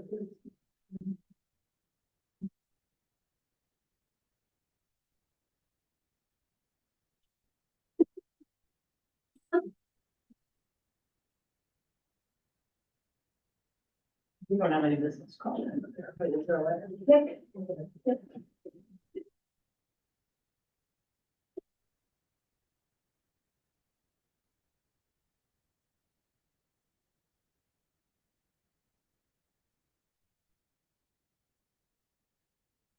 We didn't need it. I'm trying to temperature.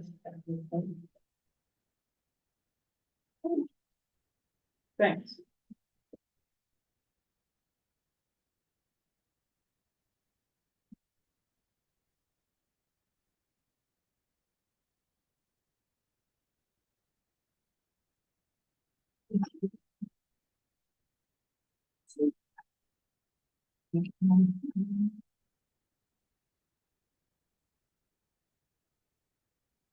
Are you just writing them down or what are you doing? Yeah, put them in order, so. Take a picture or you're right? Yeah, she took pictures too.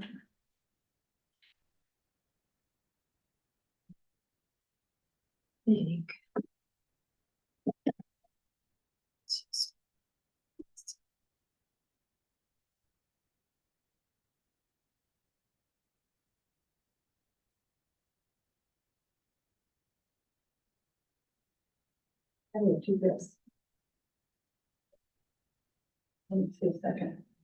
Well, what do you want to do? Oh, second, I didn't see it, okay. But to do that one, Mm-hmm. you really gotta put that one in, they're kind of two things together, but they both lead into that. That's what I think of the three top. Yeah. I mean, they're really helpful with it. You see.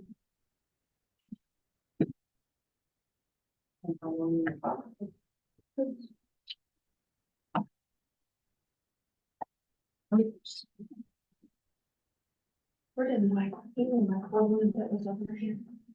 This? That's mine. That's hers, but I had brought mine. I thought he put it in, right, when he didn't need it. Yeah, it is. I got it.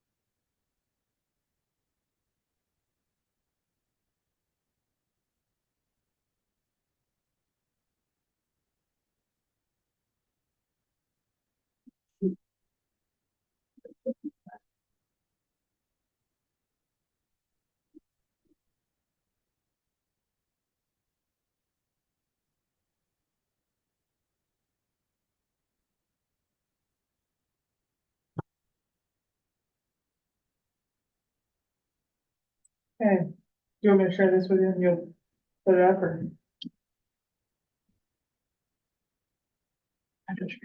Yeah, just make sure it's right what I have. You sort it?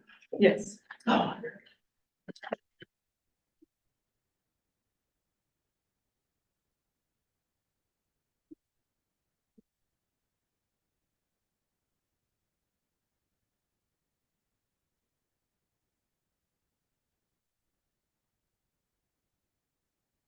Your group knows good. I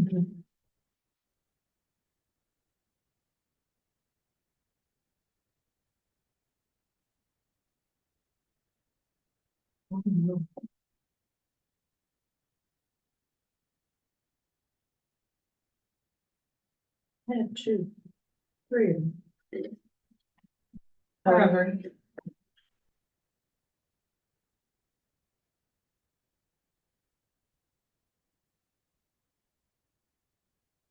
Perfect. So share that with them. Oh, right, everyone's gonna name it anyway.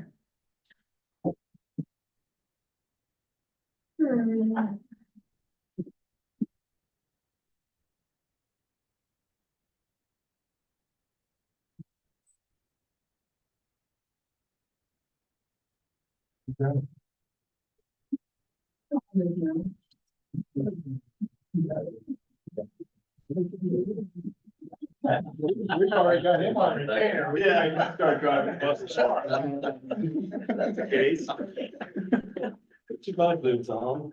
Yeah. Yeah, so. We don't. If not. Yeah. Okay. I mean, No, we're good with whatever. I got it, she also has it on, spreadsheet, she just said. When am I reading here? So that was number 1. It's on the spreadsheet. Yep. She just sent you. So the question I have, the reason why those 2 are yellow is, does school security mean what we currently do or items? Because if so, if it's items, it needs to be grouped back. Mr. Nelson, there was a 4th bullet.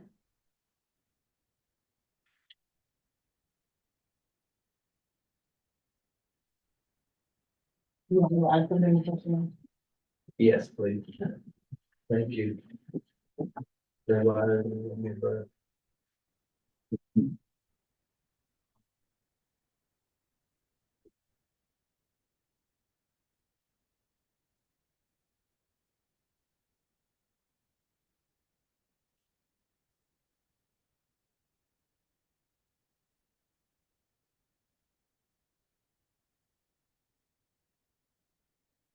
I think we hit them.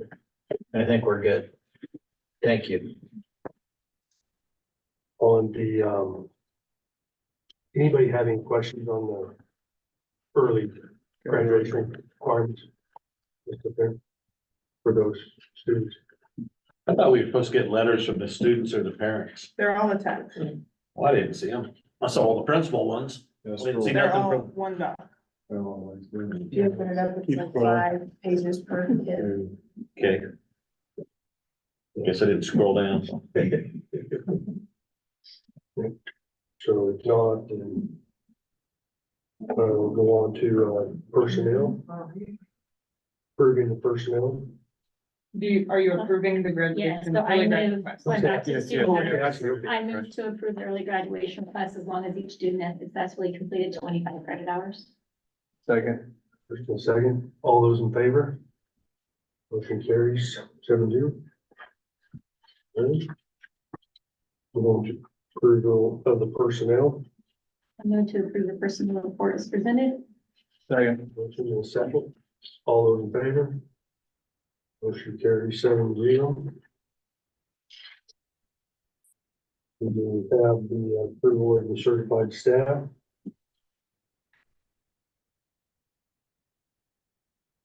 Move to approve the certified staff renewals for the 2024-25 school year as presented. Second. Second, all those in favor? Motion carried 7-0. Finally, last but not least, adjourned. Can I review results real Oh, yeah. quick? Okay, it looks like the gals made a spreadsheet. Thank you. I guess So- it's bigger. Okay, Got the oldest guy sitting farthest away. No, I'm just kidding. so is this That'll work. ranked, That'll guy, work. who built this? Did you build it? I Doug? did, So is this in order from lowest to high? yes, it's sorted. And I made those two yellow because I didn't know on school security if it was current practices or if it was, like need for making adjustments. So are you Have a saying fiscal, we need clarification? Are those Do they go two together the or same don't? topic? does school No, security not the fit same. under capital? No. They're separate, okay, then we take their colors off. It doesn't, so what is school security if it doesn't fall under capital outlay? Third, we're just talking about cameras and updates and, But that'd be. I'd also like to talk about possibly putting a resource officer back on for the security of our schools. Well, cameras and things like that's gonna be capital improvement, so it's gonna have to be under Right. capital outlay. So here was my thought process, and I'll try to flip back and forth and not make you blind. But if we look at the lowest scores, how many can we tackle at the special meeting? 2 items would be 1 hour each. 3 items would be 40 minutes each, or 4 would be 30 minutes each. What are you guys' thoughts? How many would you like to, how do you see that going? I don't think. Go back to the item. 30 minutes isn't gonna be enough, I think, for anything. What's that? I don't think 30 minutes is enough for anything.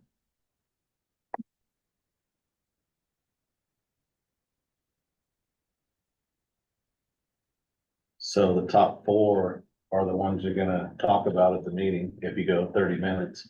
The top 3 would be what we talk about if you go 40 minutes. I'm open to whatever. I just would need maybe a little bit more clarification on a few things and a reasonable amount of time to, research and get data and understand what you guys need from me during the special meeting. So I guess I'm gonna ask recruitment and retention, what do we want to talk about on that? Who put that on there? How many openings we have, how are we gonna get this filled, long-term plan, staff satisfaction, looking at reviewing the survey results from the employee state. So we have a retention and recruitment investigation team right I was now. gonna say, there's a committee With working a on board some. member and a person from every building. We could have that group come and share with you where they. Could we have that group come to one of our regularly scheduled meetings and give a presentation and then skip to the next 3 items instead? I'm open to whatever you guys think. Would you guys be okay You with wanna that? meet your needs with this. Knowing the group meetings on Thursday. Right.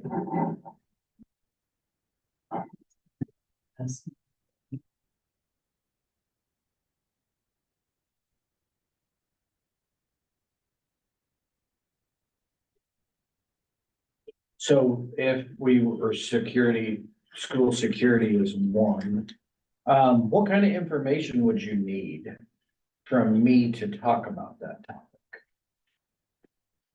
See, to me, it's just having a discussion of, possibly adding a resource officer in the school. Whether it's That's kind of what I'm. 2 for the district and moving them around and, whatever. I think it's worth talking about. We did it at one time, I know, back here. So we've dabbled in that a little bit. So some of the research that I lost my pen, would you write down some of my own? Thank you. So some of the limited understanding, but as I write down questions, so I believe you have to find a law enforcement agency that would be willing to partner and employ the person. So I can gather research on employment agreements and what that looks like. And I'm going on limited information. We've talked about it at MOU briefly. So employment agreements, what else on school security? I think, like, look, it's more capital outlay questions, but making sure, what's our, what kind of lighting issues do we have? What kind of, intercom system issues do we have? Like, what are, We talked about a lot of that kind of stuff on the tour, the Yeah. comms needing to be updated, could be part of school security, the take a look at? double entry or the entry thing, The cameras we talked about. cameras. Actually, we also talked about the inside doors. Yeah, that's a That's the security double- lock. the double Yeah, entry yeah. or whatever. You know, a lot of that stuff's just gonna fall under capital outlay. I mean, the inside doors, you talked about having them unlock with the cards, Oh, yeah, doing it, all the doors. all the doors, so they unlock with their ID cards. The exterior ones do now, right? Yeah. But I know it's brought up at doing that with the interior doors also. I don't know if this helps out or not, Brett, but Gary County School District, they just went ahead and reached an agreement with their sheriff's department and police department too on SRO officers and so anyway, I just noticed that here just yesterday in the news. That person- They built that new facility, they got a building, I understand, where the cameras, like the police was talking about, they can all watch, one person can watch the cameras in the junior high and high school, all from one office, the way I understand what they have set up there.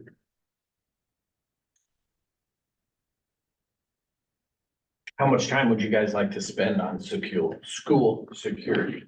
Just so I can kind of, 20 minutes. 15. I mean, a lot is just have discussion, see if there's a consensus, if there's a majority that like to pursue it or no, rather than. We haven't had a school resource officer in 20 years. In our building. Yeah, it hasn't been fun. 15, I did as a principal and I've been up here 11, 11. so I think but it for was me, when I was a I principal. just think there's enough things that have happened locally and I think if you're asked, something to think about would be something that I need help with and support from you guys has been, how to manage, in an effective way, meeting you guys' needs and balancing that with all the other stuff that I have going and my staff has going. I want to address your questions and your needs, and I want to do it in a manner in which we have enough time to where we find resolution and we can address it, we can talk about it adequately, spend the amount of time you guys need on it, come to some resolution and then move on. Cause I'll just tell you guys, I feel like if I'm gonna bounce around to 20 different things all the time, I want to answer your questions. I want to meet your needs. I want to do what you guys need to do. And if I could put in a request at all, it would be, could we spend adequate, let's address it. Let's talk about it. Let's dig into it. Let's analyze it. Let's massage it and let's make some decisions that we can either agree or disagree with, whatever, but find some resolution and then move on to the next thing. And if you guys could help me do that, just stay focused on one or two things. I'll do my best. I'll research it. I'll get you what you need. You guys make a decision and then we move on. I don't know exactly how to accomplish all that, but if you could help kind of think about that, that would be extremely helpful for me. Could we spend 20 minutes at the next meeting talking about like our communication with you through you? Specific expectations. Things like, hey, we submit our questions by this day of the week. Can you get back to us by this day? Would that help? I mean, I don't know. I think for me, I want to address the questions that you guys have so that we can spend quality time discussing board business and kids and teaching and the operations of our, spend, respect your time as board members. You guys get paid so much to do this that I just want to respect your time and also balance that with having enough time to do that in a respectful, careful, reflective manner on anything it is that we need to talk about. I mean, my general thought is 6 things, 20 minutes each. And some may be a little less, some may be a little bit more. I mean, if we're gonna discuss capital outlay, we already got a bunch of that, right? I think the capital outlay discussion could be a longer than a 20-minute conversation. Right. But we were gonna do that in May. So does it need to be a part of it? I mean, we could knock it out. I don't oppose it. So let's go 4 of them with 30 minutes. And it can be those 4. Not recruitment intention, be the next, could be the ones that say 3, 4, 5, and 6. And so what is you guys' expectation for information, like research, like data, like documents for that meeting? From me, what are your expectations? Well, I guess we need to figure out from me? which 4 we're gonna talk about. If we're gonna talk about school security, fiscal sustainability, keep all districts open, and credit recovery. Those are the 4 we're talking about. No, I was gonna say capital outlays. It's gonna be a long discussion. We might as well do it during this rather than do it in May. Yeah, that was my thought. Well, we already did the deal for capital outlay tonight, so I don't know how much more information you're gonna give us on that. With the tally things and everything. Didn't we do that, capital outlay? Spend what people wanted to spend their money, what, 400 and some thousand on? So that part's done. I think As far as that goes. you're gonna, just because I was counting, you're gonna see some of them all grouped up. Well, And and, then you'll have to make a choice. but we can talk about it, and make a choice. Right. I'm not sure what we're doing on credit, or I guess keep all, fiscal sustainability. What's the question there? I mean, I don't. Like budget? Well, that's budget, yeah, which Well, we back can't do some of that until July and August. But this would be a good opportunity to kind of give them information about what budget in July is gonna look like and why we have to wait till July and. I have Yeah, good just understanding of why we gotta education. wait.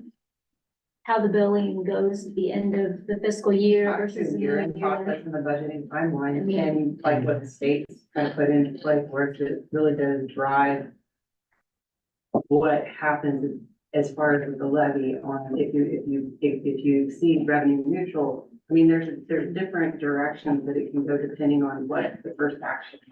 But you, like our new workmanship thing, Brett went through all that stuff pretty good. It's not like, I think most people don't have a general idea how that works, I mean, that. So what would the questions be? So I would under- rather do the lines of communication than that. I think that would make things a lot. There's I mean, I'm okay with what you talked about, Linda, when to submit the questions and talk about that type of stuff. I'd also like, though, I had her get, August got this from Britain, this lines of communication chart I'd like to discuss and get this set up for our district. When somebody calls you, this is where the lines of communication go.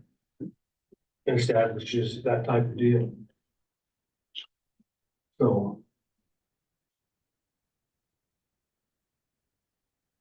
So how are we gonna make this, help me understand how to kind of prioritize things on. Like if we're looking at starting at score wise, what people felt was most important to least, like. My hope was that we could look at that and go, all right, well, it's the lowest score, so it's obviously would have very high importance amongst the majority. And then I could start looking and planning out, time to do that. And so, Recruitment, I agree, we already got a committee, so I don't think that has to be on that night.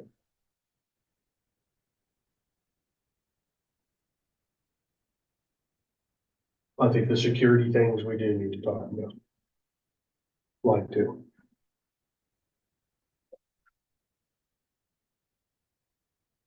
The fiscal committee.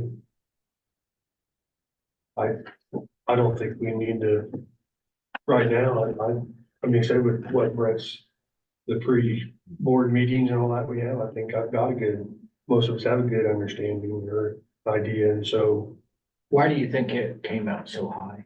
What's that? Fiscal, I don't know, sustainability.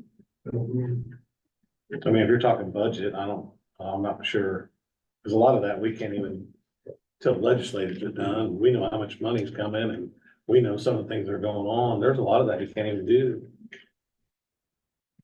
You can do closeouts for the year end, but we normally get that in the June meeting, so kind of, that's gonna be taken care of, so. So why that can just get moved to the June meeting? So can we write on You want me that to? column C, so two, Yeah, but fiscal, put June yeah, in so there. June for fiscal sustainability, capital outlay is gonna be May, right? So that Recruitment, recruitment retention, retention, whenever we want that committee to come, we could move that to July, right?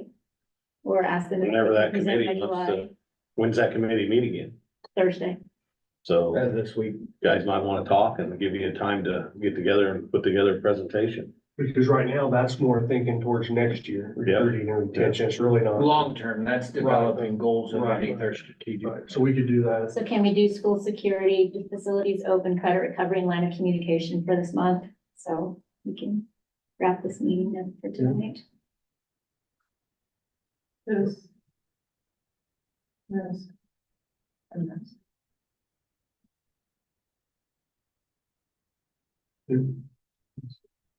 That'll get us and then. So what are you thinking on credit recovery? And what was the thought on that? I mean, for me, it's to try to do something a little bit different Than what they do at the end of the than what they year? do just at the end of the year. I think it needs to be a little bit longer. I think it needs to be, in my opinion, this is just right after listening to it. And I know they don't change the grade or anything. I get that. But it just, hey, here you go. You did that and here's your credit and you can graduate. I mean, I'd like for us to look at what other people are doing and make it truly a credit recovery, not here's your 5%, you can graduate. So. So I guess the information we'd be looking for is what are Other other districts do. state league and TKL league doing for. I mean, I can tell you from around the country what other people are doing for our recruiting. That type of stuff, but. Would you like, they gave a 5 or 10 minute thing just to kind of answer your questions, but we have a team that's actually put that together that could share with you examples. I've helped work it, and can share, I mean, I'm not gonna do that. They're gonna share because they're there every day, but there's more to it than what they were able to share in a 5 to 10 minute window of what's expected of the kids. So, but if you've got 30 minutes per topic and you have a 10-minute presentation at least beforehand, and then you only have 20 minutes, that's where you have 4 things up there to talk Okay, well, about. we're not gonna have any presentations. Are we?